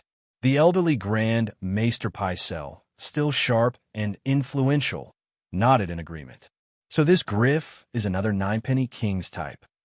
Pycelle asked, his voice tinged with concern. Yes, Varys replied. This alliance between Sunspear, Myr, Lys, and Pentos bears his fingerprints all over it. His connection with Hoyt seemed strong, as they were both mercenaries. I'm still verifying the exact nature of their relationship. Hearing this, Jon Arryn felt a small sense of relief, but remained cautious. He pressed on, and what role does this Viserys play in all of this? According to the information Connington had fed Varys, it was Viserys who orchestrated the alliance. Viserys had instructed Connington to relay this, knowing it would muddy the waters. However, revealing this would not serve Varys' interests or those of the current regime. He played a significant role in helping Hoyt capture Pentos. Varys answered smoothly. That's why Hoyt appointed him as the new leader of the Windblown. I'm still digging for more details. As Jon Arryn absorbed the information, he glanced over at Barristan Selmy, carefully observing his reaction. Barristan appeared attentive, showing no signs of any secret connection to Viserys. But there was something in his expression, an admiration, perhaps even a longing, that irked Jon Arryn. Jon Arryn fought the urge to remind Barristan that the king he now served was a Baratheon, not a Targaryen. We should strike while the Windblown are still weak and gather an army to crush them. Renly, the youngest of the Baratheon brothers, proposed eagerly. Robert immediately approved of the idea. Yes, they're just a small mercenary band. Seeing his brother's approval, Renly flicked his hair back, his blue eyes shining with excitement. Jon Arryn remained silent, clearly exasperated by the brother's impulsiveness, but Stannis stepped in with a timely reminder. The Iron Throne rules Westeros, not the Free Cities. An attack could provoke hostility from the Free Cities. Renly and Robert exchanged disapproving glances. So what do you suggest? Robert snapped. Let this Viserys grow stronger and stronger? By then, the bastards in Dorne and Highgarden will side with him. They'll want to see their dragon lord back on the Iron Throne. Robert grew more agitated as he spoke, his anger rising. Pycelle, lowering his eyes, was well aware that Robert's claim of fighting for Lyanna was a flimsy excuse, a way to mask his usurpation. Robert's rise to power had been so riddled with coincidences that even he felt uneasy about it. Who represented Sunspear in this campaign? Stannis asked, steering the conversation back on track. Prince Oberyn, my lord, Varys answered. That son of a whore. Robert fumed. He's probably in league with Viserys. Ignoring the king's outburst, Jon Arryn spoke calmly. Perhaps we should summon Oberyn to King's Landing for questioning. We might learn more and gather some useful information. Good idea, Renly chimed in. But what reason would we give him? He won't come without a compelling excuse. Offer him a seat on the small council, Jon Arryn suggested, causing a stir in the room. The idea of giving such a significant position to Oberyn shocked everyone. Jon Arryn had long held sway over the Master of Coin, but a seat on the small council was no trivial offer. Was someone in the room about to lose their position? Tension rippled through the room as everyone suddenly felt their power being threatened. If we're bringing the Red Viper here, we might as well summon Ned too, Robert blurted out, a hint of worry creeping into his voice. Over the years, he had sensed Jon Arryn's subtle power struggle with the Lannisters, but he had never quite understood the reasons behind it. Now, confused and anxious, he was desperate to find an ally. Jon Arryn turned his head to Robert, his voice steady. And who do you plan to leave in charge of the North? Robb is only 14 years old. Robert fell silent, realizing he had spoken without thinking. After confirming a few more details, Arryn addressed the king. Your Grace, is there anything else you wish to ask? Though Jon Arryn had been governing the realm, the crown still rested on Robert's head, and the proper etiquette between the king and his advisors had to be observed. No, Robert barked, clearly impatient. Very well, Arryn concluded. Varys, keep a close watch on the Free Cities. Pycelle, send a letter to Sunspear. Invite Oberyn to King's Landing, and we'll discuss his position when he arrives. Yes, my lord. Both Varys and Pycelle responded in unison. Soon, everyone had left the council chamber, but Barristan lingered, approaching Varys in private. "Sir Barristan, how can I assist you?" Varys asked respectfully. "In the meeting, you didn't mention anything about Daenerys. How is she?" Barristan inquired, his tone steady but with a hint of concern. "I'm afraid I haven't paid special attention to her, my lord," Varys replied cautiously. But given Viserys' current situation, he hesitated, unsure how to finish the sentence without sounding dismissive. Thankfully, Barristan seemed to understand the implication. "Sir, I'd appreciate your insight, but we serve the Baratheon king now. Doesn't that complicate things?" Barristan's face grew more serious, his words carefully chosen. "I understand your concerns, but I served the late King Aerys for many years. My only wish is to ensure that his bloodline remains safe," Barristan added, his voice firm and honest. For a brief moment, Varys felt a pang of guilt. The Master of Whisperers composed himself, dismissing the uncharacteristic emotion. "Your thoughts are noble, Sir Barristan, but have you considered that even if Viserys were willing to give up his claim to the Iron Throne, could he ever forgive the blood feud? Our King Robert killed his brother, and Tywin Lannister was responsible for the deaths of his sister-in-law and nephew. Could he ever let that go?" Barristan's expression darkened as the weight of Varys's words sank in. Perhaps we could try. It might be worth attempting," he said, though his voice lacked conviction. Even he knew that the history of bloodshed between the Targaryens and their enemies was too deep to simply set aside. After all, the Targaryens and Martells had a history of killing each other, yet they had still forged alliances through marriage. But what if they couldn't? The two men exchanged a few more words before parting ways. For Varys, it was clear that Viserys would never relinquish his hatred. Worse, Varys realized he was implicated in that hatred. In addition to his usual intelligence reports, Varys had recently received something more disturbing: the head of Illyrio Mopatis. Illyrio's scalp had been brutally removed, and the words, "Blood is blood," were carved into the back of his head. It was a clear message. Viserys had uncovered the plot between him and Illyrio. This was no mere warning. It was a direct provocation, a threat. The sight of Illyrio's mutilated head brought back memories Varys had long tried to bury. The helplessness he had felt when he was castrated and left to die in the streets. A wave of indescribable fear washed over him. For a fleeting moment, Varys considered advising Robert to launch an attack on the free cities. But he knew that this was precisely what Viserys wanted. A war would likely push Dorne and the Reach into Viserys' camp. They were already on the political fringes, and Viserys was offering them a path to greater influence. Dorne, in particular, would almost certainly align itself with the Targaryens if given the chance. And in his heart, Varys knew that Robert couldn't win. Even though he wasn't the master of coin, Varys was well aware that the Iron Throne's finances were in far worse shape under Robert than they had ever been under Aerys.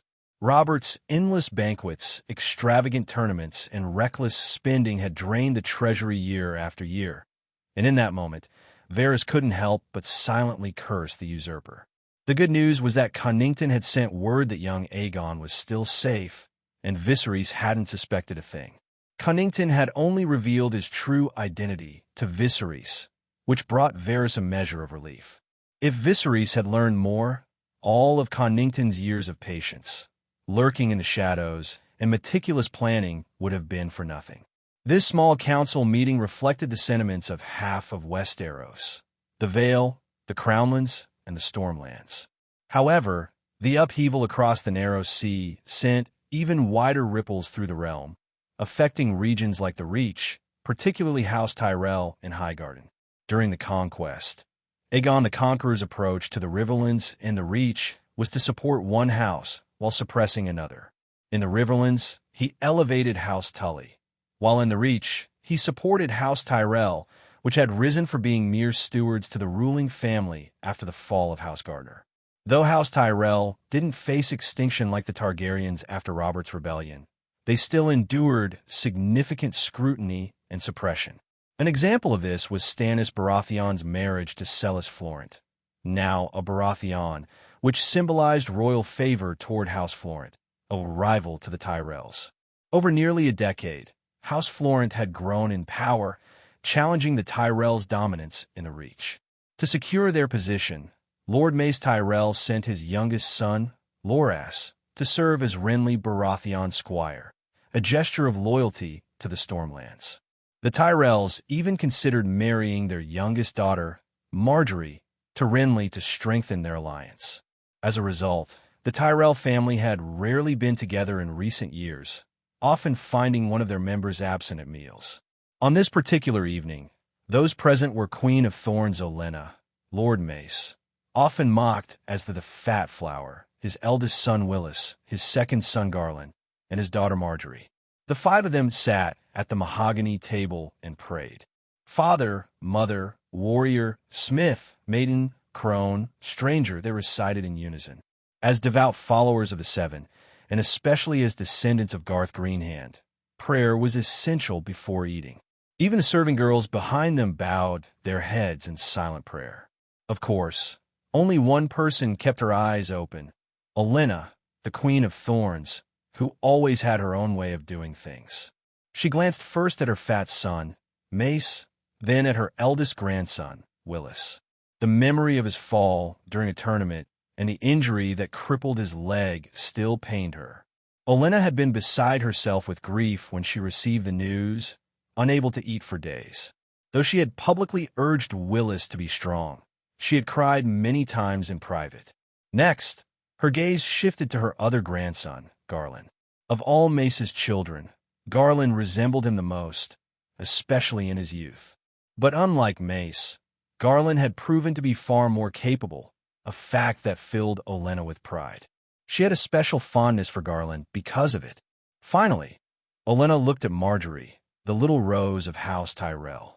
Olenna remembered the days when she defied her own family's plans, refusing to marry a Targaryen and instead taking matters into her own hands by securing a happy marriage. But things were different now. In House Tyrell, duty was paramount. Marjorie could, and must, marry Renly Baratheon, and if necessary, support his claim to the throne. It was the only way to ensure a prosperous future for their house. The prayer concluded, and Olenna, the Queen of Thorns, took a deliberate bite of her food, signaling to her son and grandchildren that they could begin eating as well. As the clatter of knives, forks, and plates filled the room, Olenna broke the silence. "Have you heard about Viserys? What are your thoughts?"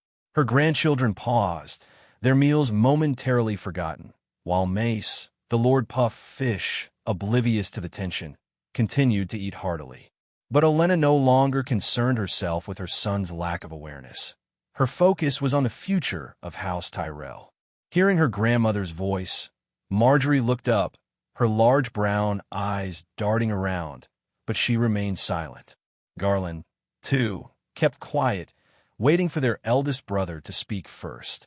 Mace, imagining himself in the role of the head of the family, also waited for Willis to voice his thoughts. Willis bowed slightly to Olenna and Mace before speaking. As a lover of books and poetry, he harbored a certain admiration for Viserys. The young prince's songs had already become popular among the bards in Highgarden, especially Bravo's Lover, which had outshone all the songs praising Highgarden in recent decades. If Viserys were merely a poet, Willis would have liked to meet him. However, Viserys was more than that. Willis had heard rumors about the prince's involvement with pirates a year ago, and while the stories seemed fantastical, he knew there was often some truth behind such tales.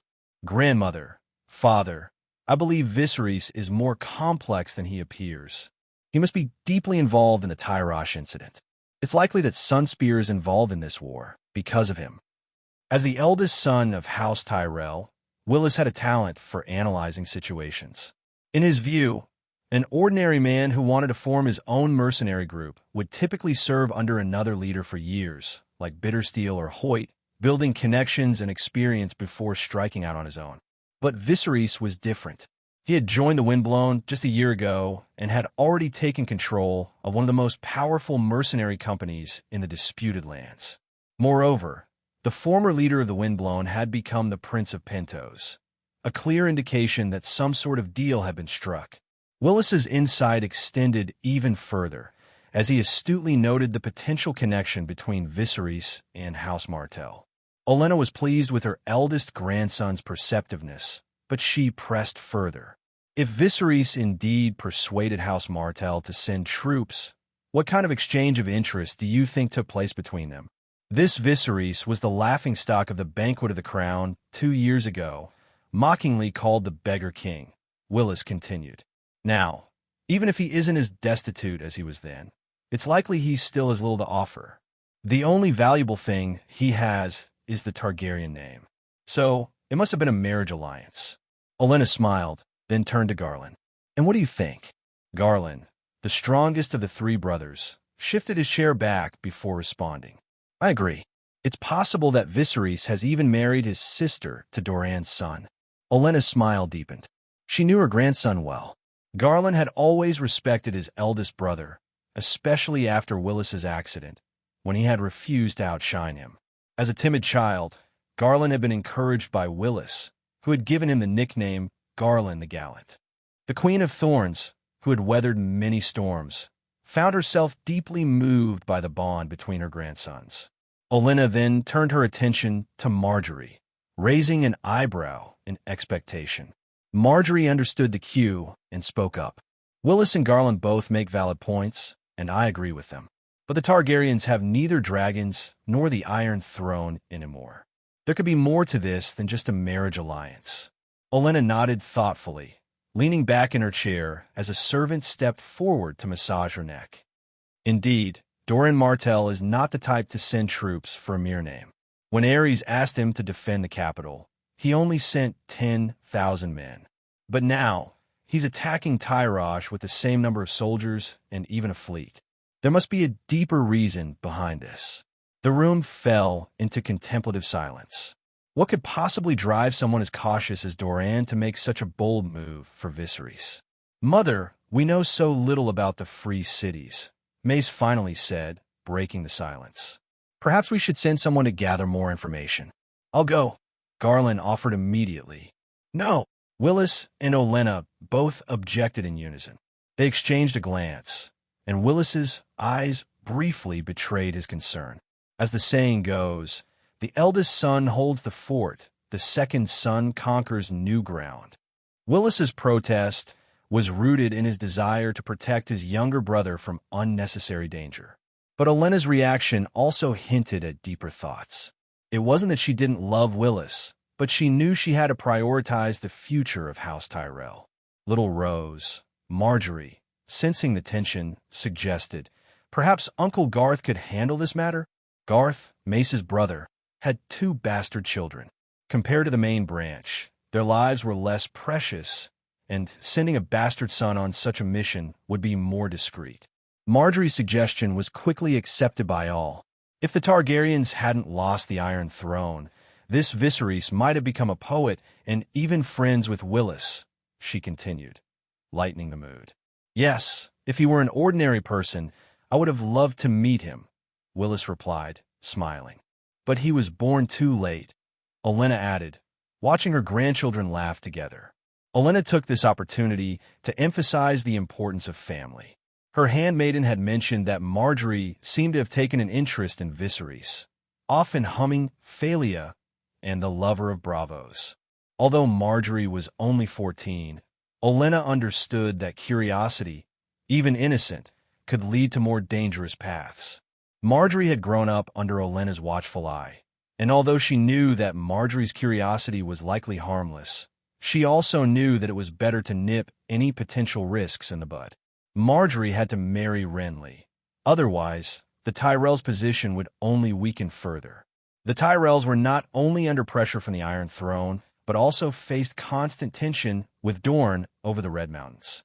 They were unsure of what Dorne had gained from recent events in the Narrow Sea, what Viserys might have promised them, and how this might affect the Reach. These uncertainties were why Olenna had decided they needed someone in the free cities to gather more information. Viserys hadn't yet made a real move in Westeros, but his mere presence was already causing unease. Come on, Diamond, just 4 more. Behind a small warehouse, 2 slaves were training together. One was muscular and strong, while the other was thinner, struggling to keep up. A few months earlier, Viserys had issued a new decree. Any slave who passed a rigorous physical fitness test would earn their freedom after 5 years of service, along with a generous settlement. If they had the honor of killing an enemy or beheading one in battle, they could shorten their service or receive additional rewards. This decree was a groundbreaking opportunity for social mobility, turning Tyrash's vast population of slaves into a formidable force. Within just a few months, Viserys had formed a new army of 4,000 men. These soldiers were not only brave and obedient, but also hardworking and determined to prove themselves. They quickly surpassed Tyrash's old army in discipline and morale. All they needed now was the baptism of fire to become a true fighting force. However, the path to freedom wasn't free. Viserys had to purchase these slaves from their owners, often at a high price. Naturally, the slave owners were reluctant, as the slaves who passed the fitness test were typically young and strong, valuable assets. When the owners discovered their slaves were secretly training, they often resorted to brutal punishments, sometimes even crippling them to deter others. Despite these risks, some slaves were determined to join the army and trained in secret.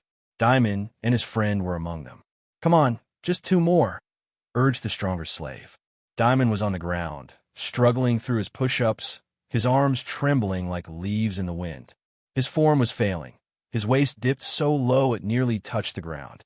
"1 more," his friend encouraged. Viserys' standards were tough. 40 push-ups, 15 pull-ups, 150 squats, 2,000 sit-ups, and an 8-league run. It was a grueling challenge, especially for slaves who were barely given enough food to survive. But Daemon couldn't manage that final push-up. With a groan, he collapsed onto the dirt, his heavy breathing stirring up dust, which he accidentally inhaled. The taste of earth mixed with the coppery tang of blood in his mouth, triggering a fit of coughing. Sandor tried to encourage his friend. "It's okay, Daemon. A couple of days of rest, and you'll be fine." After a long pause, Daemon finally sat up, wiping the sweat from his brow. "Do you really think so, Brother Sandor? The push-ups are manageable, but those pull-ups, they're just too hard. I can only manage 4 or 5, and I keep swaying." Sandor, who was a bit older and more experienced, nodded thoughtfully. "Yeah, it's tough. Some people seem to have a natural knack for it, but others need practice. I've heard you can build up your strength by adding weights. Once you can do 5 pull-ups with a little extra weight, you'll be able to do 7 or 8 without it. Keep pushing yourself, and eventually you'll hit 15. Daemon looked at him with admiration. "I really envy you, Sandor. You'll be joining the barracks soon, right?" Sandor smiled. "The day after tomorrow. My master's delivering my slave contract to Prince Viserys." "Prince Viserys is a good archon," Daemon said, using the title many slaves still preferred, even though Viserys called himself the Regent Magister. Sandor hesitated, as if he wanted to say more, but was interrupted by a familiar shout from behind. "What are you two doing, slacking off here?" They turned to see Baron, their master, storming towards them, a stick in one hand and a cigarette in the other. The blue-bearded man, dressed in a clean shirt, looked every bit the angry beast as he approached, smoke curling from his nostrils. "Master, we've finished our work for the day." "We're not slacking," Sandor said, trying to keep the situation calm. Baron wasn't having it. "Shut your mouth, you little rat. Until your slave contract is handed over, you're still mine. If I can't find you when I need you, that's laziness." Brother Sandor passed the test. "He's not your slave anymore." Daemon burst out, his youthful defiance getting the better of him. "Daemon, no." Sandor tried to warn him, but it was too late. The words had already escaped, and Baron's eyes flared with anger. With a furious drag, the cigarette in Baron's mouth burned down to a nub. He spat it out, letting the last wisps of smoke curl around his face before raising his stick high, the red glow of the cigarette's embers fading as he brought the club down hard. "He is not my slave, but are you? Are you? How dare you speak to me like this? Who gave you the guts?" Daemon screamed, his voice shaking with fury. Sandor stood frozen, not daring to intervene. It was the master's right to punish the slave, and Daemon still had a long way to go before he could pass the exam. If he can't even protect himself, he'll be in serious trouble in the future, Sandor thought grimly. The main reason for their master's anger was the decree issued by Viserys, which had infringed on their interests. In the past, slaves had been obedient, docile, and most importantly, numb, driven like cattle. But ever since Viserys decreed that slaves could join the army and potentially earn their freedom, everything had changed. Servants who had once bowed their heads and avoided eye contact now dared to meet their master's gaze, both male and female, slaves alike. They knew they had once been nothing more than objects of pleasure, forced to comply with their master's demands. But now, things were different. They had begun to seek out the potential among themselves, hoping someone could save them from their misery, from the trough of servitude. They no longer wanted to serve their masters wholeheartedly. It was precisely for this reason that the slave owners of Tyrosh despised their slaves so much. Their hatred had jumped in intensity. Having witnessed the cruelty of Viserys, who hung the heads of those who obstructed his decree on the city walls, they dared not express their anger to him. Instead, they took it out on their slaves. Especially today. Baron, having drunk a little too much wine, was even more brutal than usual. Seeing Daemon bleeding profusely, his face caked with mud and blood, Baron showed no signs of stopping. After a dozen strokes, the skinny Daemon could no longer hold his head up. Something's wrong. The master isn't himself today. He's going to kill Daemon. Sandor suddenly smelled the alcohol on Baron's breath and realized he might have lost his mind. Daemon had huddled into a ball, his screams faint and weakening. Without thinking, Sandor threw himself over Daemon to shield him. But Baron's stick came down on Sandor's head instead. Sandor's body twitched a few times before he stopped breathing altogether. Viserys no longer used the original palace as a residence for himself and Dany. The palace now served another function, as an embassy. After 2 months of negotiations, the Confederation of the Four Daughters was finally established. This body, created to coordinate the interests of all parties, was called the Council of Commissioners, and Viserys was pleased to be named chairman. However, the chairman's power was relatively limited, functioning more as a moderator in disputes between other free cities. Of course, this was just the public face of things. Viserys still wielded considerable influence, thanks to his personal prestige. In addition, the room that once belonged to Cambron now proudly displays the Targaryen three-headed dragon banner. To free up more time for studying magic and raising dragon eggs, Viserys has assigned this room to Connington, who manages Tyrosh's daily affairs on his behalf. In addition, the room that once belonged to Cambron now proudly displays the Targaryen three-headed dragon banner. To free up more time for studying magic and raising dragon eggs, Viserys has assigned this room to Connington, who manages Tyrosh's daily affairs on his behalf. Viserys now focuses primarily on broader strategic planning, leaving the room to serve as Connington's office. At Viserys' request, the office has also become Dany's classroom. Viserys wants her to learn how to manage government affairs from Connington, so that she can eventually help ease his workload. Alongside Dany, young Connington also occasionally attends these lessons.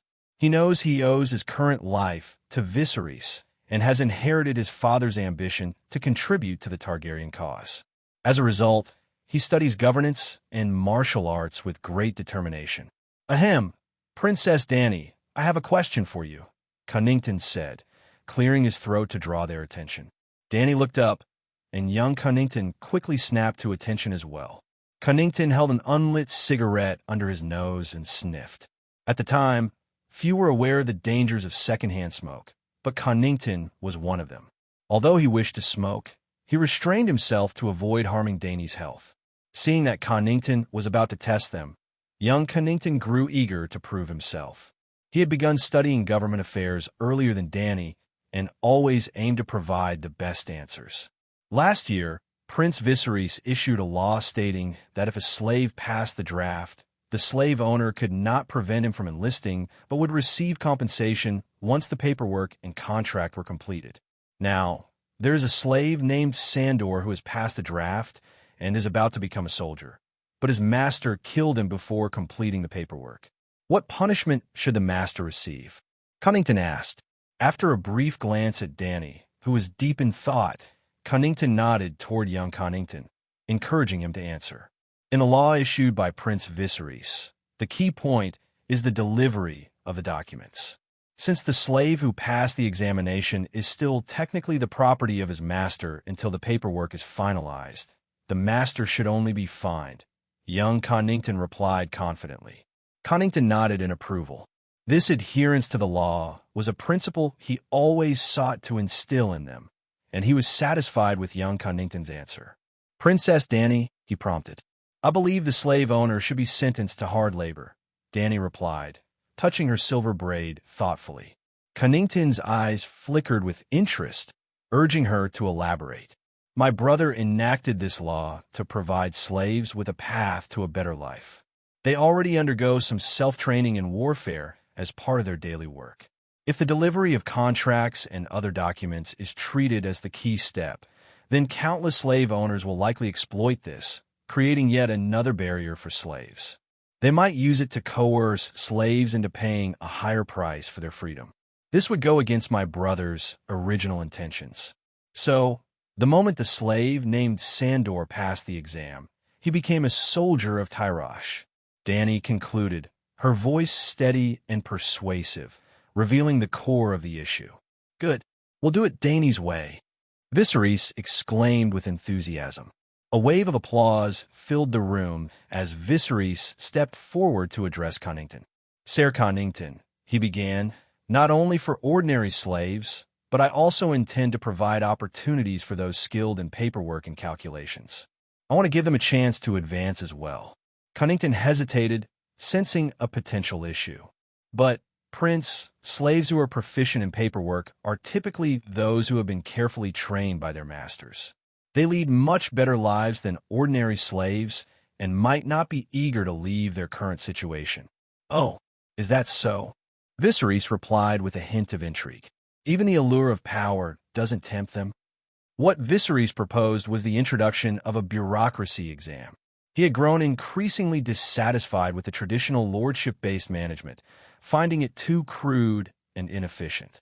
In the future, he envisioned implementing a county system across the disputed lands, the free cities, and even Westeros. Such a system would require a vast and skilled bureaucracy. As Viserys elaborated, Cunnington quickly grasped the implications. The bureaucracy would significantly amplify the king's power, greatly strengthening the royal family's influence. But was this really the best course of action? Cunnington couldn't shake his concerns. He knew that such changes would inevitably disrupt many vested interests, and he realized that Viserys was poised to bring about massive transformations in the world.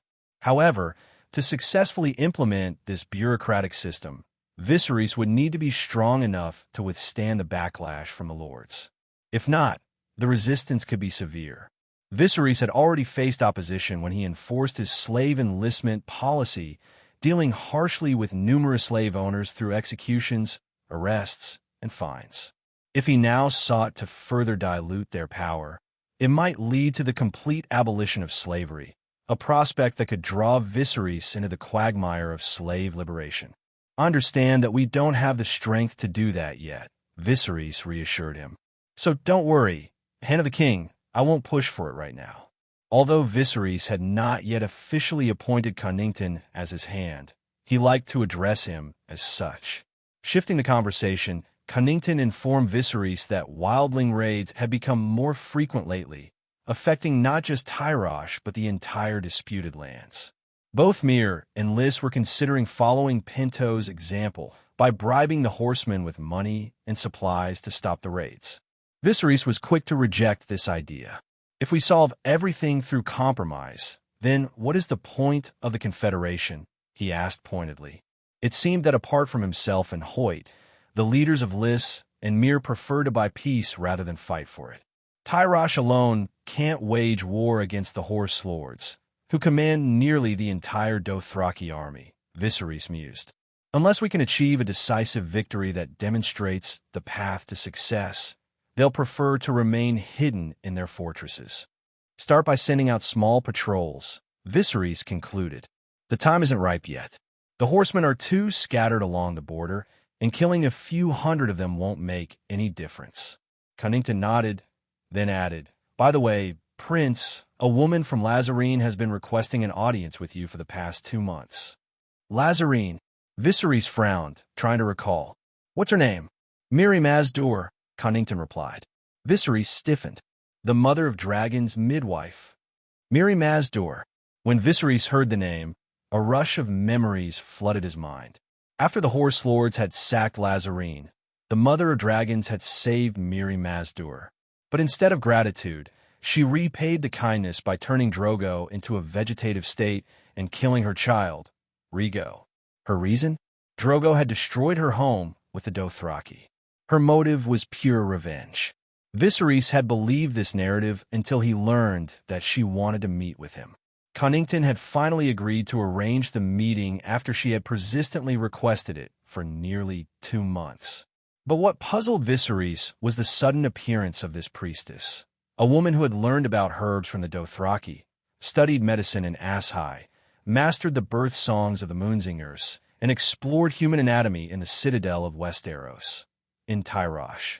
If her arrival had triggered a chain of events leading to the Horse Lords plundering her homeland, that would be understandable, Viserys thought. But why does she want to see me? The more he pondered, the more suspicious this all seemed. Given her mastery of blood magic, which in the original story allowed her to use Rhaego's life to save Drogo, Viserys couldn't help but wonder. Even though he had reached the level of a master in blood magic, he couldn't perform such feats without direct contact. According to his understanding, and confirmed by Shurura, the use of blood magic required physical contact. This revelation made Viserys suspect that Mirri's real target had been the mother of dragons all along. It's the only explanation that makes sense, he reasoned. Otherwise, how could a woman as knowledgeable and powerful as Mirri have been captured by a group of horsemen? Someone who has traveled the world should have been able to defend herself. Yet, if her goal had been to harm the mother of dragons, why didn't she take her after killing Rhaego? Why leave her behind? This woman was far too suspicious. Take me to her, Viserys ordered. Crack! A bright orange flame ignited the match, lighting a red spark on the cigarette. In the quiet, secluded hall, Viserys lit the cigarette, took a deep breath, and exhaled white smoke through his nostrils. The fat witch, Mirri Maz-Dur, standing before him, watched his movements with curiosity. She sniffed the air with her broad nose, finding the scent harsh but betraying no discomfort. Cigarettes were still a rarity, popular mostly in the disputed lands. It was no surprise that Mir, hailing from the other side of Essos, had never seen one before. I hear you're God's wife of the great shepherd. What brings you to Tyrosh? Viserys asked, deliberately adopting a casual tone to throw her off guard. Prince Viserys, she began, I have studied the art of healing in Asshai, the birth songs of the Moonsingers among the Dothraki, and the secrets of the flesh in Westeros. I hope to be of service to you. Viserys took another drag on his cigarette, recognizing that she was testing him just as much as he was testing her. Is that all? You traveled thousands of leagues from the far east to the far west of Essos for this? Viserys asked, skepticism lacing his voice. The fat witch responded, Prince Viserys, I hope you will accept my people. The Dothraki destroyed our homeland, and we have nowhere else to go.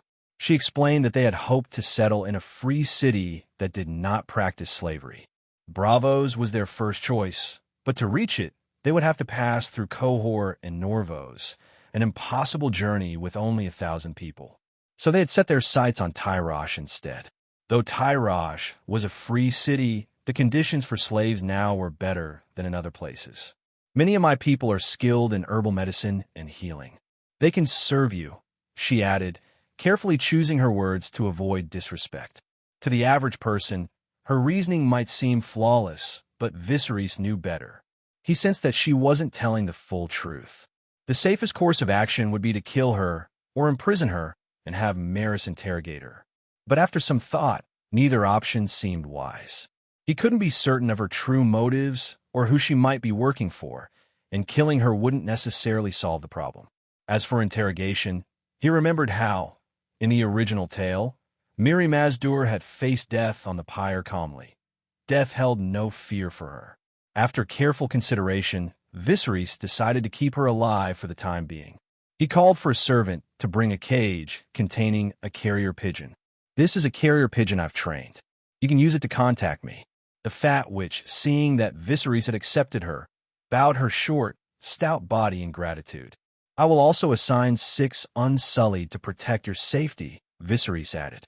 The fat witch understood that by protection, he really meant surveillance, but she accepted it without protest. Mirri's arrival unsettled Viserys. He knew Dany was the princess of the prophecy, the one reborn in the land of smoke and salt, the one destined to awaken the dragons. If the fat witch was here for the mother of dragons, it could be part of a greater struggle between the Red God and the Cold God. Who said the Cold God only raised the dead beyond the wall? Perhaps he had agents on the mortal plane as well. Viserys decided he needed to keep an eye on Euron. He was determined to obtain Valyrian armor for Dany, something that could protect her from magic. Putting his doubts aside for now, he resumed his close monitoring of Euron. In his dragon dreams, Viserys found himself hovering around the outskirts of the ruined city of Valyria, unable to enter. He had observed this through his dreams dozens of times, circling the ruins for nearly a month without finding a suitable entrance. Following Euron's perspective, he and his puppet stand-ins climbed a high mound that resembled a crater. It was clear that this mini crater had formed alongside the ruins of Valyria. From his vantage point, Euron noticed, 300 or 400 paces away, what seemed to be a dozen giant skeletons. Judging by the ribs of these skeletons, it was possible to roughly determine the postures in which they died. Some lay on their backs, others on their stomachs, and a few on their sides. Rows of dark ribs jutted toward the sky, resembling a forest of dragon skeletons. In other words, these dozen dragons were shot down in a short period of time. Euron was cautious and did not approach himself. Instead, he controlled his puppet to move closer to the nearest skeleton. Judging by the orientation of the ribs, this one must have been lying on its side. As the puppet approached, Viserys realized that the torso alone was as wide as a train carriage, perhaps even wider. Including the tail and head, the dragon would have measured around 60 to 70 meters in length. To support such a massive body, each rib must have been as thick as an adult's leg, indicating that it was indeed an adult dragon. The question then arose, what could have killed such a powerful creature? And more importantly, what could have wiped out a group of them? Viserys began to recall the injuries sustained by the Black Dread. It was said that when the Black Dread returned with Princess Arya, it bore jagged, torn wounds. Such injuries could only have been caused by an animal bite or contact with a sharp object. In other words, the dragon was either bitten before it took off or was shot down after taking flight. Euron continued to guide his puppet toward the largest skeleton. This one was 2 sizes larger than the previous. The ribs alone extended over 10 meters, suggesting that the dragon's body length must have exceeded 100 meters, placing it on the same scale as the Black Dread. 2 rows of ribs pierced the sky like twin rows of black pillars. Euron searched around the largest skeleton, and when he entered the space between the ribs, he discovered a bulge resembling a crouching human figure. He drew his sword and poked at it, finding a hard object beneath the dust. Brushing it off, he revealed a skeleton clad in armor. "Valyrian armor," he exclaimed, noting the precious patterns that adorned it. The armor also revealed the identity of its owner, a dragon lord of Valyria. This Valyrian must have been riding on the dragon when it fell to its death. Regardless of how he died, the sight of Valyrian steel armor filled both Euron and Viserys with joy. Euron was elated because his 3 months of searching had finally paid off, while Viserys was thrilled because he knew that this treasure would eventually be his. Euron ordered his sailors to drag the corpse out, but they discovered that the Dragon Lord was still clutching something in his arms. When they pried his hands apart, they found a horn. The dragon's horn. The horn was unexpectedly long, almost 1.6 meters. It was a gleaming black with a shimmering dark light, and was wrapped in red gold and Valyrian black steel stripes. The stripes were inscribed with strange, ancient runes, like some kind of spell. Euron carefully examined the horn, noticing his distorted reflection on its shiny surface. As he looked at his reflection, he touched the scars and holes on his face. He felt an urge to blow into the horn, but resisted. Valyrian armor, the dragon's horn, and there should be a dragon egg as well, right? Viserys thought. Remembering Euron's return from Valyria in the original tale, Viserys expected him to continue the search. However, he found nothing else until he had stripped the corpse completely. Maybe it's somewhere else? Or perhaps others managed to escape from here. Viserys thought, his gaze drifting over the dozen dead dragons surrounding him. He couldn't help but wonder what had happened. The Valyrian who held the horn must have seen the end coming. He had fled with his family and a dozen dragons, but they likely encountered some danger shortly after taking flight, causing the dragons to die en masse. The Valyrian himself had fallen and died along with them. Judging by the number of dragons around, it was likely he hadn't fled alone. There might be other family members and friends nearby. It was clear that Euron had reached the same conclusion. He ordered his mute sailors to spread out and search for any suspicious traces. With dozens of dragons having fallen across an area the size of 2 or 3 football fields, it would take a while for even a dozen people to comb through it all. Euron, however, seemed less concerned about finding dragon eggs. Unlike in the original tale where only 3 eggs existed, Viserys now had 5 in his possession and knew the whereabouts of 2 more. Whether Euron found the eggs or not, it didn't matter to him. Just as Viserys was about to end the dragon dream, a sudden commotion erupted. The mute sailors were making strange noises, their faces pale with terror. Euron sensed something was wrong and ran toward them. In the next instant, about 100 paces away, something as thick as a water tank burst through the ground. It was like a black and red stone pillar, but it slowly bent like a tentacle. The tip of the tentacle was covered in white bone spines. The sailors, startled and fleeing, had little chance to react as the tentacle suddenly exploded open like a blooming flower, each thick petal lined with razor-sharp spines. It was a fireworm. The WYRM reared back as if inhaling, then unleashed a torrent of flames, incinerating the sailors around it. The orange flames ignited the mute sailors one by one, turning them into human torches. Euron, seeing this monstrous creature, immediately dropped the armor and dragon horn he had been holding. He no longer wanted anything except to escape. But where could he go in this desolate place? Yes, the pit. Realizing this, Euron turned and ran back the way he had come. He glanced over his shoulder and saw that the fireworm had already bitten a mute sailor in half, leaving only the legs still twitching outside its jaws. The fireworm, its body covered in rough, gray scales, continued to wreak havoc. Although it had no eyes, it accurately located the mute sailors, as if it could do more than simply spit fire. With a flick of its massive tail, it smashed into the ground like a cannonball. A dull thud reverberated through the air as countless stones, large and small, splattered in all directions. Euron, who had been hiding, watched the destruction with excitement. The ruins of the Doom were even more thrilling than he had imagined. Euron's eyes rolled back in his head, and Viserys found himself staring up at the head of a mute sailor. Euron was manipulating the unfortunate man like a puppet, shouting and jumping about like a madman who had escaped from an asylum. He was trying to attract the fireworm's attention, hoping to draw it away from his own body. His total disregard for human life proved disturbingly effective. The fireworm soon turned its attention to the thrashing puppet. The creature, as thick as a water tank, slithered across the ground like a massive snake. Every so often, it would bend its body and propel itself forward in a single bound, covering 10 meters in an instant. On second thought, it made sense. After all, this beast had been drilling underground for years. If its body couldn't generate enough thrust, it wouldn't have survived. Now that it was on the surface, the fireworm could use its full strength to propel itself forward. A human on two legs had no chance of outrunning this monster.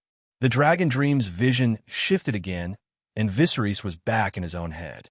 He knew that the fireworm could swallow rocks and metal without a problem, let alone ordinary flesh and blood. In the creature's maw, humans would be no harder to chew than pudding. In less than 10 seconds, the massive worm began to search for its next target. Not far away, a mute sailor engulfed in flames caught its attention. The fireworm flicked its tail and leapt toward the man, ending his life in a single, brutal motion.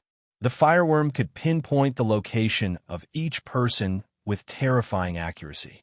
Judging by the situation, Euron might have to pay the price here. For Viserys, this outcome wasn't entirely unacceptable. Just as Viserys was considering how to respond, Euron made a sudden dash. His target was the dragon horn he had just discarded. What's the point of picking that up now? Does he even know how to use it? Viserys thought, judging that Euron must have been desperate. The dragon horn's usefulness was uncertain, but Euron likely figured it was his only chance at survival. If he used it, he might live. If he didn't, he'd be devoured sooner or later. Sure enough, Euron's frantic movements caught the fireworm's attention. It began to crawl toward him with alarming speed. Gritting his teeth, Euron pushed himself to his limits, running as fast as he could. When the fireworm was just 10 meters away, he grabbed the dragon horn that he had previously discarded. The horn was massive, over a meter long and nearly 2 meters in total, and far too large for Euron to lift easily. Instead, he dropped to the ground, aiming his mouth at the horn's mouthpiece. Whether he could produce a sound or not, Euron took a deep breath, puffed up his cheeks, and blew with all his might, as if his life depended on it. His face turned crimson from the effort, and his eye patch slipped off in the process. Unlike the high-pitched blast of an ordinary horn, the sound that emerged was more like the howl of a mad wind rushing through a cavern, sending chills down the spine of anyone who heard it. It was as if 1,000 souls were crying out from the afterlife. From his first-person perspective, Viserys observed that as Euron blew the horn, the golden runes etched into it began to glow. Looking up, he could clearly see the fireworm's rock-like skin and the remnants of shredded flesh and clothing clinging to it.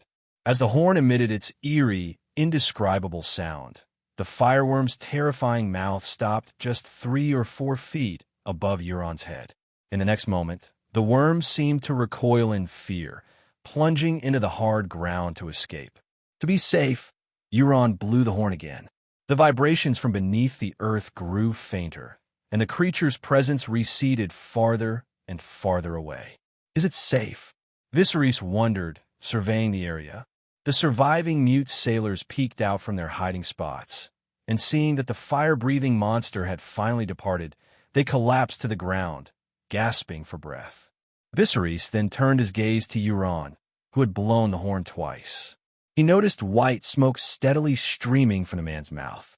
All right, Viserys thought, this thing has this effect. It causes the person who blows the horn to self-ignite.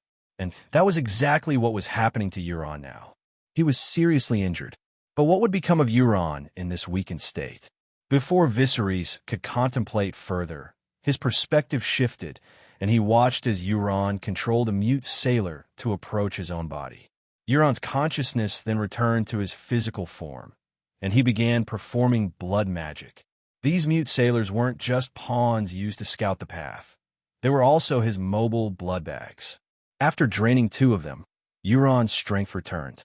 He moved to where he had earlier found the Valyrian armor, stripped it from the fallen dragon lord, and donned it himself. Finally, Euron commanded his mute sailors to carry the dragon horn away. At that moment, a sailor with a blackened face approached, kneeling before Euron and holding a blue dragon egg above his head, like a hunting dog presenting its prize to its master. Euron was overjoyed at the sight of the dragon egg, and Viserys couldn't help but share in the excitement. This egg was Euron's prize. The mute sailor pointed toward the skeleton of a dragon not far away, indicating that he had found the egg there. Euron quickly gathered the remaining dozen or so sailors, instructing them to continue searching in hopes of finding more. However, as the sun began to set, Their search yielded only a few fragments of dragon eggs of various colors, leaving them disappointed. But considering the circumstances, it made sense. The dragon had fallen from a great height, and dragon eggs aren't particularly resistant to impact. It was a miracle that even one sole survivor remained intact. Concerned about encountering other monsters, Euron decided to retreat to a safer location. Meanwhile, as soon as Viserys awoke from his dragon dreams, he hurried to write down the runic symbols he had seen on the dragon horn. Among the symbols was a line in the ancient language of Valyria, which Viserys managed to decipher. I am the dragon binder. No mortal shall sound me and live. Blood for fire, fire for blood. What a revelation! Viserys couldn't make sense of the rest of the runic symbols, so he sent them to Shirura via his messenger Raven, hoping she could translate them for him. He remembered that after leaving the Doom Ruins, Euron had journeyed to Qarth. There, Euron had used the magic immunity of Valyrian armor to capture several warlocks and force them to teach him black magic. But that had been long ago, and at this moment, Euron was not yet a complete being. Viserys decided to lead a fleet of at least 5 warships to take him out. 5 warships against 1. He clearly had the advantage. However, Viserys soon reconsidered. As he was ordering the fleet to prepare, Shira's reply arrived. She informed Viserys that the runes were actually 2 spells that needed to be cast while blowing the horn. Each spell could be both cast and uncast. The first spell, when cast through the horn, confuses the mind and causes a person to harm themselves. Shirera thoughtfully included the uncast spell in her reply. The second spell is used to control a dragon, enabling the user to dominate the creature by blowing the horn.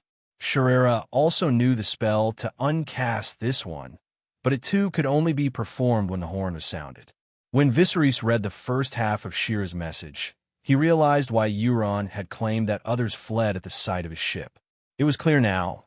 Euron had used the spell on the dragon horn to manipulate the minds of other pirates, driving them to injure themselves or even kill each other. With the dragon horn, Euron was like a sea monster incarnate, terrifying anyone who crossed his path. As for the second spell, the one that allowed control over dragons, Viserys hadn't taken it seriously. After all, the dragon hadn't hatched yet. How could anyone control an egg? Even if he could command a fireworm, there was no way to bring such a creature to Westeros. However, a few days later, Viserys experienced a dragon dream that shattered his previous assumptions and opened his eyes to a whole new realm of possibilities. In the vision, Euron had reached the smoking sea and had already chosen his target. The dragon horn was enormous, as thick as a man's thigh and over 1.5 meters long. He had constructed a special shelf-like structure on his ship to hold it. A short, stocky sailor stood before the horn, clearly prepared to blow it for Euron. The sailor accepted his fate with a calm expression, and as he blew the horn, Euron began chanting the spell. This time, the horn's sound was different, a cacophony of roaring beasts, all mixed into one terrifying noise. After about a minute, the short sailor collapsed, white smoke pouring from his mouth. At that very moment, a massive tentacle climbed onto the hull of the Silence.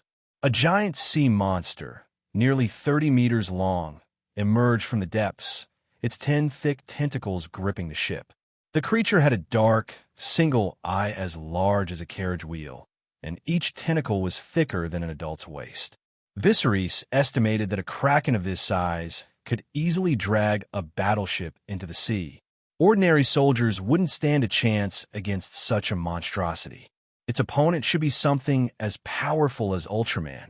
To Viserys' surprise, none of the mute sailors aboard the Silence cowered in fear or fainted. Instead, they wore expressions of adoration and ecstasy, as if they were in the presence of a holy deity. Their faith was clearly misplaced, but unwavering. Euron, meanwhile, locked eyes with the Kraken's dark, singular eye, silently communicating with the beast. At Euron's signal, the Kraken's thick tentacles reached out, wrapping around a sailor dressed in a sealskin cloak and dragging him into the water. Euron watched the sea calm with a satisfied smile, certain that he had mastered the Kraken. This realization struck Viserys hard.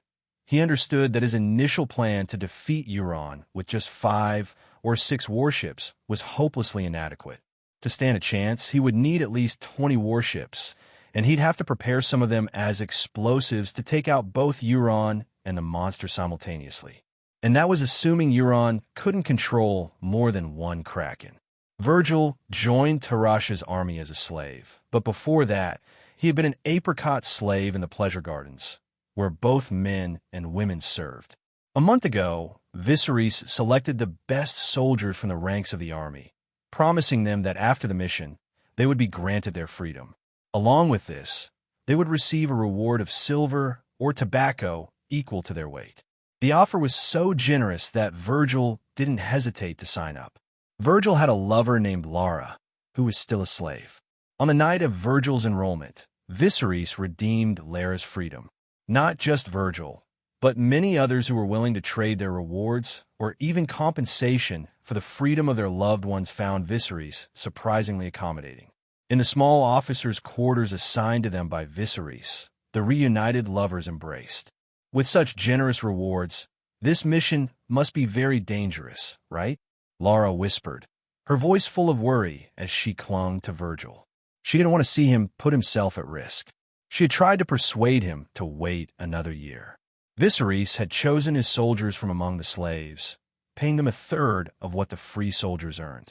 Virgil, a genius with ships, quickly rose to the rank of captain in the fleet. His pay was decent, and within a year, he could have bought Lara's freedom. But Virgil didn't want his lover to remain in that corrupt place a moment longer, so he volunteered for the mission. Don't worry, he reassured Lara. Prince Viserys is always at the front of the battle, and he's never lost a fight. Virgil had faith in Viserys, who knew that the true power must be in his own hands. Viserys often mingled with Tyrash's soldiers, even dining with them. Occasionally, when in the mood, he would offer them advice. His personal charisma was almost overwhelming, and his legendary story made him an idol among the troops, who nearly worshipped him. Both Virgil and Lara, having been subjected to various drugs for so long, were almost infertile. Yet, during this time, they had experienced the dignity of being human and the taste of freedom. For a month, they passionately sought each other's comfort every night, sometimes until dawn. The fleet consisted of 20 ships and 2,000 men. It wasn't a small force, but neither was it large. It seemed excessive to use it against pirates and too audacious to launch an attack on the free cities. Cunnington, observing these moves, struggled to understand what Viserys was planning. Prince, just tell me what you're planning. Wildfire and dragon-shooting crossbows. Where exactly are you going to attack? Cunnington pressed. Viserys had organized the fleet with the intent to attack Euron, of course. As was his custom, he first sought guidance from the moon's revelation. But this time, the results were troubling. The moon in his mind distorted as soon as it took shape, like a reflection on water that couldn't hold steady. This meant his journey would be fraught with danger. Initially, Viserys assumed the failure was due to his own lack of skill, so he increased the difficulty of the moon's revelation to a master level. This time, the moon finally solidified in his consciousness, but what he saw was unsettling. He was being dragged into the sea by a kraken. If he pursued Euron, it might very well cost him his life. Viserys tried the divination again, and this time he saw Euron in the moon, laughing maniacally from the back of a dragon. However, in the first vision, despite being dragged into the sea by the kraken, Viserys was still fighting it, and even seemed to have a slight advantage. Though how he could possibly be in the lead against a 20-meter-long kraken was beyond him. In the second vision, there was no doubt Viserys had utterly failed. Realizing the slim chance of survival in this fight, he decided to take the initiative and seize that chance.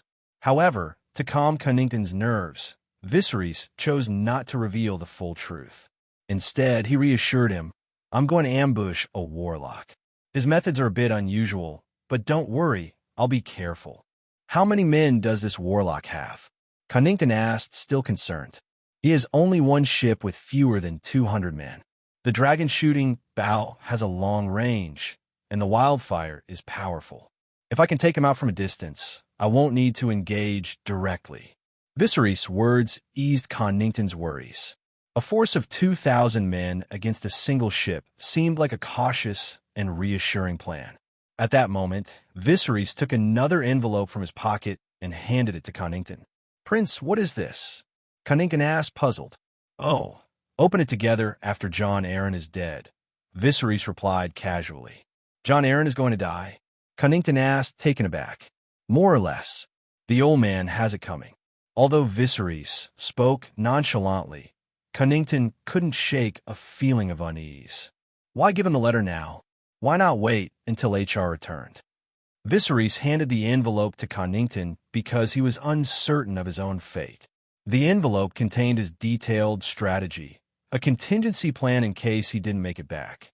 If the worst happened, Connington could use it to give Dany an advantage in the coming War of the Five Kings. The letter was comprehensive, covering everything from simple advice to complex tactics. It detailed which houses to court and which to punish, where and when to land forces, and the pros and cons of various landing sites. Viserys even listed who could be trusted in Westeros and who should be avoided, essentially crafting a military campaign recommendation. He was like an anxious parent sending their child on a long journey, trying to prepare Dany for every eventuality and metaphorically placing a crown on her head. After all, this was the ultimate showdown between himself and the Son of Fortune, Euron, and he couldn't afford to be careless. The next day, the ships that had been waiting in the harbor for some time finally set sail. Among them were 4 specially designed speedboats intended to intercept Euron's ship, the Silence. "I hope the dragons hatches soon so we can fight together," Dany said, leaning on Viserys' shoulder in the carriage. "Have you thought a name for your dragon yet?" Viserys asked. "I like the silver egg. How about we call it Meraxes?" "No, Meraxes is an unlucky name," Viserys replied, vetoing her suggestion, remembering that Meraxes had been killed by the Dornish scorpion bolts. Seeing that Dany didn't have any other ideas, Viserys gave her some final instructions. "Dany, there are 2 people you need to remember. Make sure you remind me to deal with them later." Viserys rarely spoke of killing in front of Dany, even though she had taken lives before. Hearing her brother mention this, Dany's attention sharpened. "One is Miri, the fat witch who recently pledged her loyalty to me. Keep her distance from her as well. The other is Jon Snow, the son of Ned Stark, Lord of Winterfell and Warden of the North." This was a carefully considered warning. By mentioning it now, Viserys avoided worrying Dany about his own fate, while also planting a seed of caution in her mind. If he didn't return, she would know not to trust these 2 people, and might even eliminate them as part of fulfilling his last wish. Although Dany couldn't yet see any connection between these 2 individuals, she knew Viserys well enough to take his words seriously and keep them in mind. As soon as Viserys departed Tyrosh, the Horse Lord sent his own envoy to the city. Drogo dispatched his fiercest man, Jacko, accompanied by 20 of the most capable warriors from his Khalasar. Each of these warriors bore at least 5 silver bells in their braids, symbols of their participation in the massacre and plunder of at least 5 villages. Jacko entered Tyrosh alongside the Unsullied and the young Connington. With no fewer than 10 silver bells and 3 gold bells jingling in his hair, Jacko eyed the city greedily. The population of this single city was equivalent to half of his entire horse tribe. If they could plunder it, it would solve the tribe's current hardships. The people of Tyrosh, intimidated by the sight of these horsemen with their large, ghostly tattoos, quickly stepped aside, avoiding them on the streets. This only fueled Jacko's arrogance. He felt like a wolf among sheep, his gaze causing them to tremble and retreat into corners. He looked over at young Connington, who was leading the Unsullied, and felt nothing but disdain. "A milkman is a milkman. Looks more like a woman than a man," he sneered to himself. But Jacko's eyes flicked to the Unsullied marching alongside him. To the Dothraki, the Unsullied were a bitter reminder of past humiliation. Years ago, tens of thousands of Dothraki had been forced to cut off their braids in submission to these cold-blooded killing machines at Qohor. The fear had since turned into hatred. There is always someone the Khalasar dreaming of leading the Dothraki to defeat the Unsullied once and for all. As long as Drogo is with us, we'll tear these eggless bastards to pieces, Jacko thought, as they approached the palace. The sight of Tyrash's palace was another revelation for him. The ground was paved with hard stone slabs, surrounded by exquisite sculptures and fountains. In the distance, the three-headed dragon banner fluttered atop the bell tower, making Jacko's mouth water with desire. The warriors around him couldn't hide their greedy glances at the palace maids. Jacko imagined how glorious it would be if all this belonged to him. The palace was even more magnificent than the Nine Towers manse and pintos, which had been gifted to the Horse Lord by wealthy merchants. Young Connington gestured ahead. "Lord Jacko, the throne hall is straight ahead." Jacko glanced at the grand hall before him and barked, "Dango Bello, you two come with me. The rest of you wait here." Without hesitation, he grabbed the reins and rode straight toward the throne hall. This was more than just a breach of etiquette. It was an outright provocation. Young Connington quickly stepped forward, blocking Jacko's path. "My lord, please walk with me." But Jacko continued as if he hadn't heard him, forcing young Connington to raise his voice and stand his ground. "My lord, please walk with me." Jacko finally turned his gaze to the silver-haired boy, his tone dripping with mockery. "Young lord, for us Dothraki, horses are our legs. You want me to leave my legs behind? How can that be?" Young Connington hesitated, unsure how to respond. Flushing slightly, he insisted, "You cannot ride into the throne room. It's the rule here." Jacko's patience thinned. As the strongest under Drogo, being blocked by a mere child would make him a laughingstock among his people. Even Drogo might no longer take him seriously, a humiliation he couldn't tolerate. In the Dothraki camp, he would have whipped his horse and charged into a fight by now. His voice was a low growl. "I'll say this one last time. Get out of my way." "No, my lord, please dismount," young Connington repeated, standing firm. Behind Jacko, the warriors he had left outside sensed the tension and instinctively placed their hands on the hilts of their curved swords. The situation was on the verge of exploding when Connington, the administrator of Tyrosh, rode up. He recognized that Jacko was likely here to provoke them, but with Viserys gone, he couldn't afford a direct confrontation with the Dothraki. Tyrosh alone could not match their strength, and even the combined forces of the three free cities in the disputed land struggled against Drogo's Khalasar. Connington spoke loudly, offering a diplomatic solution. "My lord, I'm the administrator of Tyrosh.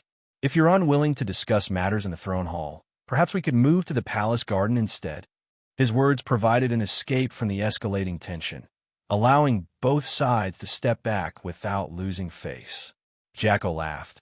"Haha, yes, we Dothraki don't care for stone houses." With that, Connington and Jacko rode their horses into the palace garden. The garden was a riot of color, filled with flowers and carefully planned paths, a stark contrast to the tension just moments before.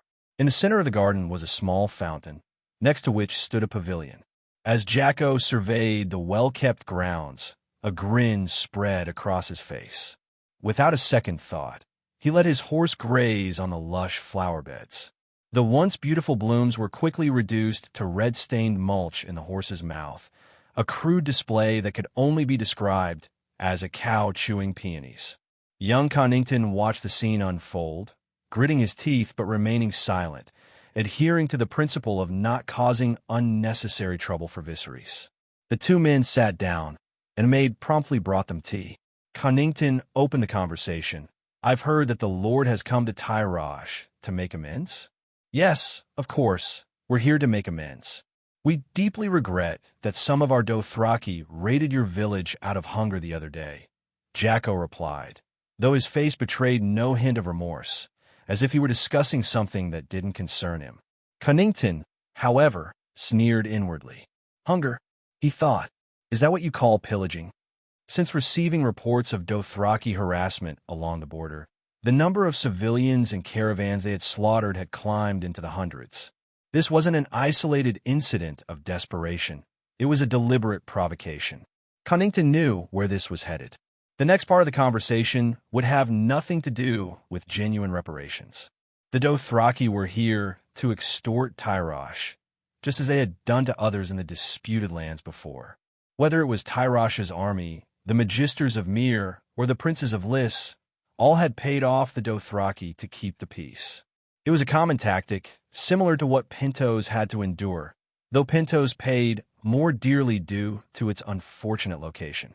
Suddenly, Jacko changed the subject. By the way, where is your Archon? I believe the one ruling Tyrosh is called Viserys, or something.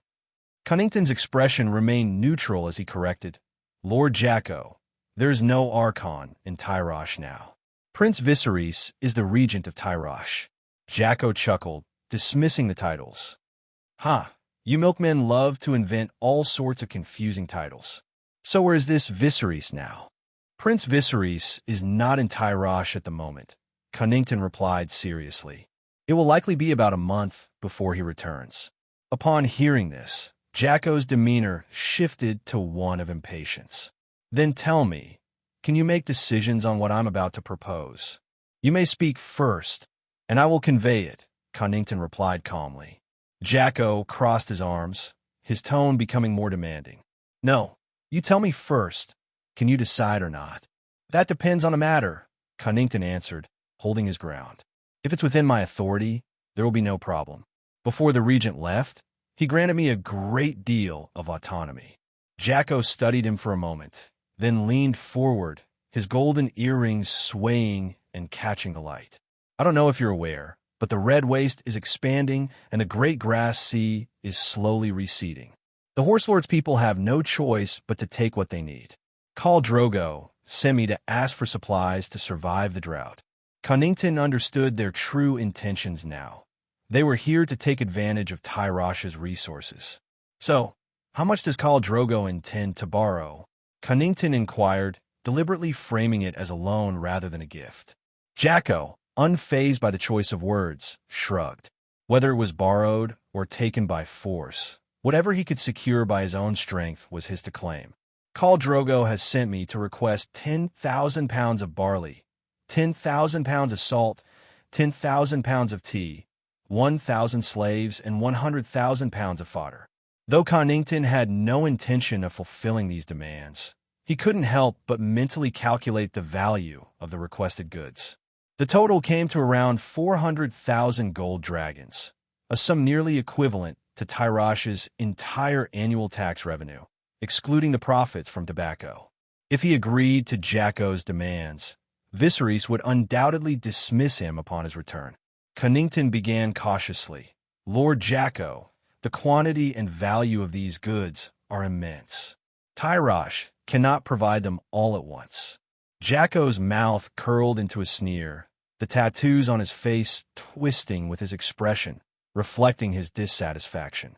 In truth, his demands far exceeded what Drogo had actually requested. Jacko was angling for a personal gain. So, how much can you give us now? Jacko pressed. But I'll warn you, if it's not enough, I won't be able to control my hungry warriors. They'll plunder as many villages as they please, and there won't be anything I can do to stop them. The threat was as blatant as it was menacing. Even young Cunnington, standing nearby, was shocked and angered by the barbarian's audacious demands. But Cunnington knew better than to escalate the situation. Jacko's arrogance was bolstered by Drogo's backing and the might of 50,000 fierce warriors. Cunnington attempted to negotiate. If we reduce the amount by half, we might consider assisting Khal Drogo. But Jacko cut him off. What? Have it again? Are you trying to starve us to death? Do you want the Horse Lord's people to perish? Cunnington sighed inwardly. I'm sorry, Lord Jacko, but the supplies you're asking for are far too large. I don't have the authority to make that decision. Jacko studied him for a moment before responding. In that case, I have another request. By order of the call, I need you to send someone. Please go on, Cunnington replied, unsure of what Drogo might want. Jacko's eyes gleamed with cunning. If it's just one person, then you should be able to decide, right? If it's just one person, I think I can help, Cunnington agreed, though he remained wary. Khal Drogo wants to marry your regent, Prince Viserys' sister, Daenerys. Their union will bring forth the stallion who mounts the world, Jacko declared, his voice swelling with intoxication at the thought. Connington, however, was deeply unsettled. Regardless of whether Viserys would agree to such a marriage, Connington was firmly against it. Viserys had spent the last 2 or 3 years navigating a treacherous path, striving to change his and Dany's fate. The idea of sending Dany to a horse lord's bed was unthinkable. It would be better to kill him now than to ask him to make that sacrifice. From Connington's perspective, marrying Dany to Drogo was a poor bargain. Dany's marriage would be far more advantageous if it secured an alliance with Dorne or Highgarden, not with a barbarian horde. Even if Drogo commanded 50,000 warriors, what could they do? Could their horses swim across the narrow sea? Connington was skeptical of the Dothraki's effectiveness in Westeros. While they excelled in open-field combat, Westeros was full of castles and fortresses, which would severely limit the Dothraki's impact. So Connington firmly refused to help. "What do you mean?" Jacko snapped. "If you don't help us, are you saying you won't even allow the Dothraki to save themselves?" "Save yourselves?" Connington echoed, puzzled by the connection between marrying Dany and the Dothraki's survival. Jacko then explained the Dothraki prophecy. Only the stallion who mounts the world can save the Dothraki, and that stallion will be the child of Daenerys and Khal Drogo. Connington was unimpressed. In fact, he found prophecies annoying. If Rhaegar hadn't been so obsessed with the prophecy of the dragon with 3 heads, the Targaryens might still be on the Iron Throne. But Connington couldn't simply dismiss Jacko outright, so he arranged for the Dothraki to stay in Tyrosh, explaining that the matter would have to wait until Viserys returned. Though he knew this request was impossible, Jacko was confident that Viserys wouldn't refuse an alliance with the most powerful Khal in history, especially when all it required was the marriage of one woman. Convinced that Viserys would agree, Jacko settled into Tyrosh with a carefree attitude. Following Viserys' instructions, Connington appeased the Dothraki by treating them with hospitality, providing good food and drink, which kept Jacko and his men content. Viserys had been clear. They were to avoid provoking the Dothraki, show deference if necessary, and maintain the peace until he returned, or until Dany hatched her dragon and it was fully battle-ready. Normally, a fleet commander would use signal flags to issue orders to the other ships. However, Viserys' fleet was spread so far apart that the only reliable way to communicate was by using the messenger ravens he had brought along. The 20 ships formed a loose chain or a wide net as they pressed toward Valyria. Through his dragon dreams, Viserys had roughly pinpointed Euron's location. To close in, he sent out his golden eagle to scour the sea, hoping to trap him. After 6 or 7 days of sailing, the distance between Viserys' fleet and Euron's ship had narrowed to just a few dozen nautical miles. Viserys ordered his trusted aide, Regis, spread the word to everyone. Cover your ears and keep an eye on the golden eagle overhead. "Yes, my lord," Regis responded promptly. As the sky darkened, the fading light began to work against the fleet's efforts to surround Euron. Viserys, scanning the sea intently, suddenly noticed a few crows circling below, an odd sight over open water. He immediately realized that Euron must be nearby. Meanwhile, Euron sat in his cabin, contemplating 3 items laid out before him: a blue dragon egg, Valyrian armor, and the black and gold dragonbinder horn.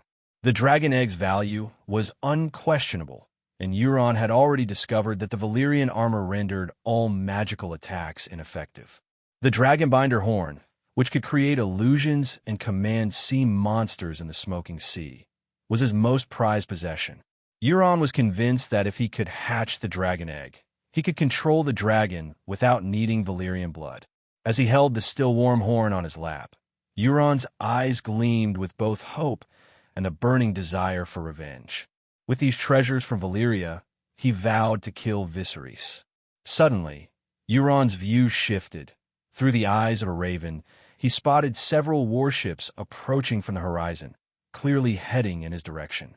No good, Euron thought, his heart racing. He quickly commanded his ravens to spread out, giving him a broader view of the surrounding sea. But before he could fully assess the situation, a shadow flashed before his eyes, followed by a sharp pain in his head. A golden eagle had struck, preying upon one of his ravens. Euron swiftly shifted his focus to another raven, only to see the same golden eagle swooping down again. The realization hit him. This eagle belonged to a skin changer, and the identity of that skin changer was unmistakable. Viserys, Euron hissed, first with anger, then with a creeping sense of dread. How had Viserys found his location? Did he somehow know what Euron had done in Valyria? Panic set in as he understood the gravity of the situation. Now's not the time to ponder, he thought. Viserys is prepared, and he has the element of surprise. I must flee. Recognizing the need for immediate action, Euron barked orders to his mute sailors. The silence cut a sharp white arc across the deep blue sea, turning east to escape. The ship's speed was formidable, and after altering course, it began to widen the gap between itself and Viserys' fleet. Under normal circumstances, the pursuing fleet would have been left in the silence's wake, struggling to keep up. But Viserys had anticipated this and had prepared accordingly. Virgil kept a close eye on the golden eagle circling above, and the moment he saw its signal, he turned and shouted, "Everyone, stop the silence and follow the prince." "Follow the prince," the sailors roared back in unison. For specially made speedboats shot forward like arrows, leaving white trails in the water as they raced toward the silence. Viserys had given them a clear mission: stop the silence at all costs, even if it meant ramming the ship. Virgil didn't fully understand why Viserys was waging war against a mere pirate ship. All he knew was that Viserys had saved him from the clutches of the pleasure garden, where slave owners indulged in their twisted tastes. Now he fought for Viserys with everything he had, feeling more alive than ever. Whether it was the sting of the salty sea breeze or the thunder of battle in his ears, Virgil felt like a true warrior. "Lara, wait for me," he thought as he scanned the horizon. Soon, he spotted a black sailboat cutting swiftly through the golden light of the setting sun, heading in the direction the golden eagle had indicated. That ship is fast, Virgil thought, but he knew Viserys' ship was even faster. Euron, aware of the problem, urged his mute sailors to push the silence to its limits. But even as the silence sped forward, Virgil could see the excitement in his own crew's faces as they closed in. Viserys' ships were clearly designed for this purpose, sacrificing other features for sheer speed and intercepting power. Despite the silence's formidable speed, the distance between the ships continued to shrink rapidly. 300 meters, 100 meters, 50 meters, 30 meters. In a flash, Virgil led the 4 speedboats into a collision course with the silence. Crack! The sound of splintering would echo across the sea as the prow of one of Virgil's speedboats crashed into the silence's hull. One by one, the other speedboats followed, embedding themselves into the pirate ship's sides. While the impact wasn't enough to sink the black-hulled silence, it significantly slowed the ship, giving Viserys the opportunity he needed. With the silence hampered, Viserys led the rest of his fleet to close in, effectively surrounding Euron. Euron watched as Virgil and his men threw grappling hooks onto the silence. Now, he was certain Viserys had some special means of tracking his location. These speedboats were clearly designed specifically for this moment. With a subtle nod, Euron signaled a nearby sailor, who quickly ran to his cabin and returned with the ominous dragon horn. Without hesitation, the mute sailor positioned the horn toward Virgil's ship, took a deep breath, and blew with all his might. As the eerie, resonant sound of the horn filled the air, Euron placed his hand on it, chanting the incantation engraved along its surface. His lips moved silently, and his cheeks glowed as if he held a red-hot iron in his mouth. The power of the dragon horn demanded a price. Each time it was used, it claimed a human life. But Euron didn't care. To him, a sailor was just another part of the ship, a piece that could be replaced at any time. The sailor who blew the horn soon collapsed, his strength completely drained. Euron, with a cold indifference, grabbed the lifeless body and tossed it into the sea without a second thought. When he turned his gaze back to the speedboat, he saw Virgil's sailors leaping into the water one by one, driven mad by the Horn's terrible power. It wouldn't be long before they were all dead, victims of the Horn's dark magic. A piercing cry from the Golden Eagle shattered the silence, cutting through the clouds.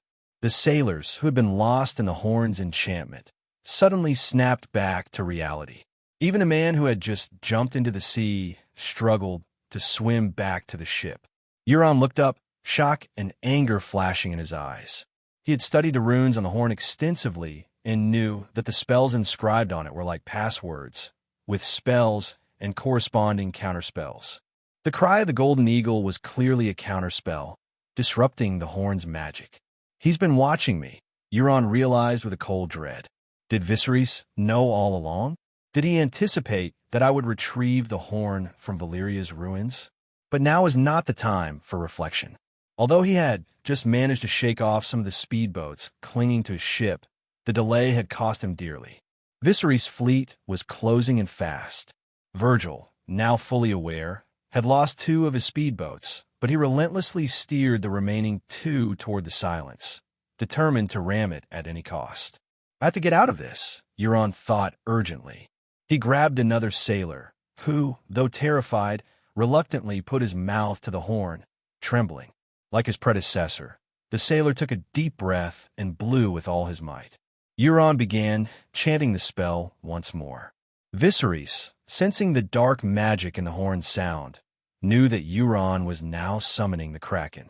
Meanwhile, in the other direction, the fleet led by Weber rapidly closed in on the Silence.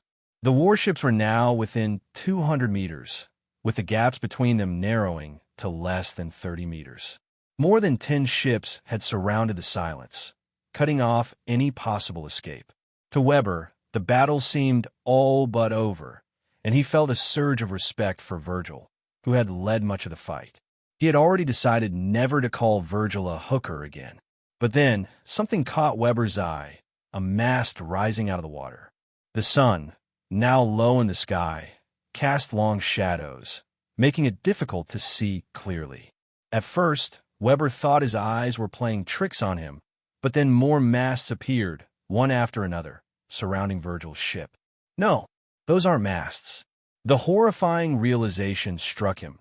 These masts were alive, thick tentacles rising from the depths and wrapping themselves around Virgil's ship. What is this thing? Weber gasped.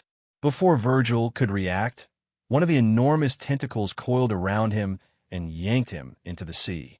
Weber barely had time to register the horror before the ship, now ensnared by the Kraken's tentacles, began to shake violently. The deck and railings creaked and groaned under the immense pressure, the sound so terrifying it seemed as though the very bones of the ship, and his own, were breaking. What should I do? Attack. Weber's voice quivered with uncertainty as panic gripped him. He didn't see himself as a coward, but faced with a monster capable of dragging a battleship into the depths, his legs felt like they might give out. Around him, the sailors were already making their own choices. When the Kraken's tentacles first broke the surface, some ships continued moving forward out of sheer momentum. But when Virgil's warship was pulled under, a heavy silence fell over the battlefield. No one had ever witnessed anything like this before. Even the normally unshakable Unsullied were gripped by panic. Despite the careful selection of soldiers Viserys had made for this mission, 2 or 3 ships broke ranks and fled. The fear was palpable, even among those closest to Viserys. Regis, who had always been by his side, felt his legs go weak. Sensing the growing fear, Viserys stepped to the bow of his ship and shouted to his men, his voice cutting through the terror that gripped them. Soldiers, the one controlling this monster is not invincible. If we don't kill him today, he will threaten your sons and grandsons for generations. On my command, full speed ahead. Galvanized by his words, the sailors sprang into action, adjusting the sails and pushing the ship to 3 times its normal speed. Viserys knew that today was the day Euron had to be defeated, no matter the cost. The dragon's horn, and even his own ability to project his consciousness beyond his body were threats that could not be left unchecked. If Euron was allowed to escape, the consequences would be unthinkable. Unimaginable terror could be unleashed upon the lands under his rule. Soon, Euron spotted Viserys' flagship. With a wicked grin, he maneuvered the Kraken beneath it. Suddenly, everyone on board felt a violent tremor beneath their feet as thick, slimy tentacles wrapped around the hull. The soldiers, who had only just gathered the courage to fight under Viserys' encouragement, were now paralyzed with fear. Jump into the sea? But the monster is in the sea. Attack? How could they fight something so terrifying? A creature beyond anything their fathers, grandfathers, or even great-grandfathers had ever faced. In the face of this unknown terror, their courage crumbled. Then, the Kraken's enormous head surfaced on the starboard side of the warship, its height towering over half the mast. Its gigantic eyes, larger than carriage wheels, glared at them with a malevolence that chilled them to the bone. The blackness of its eyes was more terrifying than the abyss itself. Viserys suddenly understood that Euron wasn't just controlling the Kraken. There was a bond between them, akin to that of a skin changer and his animal companion. It wasn't just the fact that Euron hadn't blown the dragon horn this time. Viserys could see the same malevolent gleam in the Kraken's eyes that he had seen in Euron's. This wasn't a predator's instinctive desire for prey. It was a twisted excitement, a perverse pleasure in witnessing life and death. Panic erupted on the flagship. Some men, overwhelmed with fear, jumped into the sea, only to face the monster below. Determined to turn the tide, Viserys grabbed 2 large jars of wildfire and hurled them at the Kraken. The jars shattered on impact, and 2 bright, yellow-green flames erupted, blossoming like deadly flowers against the darkening sky. The sun had already dipped below the horizon, leaving only a faint glow, making the fiery explosion all the more vivid against the pitch-black sea. The Kraken writhed in pain, its tentacles loosening their grip on the ship as it attempted to retreat into the depths. Seizing the moment, Viserys called upon his fire magic, conjuring 2 massive green-yellow serpents from the flames. They coiled around the Kraken, forcing the beast to release the flagship completely and sink back into the ocean. Though it hadn't been killed, the Kraken had been driven off, and the ship was free. Viserys saw that the silence was now less than 20 meters away. He shouted, "Overpower it!" But chaos still reigned on the flagship, and the helmsman, paralyzed with fear, couldn't even stand. Euron, seeing his chance, had already changed direction and was attempting to flee. The night had fully fallen, cloaking the sea in darkness. Viserys estimated that the silence was just over 20 meters away from his flagship. Scanning the deck, he spotted a bundle of ropes. With a quick calculation, he guessed they were about 13 or 14 meters long. There was no time to hesitate. He couldn't let Euron escape. The moon's revelation had already shown him the horrifying consequences if he did. Viserys tied the rope to his halberd and moved to the center of the warship. Regis, uncertain of Viserys' intentions, watched with growing concern, thinking, is this even possible? Viserys grasped the rope in one hand and hefted the halberd onto his shoulder with the other, preparing to launch himself. Through the eyes of a crow, Euron saw Viserys' figure on the silence, but he remained skeptical. No one could possibly leap across a gap of over 20 meters. But Viserys was determined. He gathered all his strength, and with a sudden burst of speed, sprinted toward the bow of the ship. In a single, fluid motion, he stepped onto the bow rudder and leaped high into the air, arcing gracefully toward the silence. At the peak of his jump, he hurled the halberd with all his might. The weapon flew through the night air, its cold steel glinting as it pierced the darkness. The halberd struck true, embedding itself into the mast of the silence and anchoring the rope firmly. But the distance was too great. Viserys couldn't land directly on Euron's deck. Instead, he found himself dangling from the side of the silence. Clutching the taut rope, without hesitation, he drew his sword and slashed through the rope with a swift, decisive stroke. Swish! The rope, Once taut, went slack and dropped. Did he fall? Euron muttered to himself, relief starting to wash over him. But caution nagged at him, and he stepped forward to confirm. He hadn't taken more than 2 steps when Viserys suddenly vaulted from the rigging, landing hard on the deck of the Silence. He rose to his feet and scanned his surroundings. About 30 sailors stood around Euron, their eyes wide with fear. Their expressions mirrored those of the soldiers on his own flagship who had just witnessed the Kraken, one terrorized by a monster of the deep, the other by the human monster standing before them. "Kill him," Euron barked, and the mute sailors charged at Viserys with spears and knives. Viserys drew his Valyrian steel sword, running his left hand lightly along the blade. Instantly, orange-red flames erupted along its length, engulfing the sword in fire. Euron's eyes narrowed. He recognized this as the fire magic he had seen in Volantis. It was clear that Viserys had made significant strides in magic during this time. The flaming sword sliced through the air, leaving trails of fire in its wake. The mute sailors, despite their ferocity, couldn't get close to Viserys. His swordsmanship was impeccable, each swing of the blade carving arcs of flame that kept his attackers at bay. With the limited space on the deck, Viserys weaved left and right, cutting down 5 or 6 mute sailors in quick succession. But Viserys' focus was singular. He knew there was only one man he had to kill today, Euron. Raising his voice, he shouted, "I'm here to kill Euron.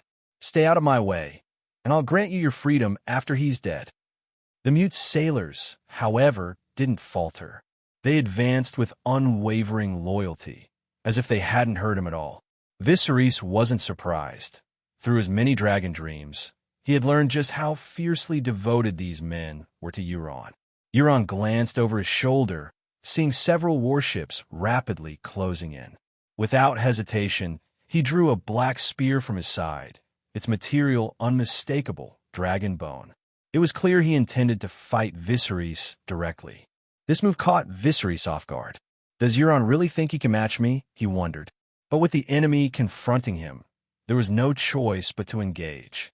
The two clashed, Viserys' flaming sword meeting Euron's dragonbone spear. With a powerful swing, Viserys knocked the spear aside and swept his sword toward Euron.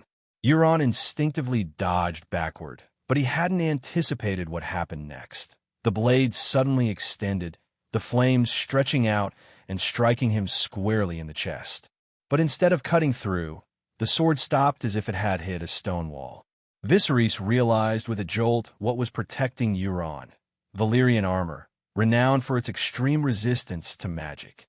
Valyrian armor, Viserys thought, suddenly understanding why his attack had been ineffective.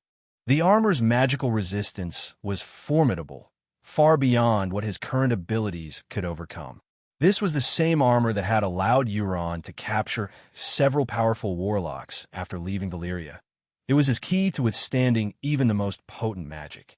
Euron finally grasped the true power of his Valyrian armor. Though his swordsmanship and martial prowess were no match for Viserys, this enchanted armor made him nearly invincible. The realization bolstered his confidence. Despite being outmatched in skill, he had the upper hand. Seeing this, Euron sailors seemed to come to the same conclusion. Though Viserys still pressed the attack, the mute sailors understood that, with Euron's armor, their captain would eventually prevail. One by one, they picked up their weapons and began to encircle Viserys once more. Years of servitude had stripped them of any hope for freedom. Euron's words had burrowed deep into their minds, like nails driven into their bones, extinguishing any thoughts of rebellion. The absence of the Kraken, which had not resurfaced, further emboldened them. Euron, however, felt a twinge of anxiety. He couldn't afford to waste any more time with Viserys. He needed to find a way to escape, and quickly. Just then, Euron noticed something strange, a red glow on Viserys' face. Glancing around, he saw that his sailors were also bathed in a crimson light. The entire deck and sails were reflecting the same eerie glow. Viserys looked up and saw a red object streaking through the clouds. His first thought was that it might be a missile, but he quickly dismissed the idea. there were no missiles in this world. It was a comet, a blood-red comet, a bleeding star. Viserys knew immediately what this omen signified. The tide of magic was rising, and the time dragons will hatch was near. For a brief moment, the red comet broke through the clouds, its fiery light spilling across the sea and capturing everyone's attention. Even as they maintained their fighting stances, both Viserys and Euron looked up in awe. "My gods, what is that?" a soldier whispered. "A red meteor," murmured another. But whatever it was, Viserys and Euron now had only one goal in mind: to kill each other. The appearance of the comet only heightened their resolve, each understanding that only one of them would walk away from this battle. The appearance of the red comet momentarily quelled the fighting on the battlefield. But the pause was brief. At the captain's command, Viserys' warships resumed their encirclement of Euron's silence. However, something felt different. Viserys and Euron both sensed it. The red comet stirred something within them, a sensation they hadn't experienced before. It was as if a dormant power had awakened inside their bodies, like a sense long forgotten had suddenly been restored. The air tasted different, richer, as if filled with something magical. It was magic. Both men felt a surge of power swelling within them. Viserys quickly checked his internal panel and saw the magic column rising rapidly. The numbers climbed higher and higher: 100, 103, 107, 206, 309. It kept rising until it reached 700 before finally stopping.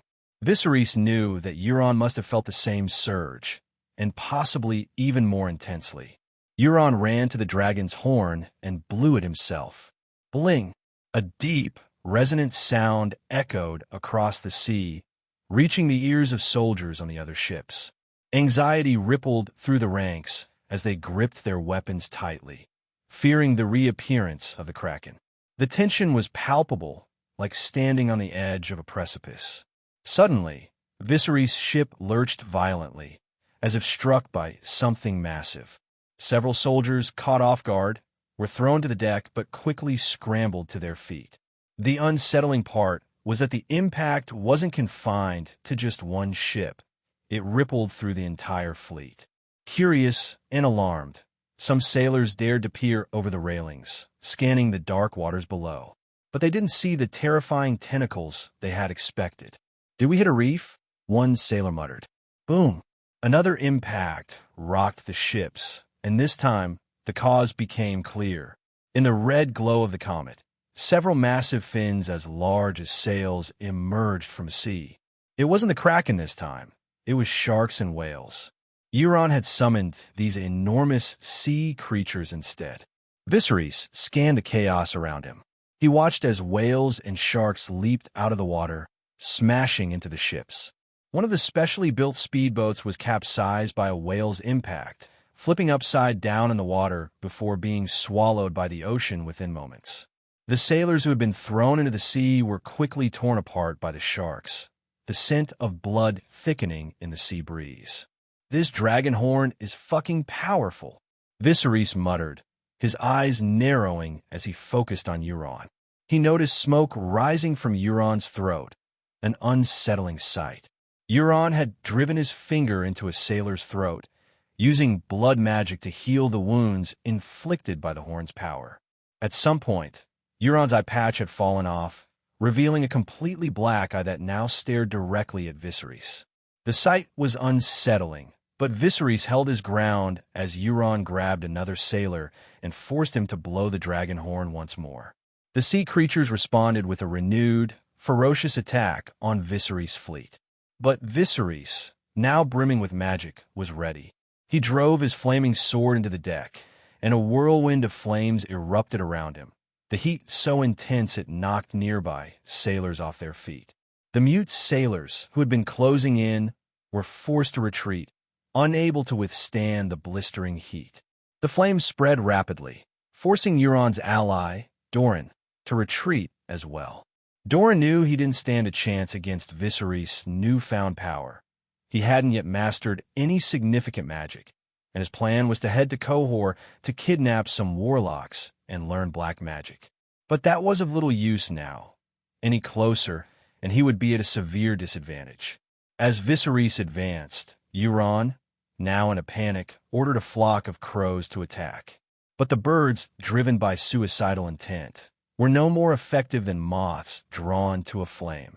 They disintegrated in the fiery whirlwind surrounding Viserys.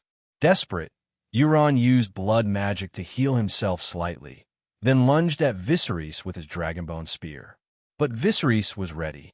As the two closed in on each other, Viserys grabbed the spear with one hand, nullifying the attack. The power flowing through him only grew stronger. He could feel his magic increasing, as if even Euron's attack had somehow strengthened him. Viserys swung his Valyrian steel sword at Euron's right arm, but Euron, in a last-ditch effort, grabbed the dragon horn and swung it at Viserys. The blow connected, but Viserys, gritting his teeth, absorbed the impact and followed through with his strike, severing Euron's arm. The heavy horn clattered to the deck as Viserys' sword sliced clean through Euron's neck. There was no need for words. Euron's death was the only option. He was too dangerous to be left alive, and Viserys had no interest in whatever dark secrets he might hold. In this world, villains like Euron only grew more dangerous with every breath they took. Euron's head flew from his shoulders, spinning 3.5 times in the air before landing with a dull thud on the deck. As Viserys looked down at Euron's headless corpse, he felt a wave of relief. Turning to the mute sailors who had once served Euron so loyally, he saw that they were all staring at the fallen body in stunned silence. "Put down your weapons," Viserys commanded. "I won't kill you." These men, no matter the crimes they had committed under Euron's command, had endured his torture for so long that Viserys considered them partially redeemed. He planned to have them screened and, after a period of labor to reform, they could be allowed to return to the world of normal men. However, Viserys quickly realized something was wrong. The sailors stood motionless, as if frozen in time, their bodies rigid like wax figures. The eerie sight sent a wave of unease through Viserys. Of course, Viserys muttered to himself, recalling the vision from the moon's revelation where he had fought the Kraken. It dawned on him that the battle wasn't over yet. Despite this, he still attempted to rouse the mute sailors. "Drop your weapons." "I don't." But before he could finish, the sailors abruptly turned, sprinted to the railing, and leaped into the sea as if driven by a sudden, desperate urge. Through the eyes of the Golden Eagle, Viserys saw the sailors scattering in all directions. He quickly realized what was happening. Euron had transferred his consciousness into them, using the power of the Red Comet to control more than a dozen individuals simultaneously. Am I really going to let them escape? Viserys thought. Determined not to lose Euron's spirit, Viserys lay down on the deck and forced himself into sleep. Under the influence of the Red Comet, his dragon dreams were sharper, more vivid than ever before. In the dream, he scanned the area, carefully determining the direction of Euron's consciousness. Without hesitation, he woke, leaped to his feet, and dove into the sea, following the trail of Euron's escaping spirit. The Red Comet faded from sight, leaving behind soldiers struggling to stay afloat amid the wreckage of shattered ships. An unsullied soldier clung to a piece of driftwood, trying to haul himself onto it when he felt something tug him down. A sharp pain shot through his leg as he was pulled beneath the waves, a trail of dark red bubbles bursting on the surface in his wake. The soldiers fought desperately to stay afloat, but the sharks, drawn by the scent of blood and the flesh of their fallen comrades, were relentless.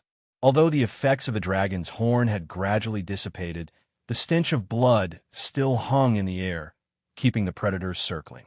The sharks, once summoned by the horn, now feasted on the remains, making any attempt at rescue exceedingly difficult. Some attempted to shoot arrows to aid their comrades in the water, but the limited visibility rendered their efforts nearly futile.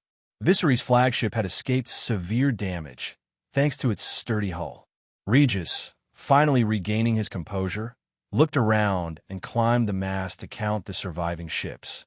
Of the 20 warships that had set sail, only 13 remained. The loss of life was staggering. Half of the fleet was gone. Even some of the sturdier ships had sunk, not to mention the swift vessels led by Virgil in the interception attempt. Wait, Prince! Regis suddenly remembered Viserys' daring leap onto Euron's deck and wondered what had become of him. Up, all of you!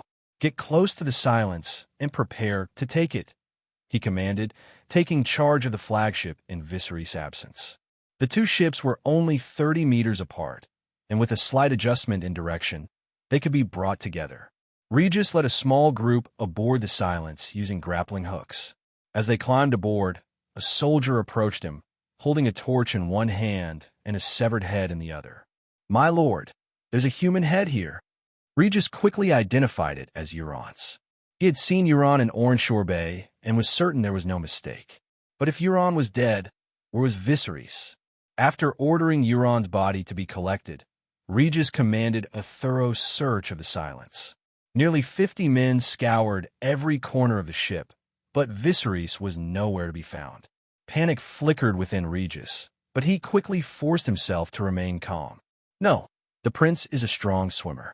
He'll be fine, he reassured himself.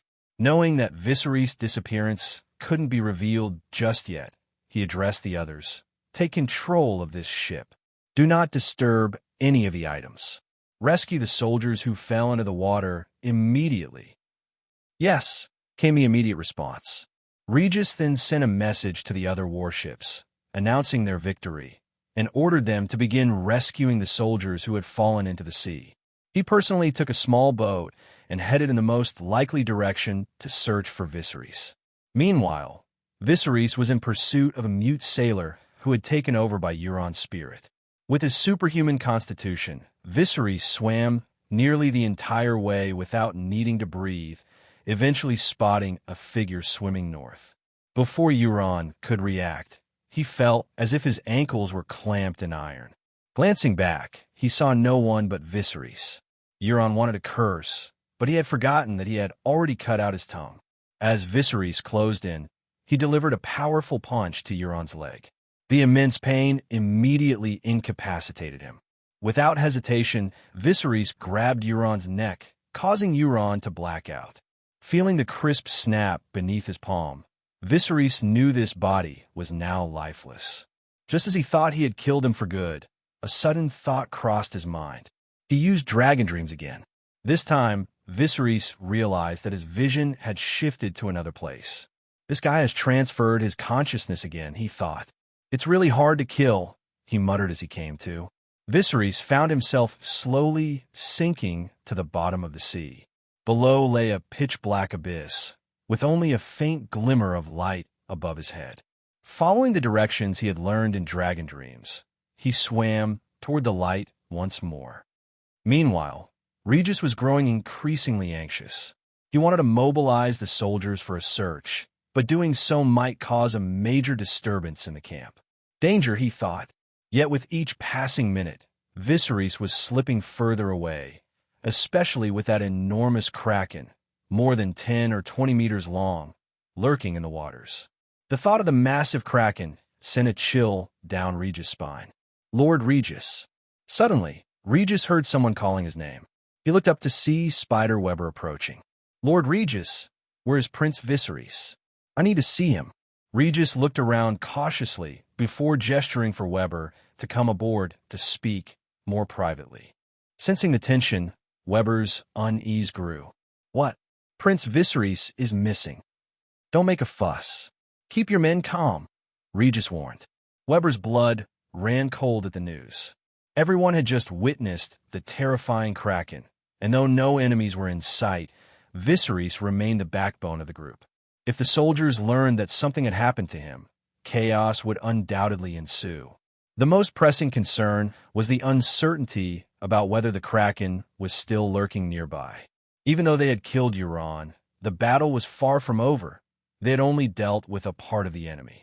The kraken was not a defeated foe that would scatter and flee. It was a relentless predator. To maintain order, they had to keep Viserys' disappearance a secret. Let's split up and look for him. Okay. By this time, Euron had already taken possession of another body. He had severely underestimated Viserys. Upon entering this new vessel, He instinctively scanned his surroundings, but exhaustion quickly overtook him, and he lay down on a piece of driftwood to rest. If he could sense the Kraken's direction, he might be able to escape. What Euron didn't realize was that Viserys had already found him. Suddenly, he felt his ankles being grabbed again, and he was yanked beneath the water. Viserys' hands locked around his neck once more, and Euron swore he had never been so terrified in his life. But the fear was eclipsed by the dread of facing this man who was about to kill him for the third time. Yet just before Viserys could snap Euron's neck, a smug smile curled Euron's lips.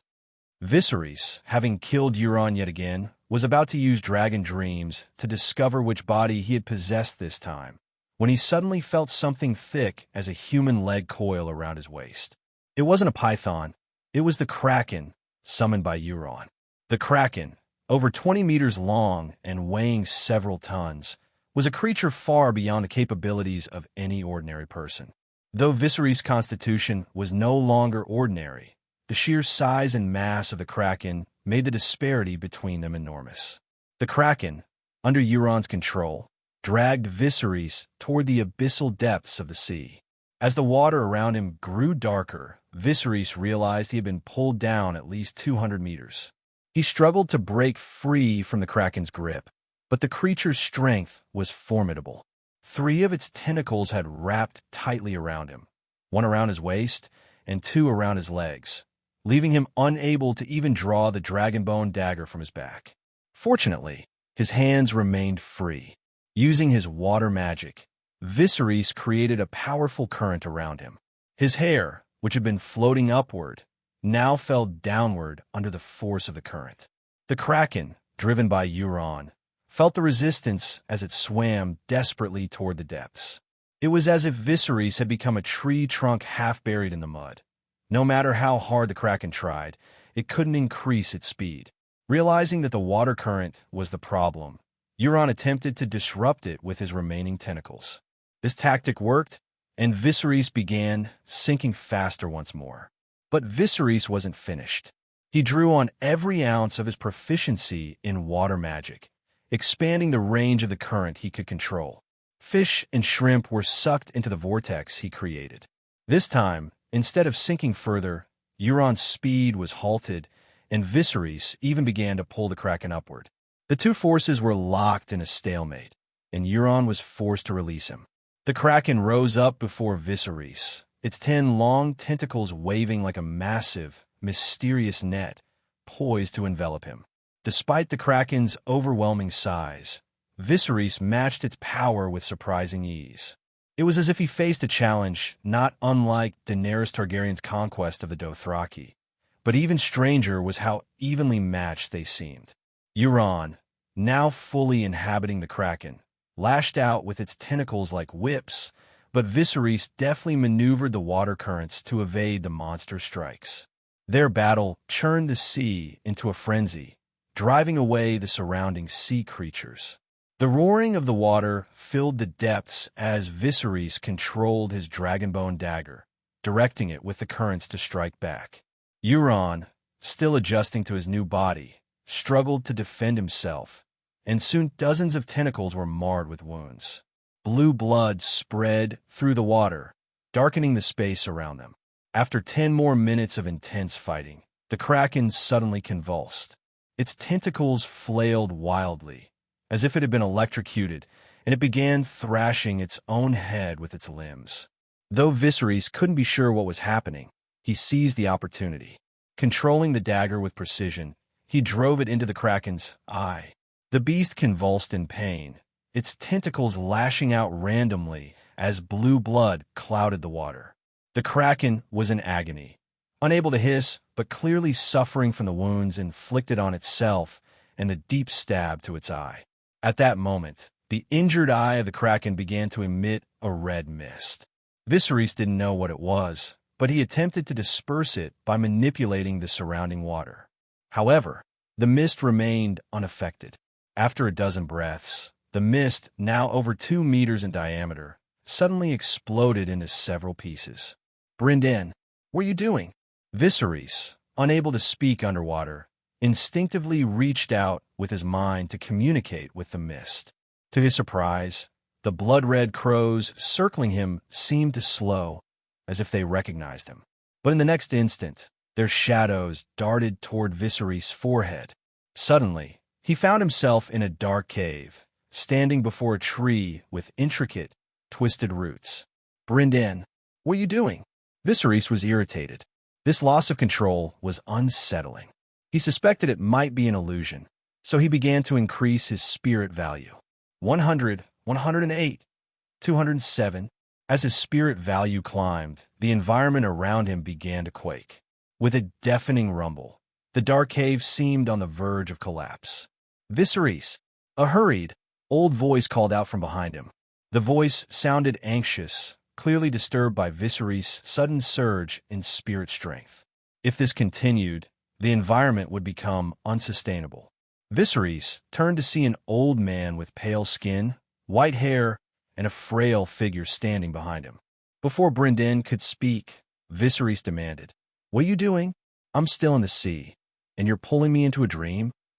Brynden was taken aback. In all the memories of the Greenseers he had inherited, no one had entered this dreamscape without shock or confusion. But Viserys seemed to have anticipated it. "Don't worry, I will protect you." "Then say what you have to say quickly." "You are the most talented Targaryen I have ever seen when it comes to dragon dreams, but you shouldn't have acted against Euron. He is my chosen heir, and in the future—" Before Brynden could finish, Viserys cut him off, unable to contain his frustration. "Your chosen heir? Can't you see what he has done?" "But these sacrifices are necessary for the sake of the living," Brynden replied calmly. "You're talking about the living? The 7 kingdoms and the 9 free cities are on my shoulders. If you're going to pick someone, at least choose someone normal. Don't you know what he was like as a child?" Viserys thought, his mind racing. Euron had been a natural-born villain, one who had even raped his own brothers when they were children. Viserys couldn't comprehend Brynden Rivers' reasoning. Perhaps the world looks different through the eyes of the head of a master of whispers, he mused bitterly. "You don't understand. You two could have worked together," Brynden insisted. Viserys was at a loss for words. "Just tell me if Euron is dead," he finally said. "Yes. Now he exists only as an obsession," Brynden confirmed. With the three-eyed raven's assurance, Viserys felt a wave of relief wash over him, and his anxious heart began to calm. "Brynden, let's work together. You provide me with information, and I'll eliminate all the ambitious contenders as quickly as possible. Then we can unite the living to fight against the Night King. This is far more reliable than your current plan." Viserys believed that, with the three-eyed raven's help, he could bring order to Westeros much more swiftly. But Brynden's expression remained complicated, and he neither agreed nor refused. "Viserys, you remind me a great deal of Aerys. But for now, all I can tell you is this. There are many reasons why people seek out the so-called savior." "You mean some people actually want to see the world destroyed?" Viserys asked, his thoughts flashing to the concept of a savior and the possible dangers associated with it. "For most, continuing the rule of the living is the simplest path, but there are all kinds of people in the world. Perhaps some believe that a world ruled by the Night King would be a better one. To them, the savior would be an obstacle to their twisted version of paradise." Brynden didn't respond directly, but gave a subtle nod, confirming Viserys' suspicion. "Is the savior still Dany?" Viserys pressed. "I can't say. We don't all share the same understanding of the world," Brynden replied, as evasive as ever.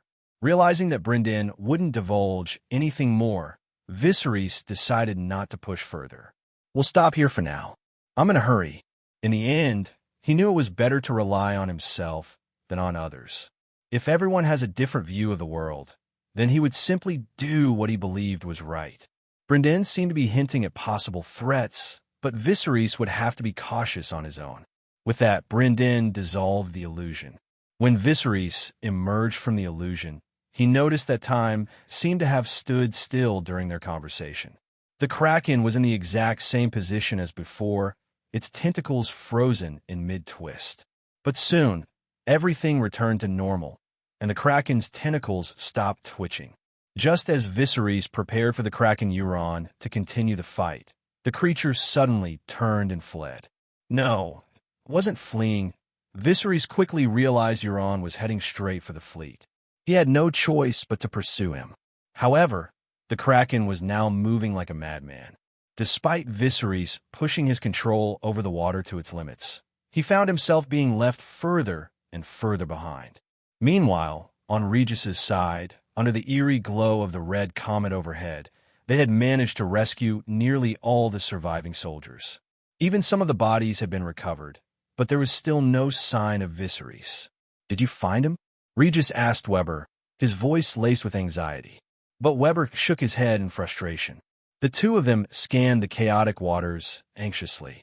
Sharks were still circling, devouring not only the fallen soldiers, but even the corpses of their own kind. The red comet's light bathed the sea in crimson, reflecting off the scattered wreckage of warships, severed limbs, and the thrashing sharks. For a moment, it felt as though they were in the depths of hell. "Look again," Regis ordered urgently. "Look again," Weber echoed, knowing full well that the best option would be to get out of the water. But they also knew retreat wasn't an option. If Viserys died, the windblown, now numbering over 10,000 strong, would collapse and Tyrosh would fall into enemy hands. All they could do now was pray for a miracle. Meanwhile, the soldiers guarding the Silence patrolled the deck, their surroundings bathed in the red light of the comet. The visibility was clear, but the eerie hue only added to the tension. Their task was to protect the massive horn on board. Due to the mission's importance, Regis had assigned the Unsullied to guard the Silence. Even though the Unsullied had become the leading soldiers, they remained more reliable than the rest. Suddenly, one of the patrolling Unsullied staggered, but quickly regained his stance. Something had struck the hull. The next moment, a massive head with a single black eye emerged from the water. It was the Kraken, carrying Euron's remains. "Form up!" the Unsullied captain shouted, and a dozen soldiers leveled their spears at the creature. But the Kraken seemed unfazed. With a sweep of its tentacles, it knocked aside a large group of Unsullied. Its dark, unblinking eye locked onto the dragon's horn. That was its target. While they were busy rescuing soldiers who had fallen overboard, most of the warships remained in position, surrounding the Silence. As soon as the Kraken emerged, more than 10 dragon-shooting crossbows were trained on it. The nearly 2-meter-long bolts whistled through the air, embedding themselves into the creature's massive body. The Kraken roared in pain, but refused to abandon its search for the dragon horn. Just as the archers prepared to unleash another volley, they saw a figure leap onto the Kraken, thrashing about with relentless fury. The scene would be forever etched into the minds of all who witnessed it. It was Viserys. Unfortunately, his dagger wasn't long enough to inflict significant damage. However, Viserys' attacks were so fierce that he soon turned the Kraken's flesh into a bloody, pulpy mess. Eventually, the creature gave up, allowing Viserys to escape. The commotion on the Silence naturally drew the attention of Regis and the others. When they saw Viserys alive, a wave of relief washed over them. At that moment, Viserys finally had the opportunity to lay hands on the nearly 2-meter-long dragon horn. Under the glow of the red comet, the horn revealed a blackish-red hue, as if it had just been pulled from a pool of blood. It was entirely black with a metallic texture, yet smooth and warm to the touch. The horn had the power to confuse minds and control beasts. With this in hand, Viserys knew that exploring Valyria would be much easier. It would give him a crucial advantage in future battles. The horn could be used to create chaos in enemy ranks. The original description likened its warmth to that of a woman's thigh, but that was something Viserys chose not to dwell on. "Prince Viserys," Regis called out, seeing Viserys staring intently at the horn with burning eyes. "Let's leave this sea immediately," Viserys ordered, motioning for someone to store the horn safely. "Yes, Prince," came the prompt reply. Euron had become a wild beast, driven by nothing but obsession. The reason he had returned to the horn, as Brynden had hinted, was this obsession. Once the fleet left the battle area, Viserys, Regis, and Weber gathered aboard the flagship. "My lord, Euron is dead, but we don't know who killed him," Weber reported as the three of them sat down. "I killed him," Viserys replied. "Oh, that's not surprising," Regis nodded. Indeed, it made little sense for anyone but Viserys to have managed such a feat. "What about our casualties?" Viserys asked. "Of the 20 ships we set sail with, only 13 remain. We started with over 2,000 men, but now we have only 1,500, Weber answered. Viserys nodded solemnly. The battle had taken a heavy toll, but there had been no other choice. If Euron hadn't been killed here, he would have gone on to cause even more devastation. Regis and Weber didn't fully grasp the complexities of magic, so Viserys ordered the soldiers to withdraw from the area, planning to return the next day. That night, the soldiers brought Viserys the Valyrian armor Euron had worn and a dragon egg they had found in his quarters. As Viserys had seen in his dragon dreams, it was a blue dragon egg. As soon as he touched the dragon egg, the panel reacted immediately, touching a dragon egg, gaining 36 attribute points. This dragon egg brought by Euron was more active than any of the others Viserys had acquired. Next, he examined the Valyrian armor. Its high magic resistance had been crucial. Without it, he would have killed Euron on the Silence long ago. Viserys lay in bed, replaying the near-apocalyptic battle in his mind. The scale of the fight, involving just over 20 warships, wasn't immense. In fact, even some pirate conflicts could easily muster more than 20 ships. But this battle had involved more than just warships. There were krakens, whales, sharks, and a red comet. It wouldn't be long before the red comet was visible to everyone. Those with deep magical roots would soon see their powers surge. Yet, the appearance of this comet puzzled Viserys. He remembered it heralding the War of the Five Kings, but this time it had appeared about 6 months earlier. The anomaly of the bleeding star indicated that this world's trajectory had completely deviated from the original timeline.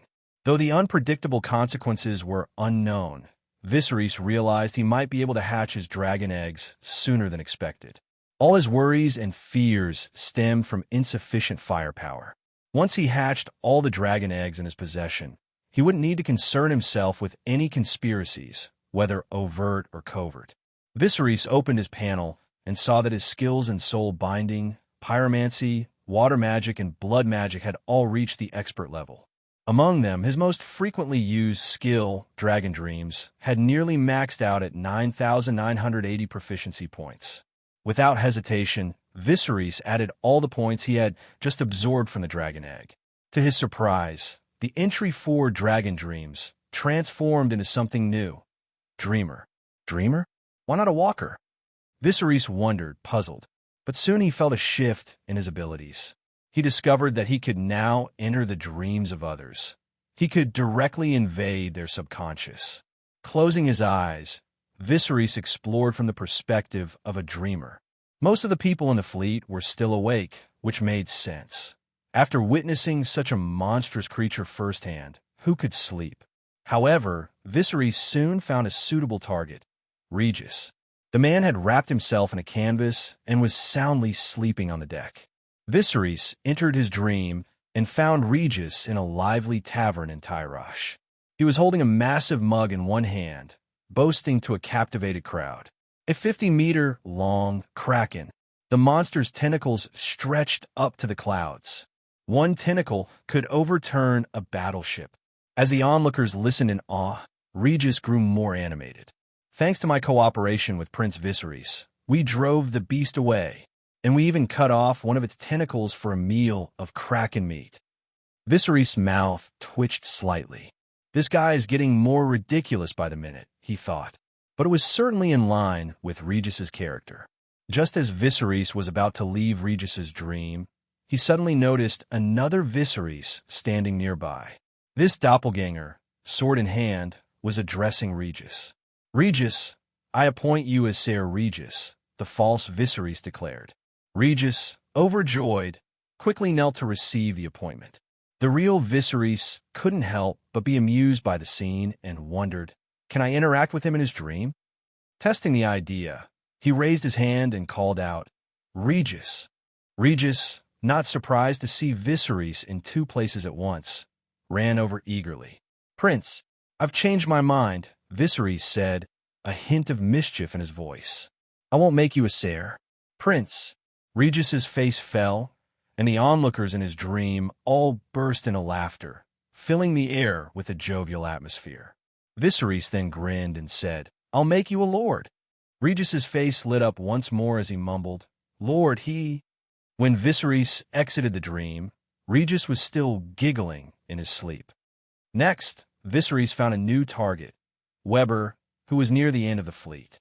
In Weber's dream, he was frantically maneuvering a warship to escape as many as 7 or 8 Krakens chased him. It was clear the Krakens had left him deeply traumatized. Just as Viserys was about to intervene, the Krakens began climbing onto Weber's deck, and the dream suddenly shattered. Weber woke up in a cold sweat, panting heavily. "It seems the Kraken will haunt the nightmares of many," Viserys thought, deciding to reward the soldiers who had endured such horrors in the future. He entered the dreams of several more soldiers and found that many were plagued by visions of the Kraken. Some dreamt of being swallowed whole, while others were desperately fleeing. Suddenly, a new idea sparked in Viserys' mind. How far can my dreamer vision reach? Curious, he channeled more magic to enhance the ability, and soon he saw distant figures illuminated by faint white lights. How can there be so few? Viserys wondered as he extended his dreamer ability towards Tyrosh. He had nearly reached the city, but found only a few lights indicating that he could enter dreams. Lys had 2, but Tyrosh only had 1. Intrigued, Viserys chose the light in Tyrosh and found himself entering Dany's dream. Dany hadn't been able to sleep for days, worried sick about Viserys, especially after the sudden appearance of the Red Comet 2 days ago. Rumors about the comet were spreading like wildfire through the city. Mirri Maz-Dur, who had previously sought refuge with Viserys, wanted to see Dany, claiming she could explain the comet's appearance. But Dany, remembering that both Mirri and Yora were on Viserys' hit list, refused to let her approach. Instead, Dany found some comfort in Kyla's company, and it was only in her presence that she could finally fall asleep.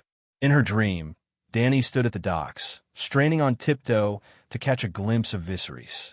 Suddenly, damaged warships sailed into the harbor, their masts broken and splintered. Alarmed, Dany hurried to Viserys' flagship, only to find it empty. Anxiety gripped her as she called out, "Brother! Brother! Where are you?" Dany searched from one hatch to the next, but there was no sign of Viserys. By the time she reached the deck, her voice was trembling with fear. "Dany!" She spun around at the sound of her brother's voice and was shocked to see Viserys, soaking wet and shivering. "Brother, what's wrong with you?" "I'm so cold, Dany. The sea is so cold." "Brother! Brother! What's happening to you?" Dany reached out, trying to grasp the hem of his drenched clothes, but Viserys seemed to drift further and further away. "Brother!" she cried. "Dany, help me!" Viserys called out, his voice filled with desperation. Suddenly, tentacles appeared, wrapping around his limbs and neck. Dany frantically tried to dispel the tentacles with her hands, but just as quickly as they appeared, Viserys vanished. "Brother!" she screamed, her voice full of anguish as if her very soul had been torn away. Suddenly, Dany bumped into someone. Looking up, she saw Viserys standing before her. "Brother? Are you okay?" Viserys, who had entered Dany's dream, had witnessed her nightmare. It became clear to him that Dany also possessed a certain talent for dragon dreams. If not for her resilience, she might have been overwhelmed by the terror of her visions. "Dany, I'm fine. I'm in your dream right now," Viserys said gently, putting his arm around her shoulder to comfort her. "In my dream?" Dany asked, still struggling to grasp his words. "I've killed him, Dany. Don't worry about me.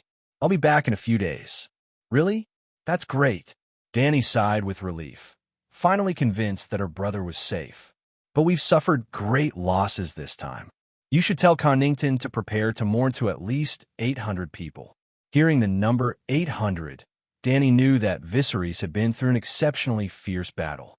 The Red Comet was undeniably a global phenomenon, The crimson star that streaked across the skies of the world, passing through lands of ice and fire, captivated the attention of all. From the red waste north of Karth to Slaver's Bay, it traveled through the ruins of Illyria, over the southern free cities, and finally, even above King's Landing. In Karth, the wizards convened in the dim temple of the immortals. Warlocks. The room was dark, with only a small window on the western wall. The light filtering through it revealed dust particles floating in the air. At the center of the temple stood a long table, around which 17 or 18 men with blue lips were seated, their figures obscured by the shadows. In front of each was a wine glass and a tiny oil lamp. The glasses held a blue liquid known as Shade of the Evening, and as they lifted them to sip, their blackened fingernails became visible. The oil lamps, no bigger than peas or soybeans, emitted only a faint glow, their smoke gathering above the warlocks' heads like a miniature sea of mist. "It's changed. A lot has changed," spoke a pale-skinned warlock in a green robe, his voice echoing from the shadows. As he waved his hand, the smoke above the table began to swirl, eventually forming two indistinct human figures, one male, the other female. Despite the blurred features, the figures were unmistakably Viserys and Daenerys. Moments later, the smoke shifted again, revealing the image of a beautiful, nearly naked woman with a slender figure, surrounded by 4 small figures touching her. A tall man soon appeared, driving them away and rescuing the woman from further indignity. "The prince in the prophecy has become 2, the warlock continued, his tone contemplative. "It seems that my doom may have been averted." The others, still puzzled, couldn't understand how the predictions of the Red Comet had changed so drastically. It was as if a powerful hand had altered the course of the world.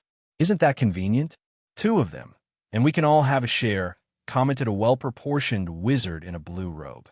Though his voice was calm, it carried an undertone of decay, like the voice of someone speaking from within a rotting coffin.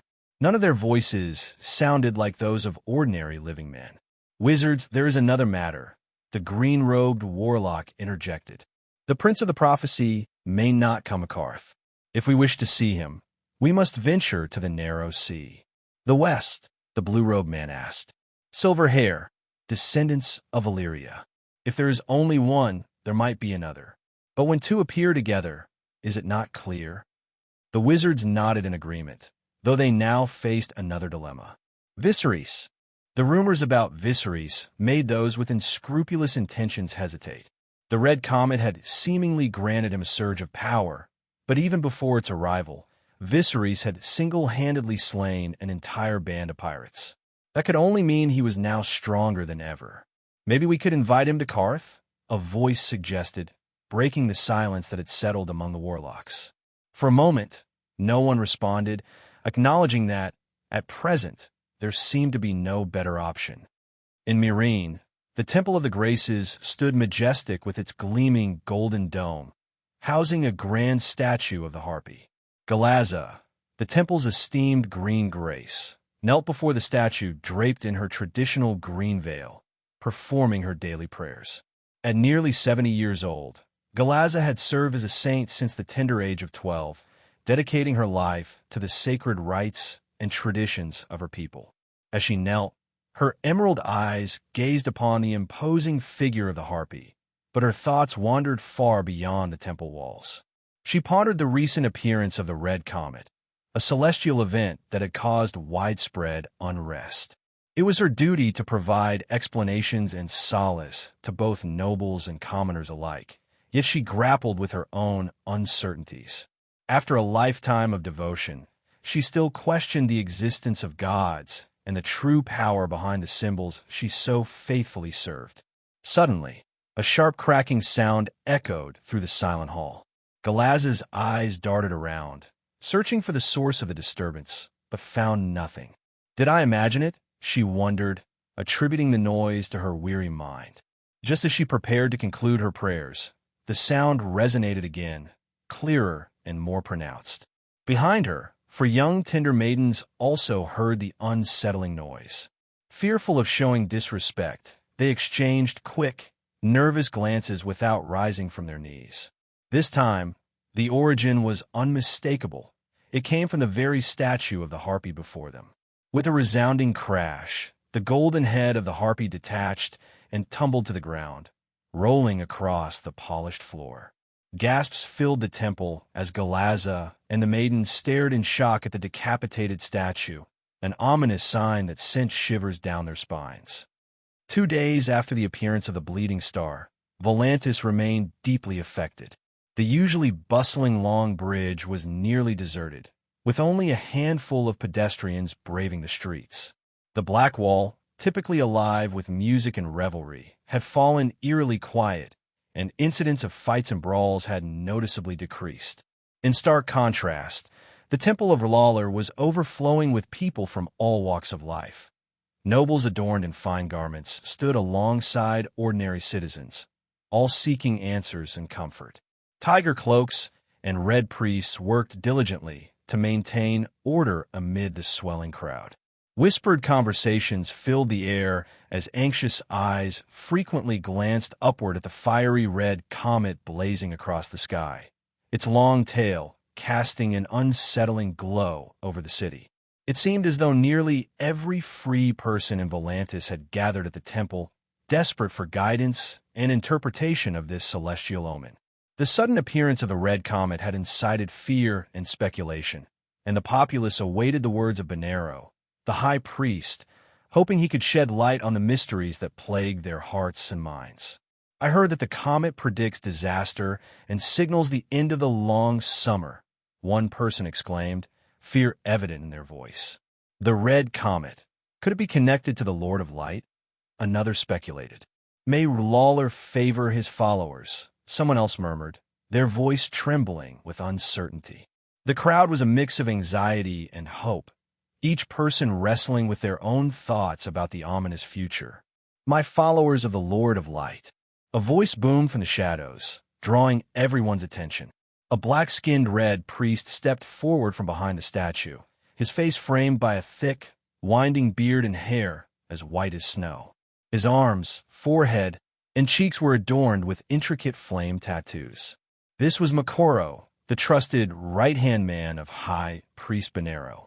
The crowd turned to him, their fears momentarily quelled by his commanding presence. Believers of the Lord of Light, His Holiness Benero has received a revelation from R'hllor. To ensure that more of you may receive this divine message, please proceed to the Long Bridge. His Holiness will speak there shortly. Machilo's certainty inspired the restless crowd, and they began to move toward the Long Bridge. The sheer number of people made progress slow, and if not for the Red Priests maintaining order, a stampede could have occurred. Eventually, the ancient Long Bridge, built hundreds of years ago, groaned under the weight of nearly 20,000 people. Below them, the Rhoyne River rushed past, its sound mingling with the rising murmur of the crowd. Suddenly, someone gasped, pointing to a flame rising above another person's head. The people looked up, their eyes widening as they saw a ladder of fire materialize out of thin air. Conversations ceased, silence spreading through the crowd like falling dominoes, as all eyes fixed on the 30-foot-high staircase of flames. The sight was so miraculous that some devout believers fell to their knees in worship. It was then that they noticed someone ascending the fiery staircase. Benero. The high priest was barefoot, his red robe flowing seamlessly into the flames beneath his feet.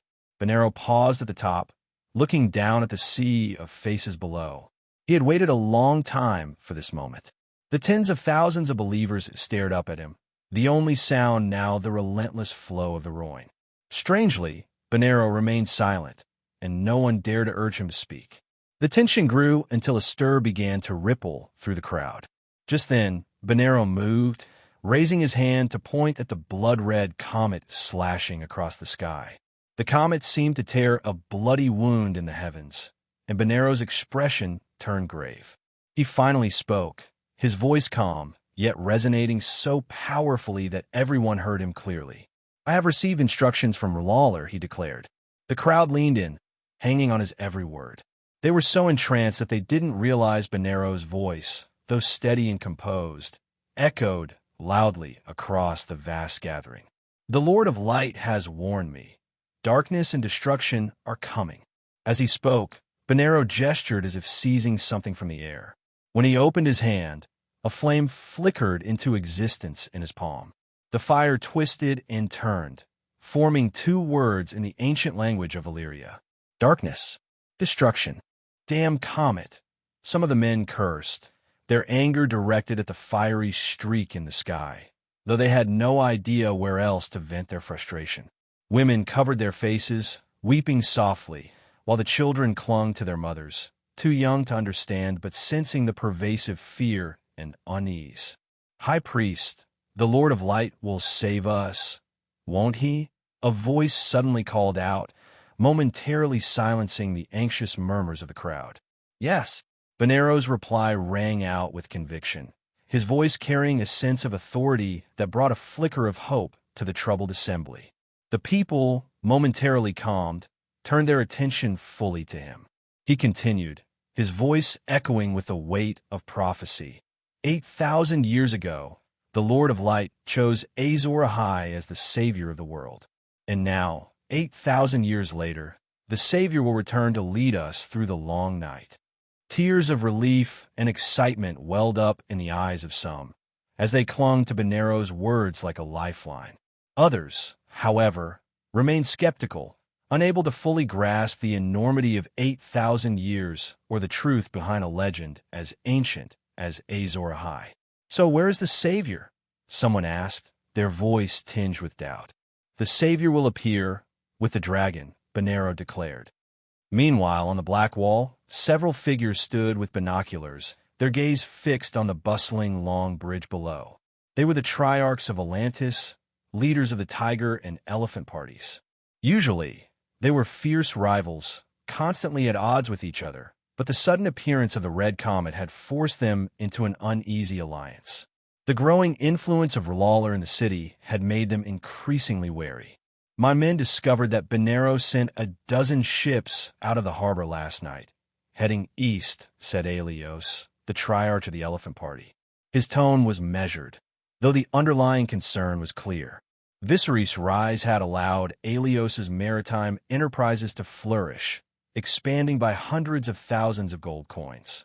This success also enabled him to keep a close eye on Benero's activities. "So, did you send someone to follow him?" asked one of the Triarchs from the Tiger Party. "Of course. My spies reported that he seemed to be searching for someone," Aelios replied. "Searching? For whom?" the other Triarch pressed. "Viserys," Aelios answered gravely. The rapid rise of Viserys over the past 2 years had taken the three Triarchs by surprise.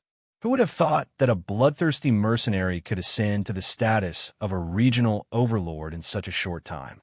When Viserys beheaded the pirates, they assumed it was the pinnacle of his achievements. Little did they know it was merely the beginning. Now, Viserys had even established the Confederation of the Four Daughters. The Triarchy had already posed a significant challenge to Volantis, and the addition of Pentos only intensified the pressure on the Triarchs. However, the so-called Confederation was little more than a mutual defense pact. When Malaquo and Iessos heard the news about Viserys, they were taken aback. "Did Viserys go to Slaver's Bay? Why head east?" asked Malaquo, whose teeth had almost all fallen out. He couldn't fathom Viserys venturing to Valyria, and the notion of him knowing anything about Euron seemed absurd. "I'm not sure either," replied Iessos. "Perhaps we should invite him again. Maybe he could become our ally." Malaquo didn't grasp the idea at first, but Iessos, who had previously engaged in negotiations with Viserys, quickly caught on. As he gazed at the fervent followers of the Lord of Light in the distance, he realized that Viserys might indeed make a valuable partner, but only if they could secure his allegiance before Benero did. Aelios, determined to outmaneuver Benero, offered his sailors a handsome reward to track down Viserys. Viserys' fleet now consisted of 15 ships, though only one, the Silence, was in good condition. The other warships were heavily damaged, their hulls scarred and pitted, some even bearing bits of flesh from recent battles. The loss of over 500 soldiers in the conflict with Euron had been devastating, and many of their bodies were never recovered. These were elite fighters, far different from the slaves who had perished in the uprising a year ago. To honor their memory and reinforce his loyalty to his people, Viserys decided to take care of the orphans of these fallen soldiers. While these children might not grow up to be the strongest warriors, their loyalty would be unshakable. It was a gesture that would boost morale and set an example for others in his ranks. Yet, Viserys still had many questions lingering from the battle with Euron. Why had Euron's mute sailors been unaffected by the dragon's horn? And what did Brynden know about the salvation of the world? Determined to find answers, Viserys resolved to seek out Sharera. A fleet is approaching, Viserys muttered, spotting several ships on the horizon from the vantage point of the Golden Eagle. The ships were painted red, with flames emblazoned on their sails, clearly vessels of the Lawler Temple, or more specifically, Benero's ships. He recalled the warning given by the three-eyed raven, Brynden. Not everyone wants the savior to fulfill his mission. Though their intentions were unclear, Viserys knew from the available information that the followers and priests of the Lord of Light could be a potential ally, or a significant threat. In the original tales, Benero had openly supported the Mother of Dragons in his sermons. Perhaps meeting with him would be wise after all.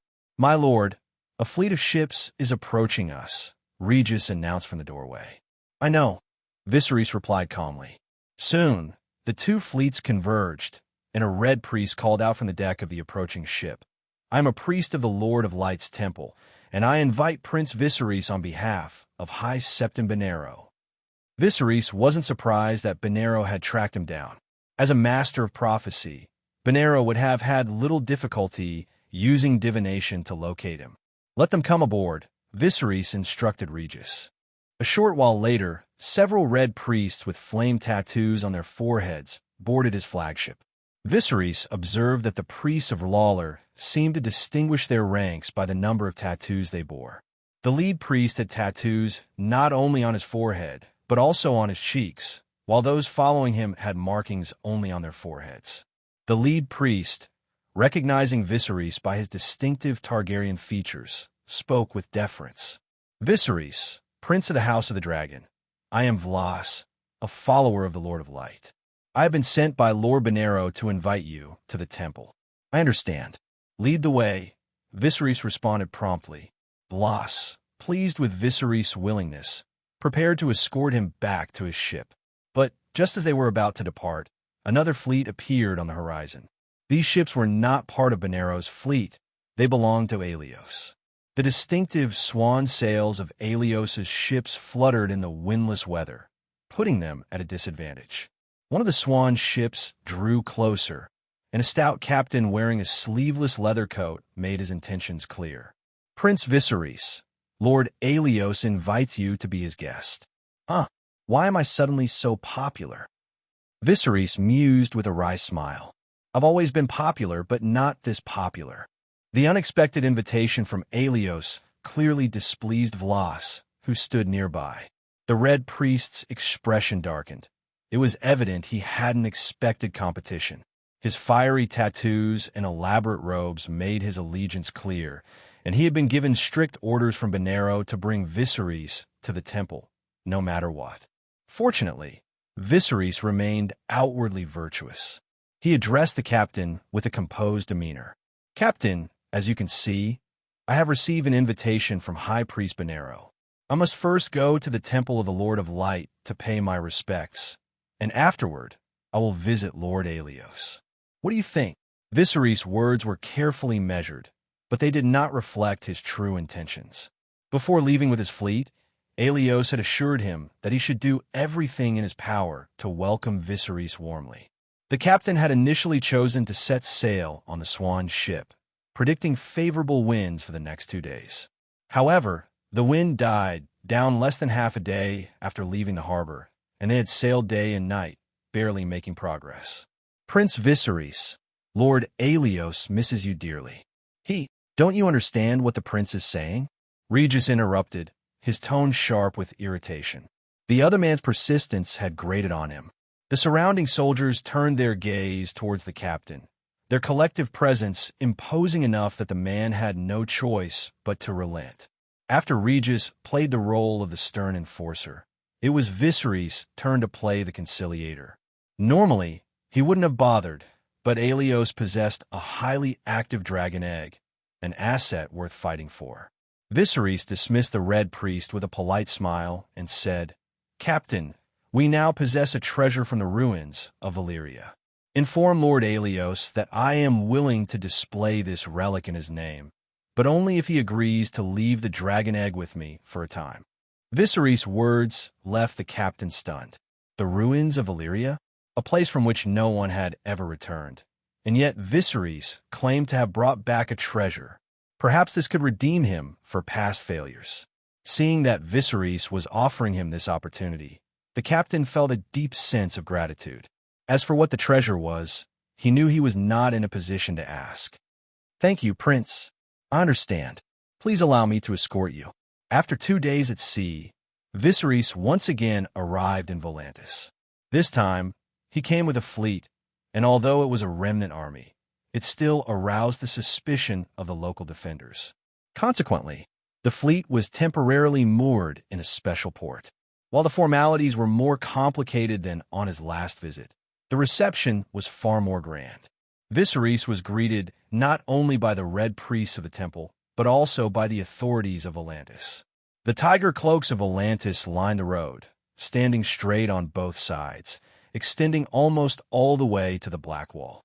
They had positioned guards at 3-step intervals and 5-step intervals, giving Viserys a grand welcome. In an impressive feat of preparation, they had even managed to produce a few 3-headed dragon banners in record time.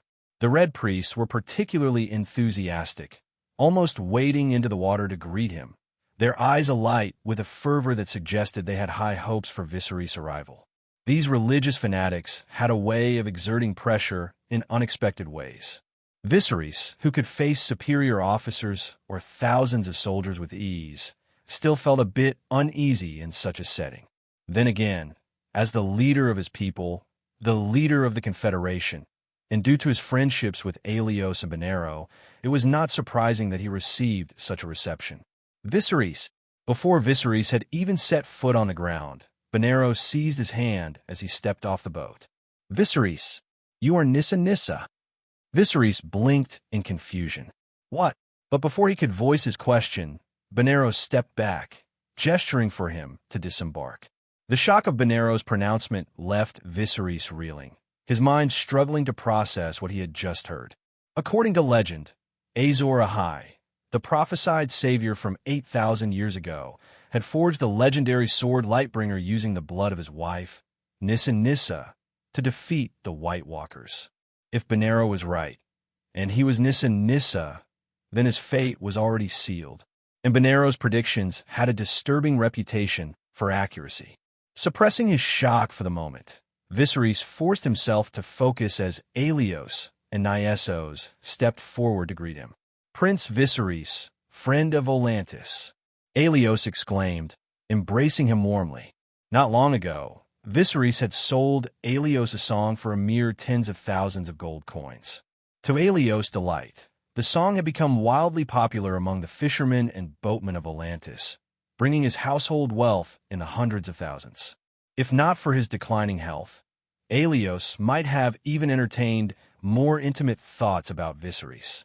Nyesos followed, greeting Viserys with equal enthusiasm and another warm embrace. He, too, had profited handsomely from their dealings, far more than he had initially invested. Viserys' arrival had inadvertently tipped the scales in favor of the Tiger Party, further weakening the influence of the Elephant Party. Despite his personal dislike for Viserys, Malakwo, a leading figure of the Tiger Party, felt compelled to offer a greeting, though his demeanor was noticeably cooler than the other two. "Prince Viserys." From Viserys' perspective, as a slave owner in Volantis, Malakwo was a true politician, far more calculating than the other two. Aelios and Nyesos, in contrast, were merely politicians driven by their greed. In the original story, Malakwo was old and had lost his teeth, but he still managed to fight the Golden Company with inferior forces. After agreeing on a meeting time with Aelios and the others, Viserys and Benero made their way to the Temple of the Lord of Light. Viserys made an unexpected discovery. Most of the Unsullied couldn't ride horses. It wasn't entirely surprising when he thought about it. After all, they were trained as infantry, not cavalry. Given their lack of equestrian skills, it was impossible to assign them to the precious cavalry unit. So, when he left Myr, Viserys had to arrange for several large carts to transport them. A caravan of 10 roof carts and several horse-drawn carriages set off for Dragon's Flame Fortress. Inside one of the carriages, Viserys handed Fields a small vial of dragon's blood and instructed him, "When you arrive in Lys, a certain lady will contact you. When you return, aim for the position of a battle commander. That lady will assist you." "I understand, Prince," Fields replied, his voice tinged with excitement. He knew the significance of Viserys' words. Not only had he secured an alliance with the prince, but if he could secure the role of commander in Lys, his influence would soar. While becoming a top noble might be out of reach, House Targaryen would certainly regain its place in the Lys Council chamber. Meanwhile, Chanelli, sitting nearby, occasionally glanced at Viserys. Although she had been rejected, she couldn't help but fantasize. In her mind, it hadn't even felt like a rejection. "I never truly thought of marrying him. Anyway," she mused. As the others chatted, Regis suddenly spoke up, his voice laced with concern. "My lord, a group of cavalry is approaching us." The siblings tensed. They had encountered bandits on the road over the past few days, but with 100 Unsullied accompanying them, they hadn't been truly threatened. However, cavalry was a different matter. From the perspective of the Golden Eagle, Viserys knew it was Yora and his men, but he wasn't inclined to reveal his powers at every turn, so he simply reassured the siblings. Unexpectedly, Regis soon added, "It's the wind blown." The caravan halted, and Viserys stepped out of the carriage just in time to see Dany on her white horse. "Brother!" Dany leaped from her horse and threw herself into his arms, clinging to him like a deer seeking comfort. She buried her face in his chest, desperate to absorb his scent. After calming Dany, she turned to the caravan behind Viserys. Watching the Unsullied, with their spiked helmets, clamber out of the wagons one by one, she felt a mixture of curiosity and admiration. Yora, too, couldn't help but wonder where Viserys had been and how he had managed to return with a contingent of Unsullied. Dany, however, was not entirely surprised, having seen Unsullied before in Tyrosh.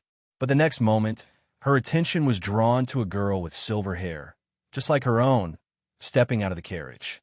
Silver hair, Dany thought, a flash of alarm passing through her. But when she saw Fields disembark as well, she relaxed, realizing they were likely siblings. "Ser Yora, you will escort Fields to Lys," Viserys commanded. "Yes, my lord." Yora responded automatically, though confusion quickly clouded his features. "Prince? Lys, don't ask questions. Just go." Yora hesitated, puzzled by the order. Did he go to Lys during this time? But why? Despite his doubts, he obeyed. After all, if Viserys intended him harm, he wouldn't have gone to such lengths. Anyone who wants to kill me could do it with a single glance from him. Not far from Dragon's Flame Fortress, the group split up. Yora escorted Fields to Lys, while Viserys and Dany returned to the fortress. As they departed, Chanelli couldn't resist glancing back. Upon arriving at Dragon's Flame Fortress, Viserys noticed something odd.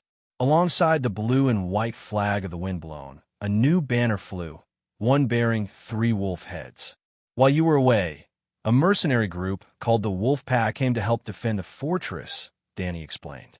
It seemed Tyrosh wasn't confident in leaving the defense solely to the Windblown, so they had brought in the Wolf Pack as a counterbalance. The Wolf Pack was a mercenary group formed by the surplus population released by the North after the Dance of the Dragons. Though they were originally from Westeros, this group had long since lost any connection to their homeland. They had lived on the continent of Essos for over a century, intermarrying with the locals. Calling them Westerosi no longer seemed appropriate. Viserys couldn't treat this group the same way he treated Weber and the others. These people had no interest in returning to Westeros. "How many are there?" he asked. According to Lady Maris, there were about 1,000, but a large number were transferred out recently, so there are now less than 300 left, came the reply. Viserys nodded. This was a manageable number. Although they might not be able to stop the windblown entirely, they could certainly buy some time if trouble arose. It also showed that the paralysis tactics he and the old captain had used were very effective. Tyrosh had nearly handed the dragon's flame fortress over to the windblown. This gives me a better chance, he thought. Viserys winked at Dany and said, "I'll go find the captain first. I brought you a gift." Although she had much to say, Dany simply watched Viserys leave. The closer Viserys got to returning, the more uneasy the old Captain Hoyt became. When he heard that Viserys was coming back, he almost wished he could go and greet him in person. However, to avoid revealing his whereabouts, and because he couldn't leave the mercenary group as its leader, they sent Yura instead, along with some of their personal guards, to welcome Viserys. As soon as Viserys returned to the Dragon's Flame Fortress, he went straight to Hoyt's room. "How is it?" Hoyt asked hurriedly when he saw Viserys. His eyes were wide open with red-tinged eye bags, and his neck stretched out as if trying to reach the answer faster. Viserys smiled and said, "It's done." He then presented the alliance, which set the date for the joint expedition, just over a month away. Hoyt looked at the alliance, with its gold-threaded seal, as if he were dreaming. In less than a month, such a massive alliance had been formed, and he no longer had to worry. Though Hoyt didn't ask many questions, Viserys knew he was eager to hear about the current situation, so he began recounting his trip to Pentos. "That bastard," Hoster muttered, his eyes showing disdain, yet also amazement at Viserys' understanding of human nature. He's still the same after all these years. In truth, Hoster had already figured it out. How could Pentos be so easy to conquer? But if Viserys can form an alliance with Sunspear, then it might not be long before he attacks Westeros. Even if Pentos can't be taken down for now, the Windblown can make use of it first. We'll have a meeting in a while to pass on the news of the alliance. How about a month from now? This way, it won't be easy for the news to leak, and it will also allow the sergeants and soldiers below to prepare in advance. Viserys looked at Hoyt and tentatively said, "Commander, I have an idea." Hoyt was already a little shocked by Viserys' bold moves. The first time was when he had just joined the Windblown and challenged all the sergeants with his Valyrian steel sword. A storm. It's over. Then there was the beheading of the pirates. Then came the Dragon's Flame Fortress, when Tyrosh was nearly defeated and Viserys had managed to turn the tide. Now, he had just accomplished another diplomatic feat. Viserys had originally planned to kill Euron and then return to have Daenerys hatch the dragon. In hindsight, it seemed impulsive. Without a sacrifice, the dragon couldn't emerge from the fossilized egg. Now, it appeared that he, as the sacrifice, would need to first accumulate enough attribute points. At present, he had 6 dragon eggs in his possession. But how many attribute points would it take to hatch a single egg? If his health dropped to 0, that would mean death. Assuming each dragon egg required 100 points, he'd need at least 600 attribute points. Fortunately, he not only had dragon eggs, but also a large number of dragonbone artifacts. He calculated that he could gather those points in about 2 months. In the end, Viserys decided to play it safe and save up 1,000 attribute points. Better safe than sorry. Ideally, the 3 dragons would require only 100 points each. After all, in the original story, the Mother of Dragons had sacrificed the Horse Lord Drogo. Their son, Rhaego, was already dead, and Mirri Maz Duur had been nothing more than an object of Daenerys' wrath. With his plan in mind, Viserys finally felt a sense of relief. After all, who wants to die over and over again? Seeing that Viserys had stopped asking questions, Bonero assumed he had accepted his fate. But it didn't matter. Bonero had something more to say. "So, you've come here just to tell me my fate?" Viserys asked, suspicious. If his destiny was already sealed, there seemed little reason for Bonero to go to such lengths. But today, Bonero appeared determined to make another startling revelation. "Viserys, will you help me take Volantis?" Viserys blinked, confused. "What? I'm not seeking Volantis for personal gain. Bonero explained. I want to serve the Savior in the future. Now, your sister is the most likely candidate to become the Savior. In the original story, the Triarch of Volantis had attempted to kill Bonero several times because he had pledged allegiance to Daenerys. But now, with Viserys in the picture, the situation had shifted. What exactly do you want? Viserys asked warily. I hope you and I can join forces to cleanse the rot within the Blackwall, Bonero declared, his eyes alight with zeal. Viserys felt a twitch in his eye and thought, you're all the same in the end. Even if he cooperated with Bonero in the future, he would need to be cautious. So, he decided to politely refuse for now. As Viserys prepared to leave, Bonero arranged for Makuro to accompany him, supposedly for protection. Bonero believed that Nissa should die at the hands of Azor Ahai, not some ambitious man. Viserys, however, claimed he had a suit of Valyrian steel armor that made him invulnerable. This only reinforced Bonero's conviction that Viserys was indeed Nissa. After leaving the Temple of the Lord of Light, Aelios sent a carriage to fetch him. Aelios could hardly wait to see what Viserys had brought back from the ruins of Valyria. Of course, Viserys wasn't about to show him the precious dragon horn, so he presented the Valyrian steel armor instead. The effect was the same. When the armor was examined by authorities, it was identified as belonging to the Valyrian Trilovna house. Faced with this simple yet elegant black armor, Aelios couldn't tear his eyes away. At that moment, even if Viserys demanded a dragon egg, Aelios would probably not hesitate to spend the night with him. Prince Viserys, Aelios whispered, name your price. The red dragon egg is a testament to our friendship. Hello, everyone. As we wrap up this video, I want to share a quick note. I have a Patreon account. If you'd like to support me and enjoy on-demand audiobooks, you can become a Patreon member. Alternatively, you can check out my Google Drive link, which has 500+ novel audiobooks available through my Ko-fi or Patreon shop. I appreciate your support.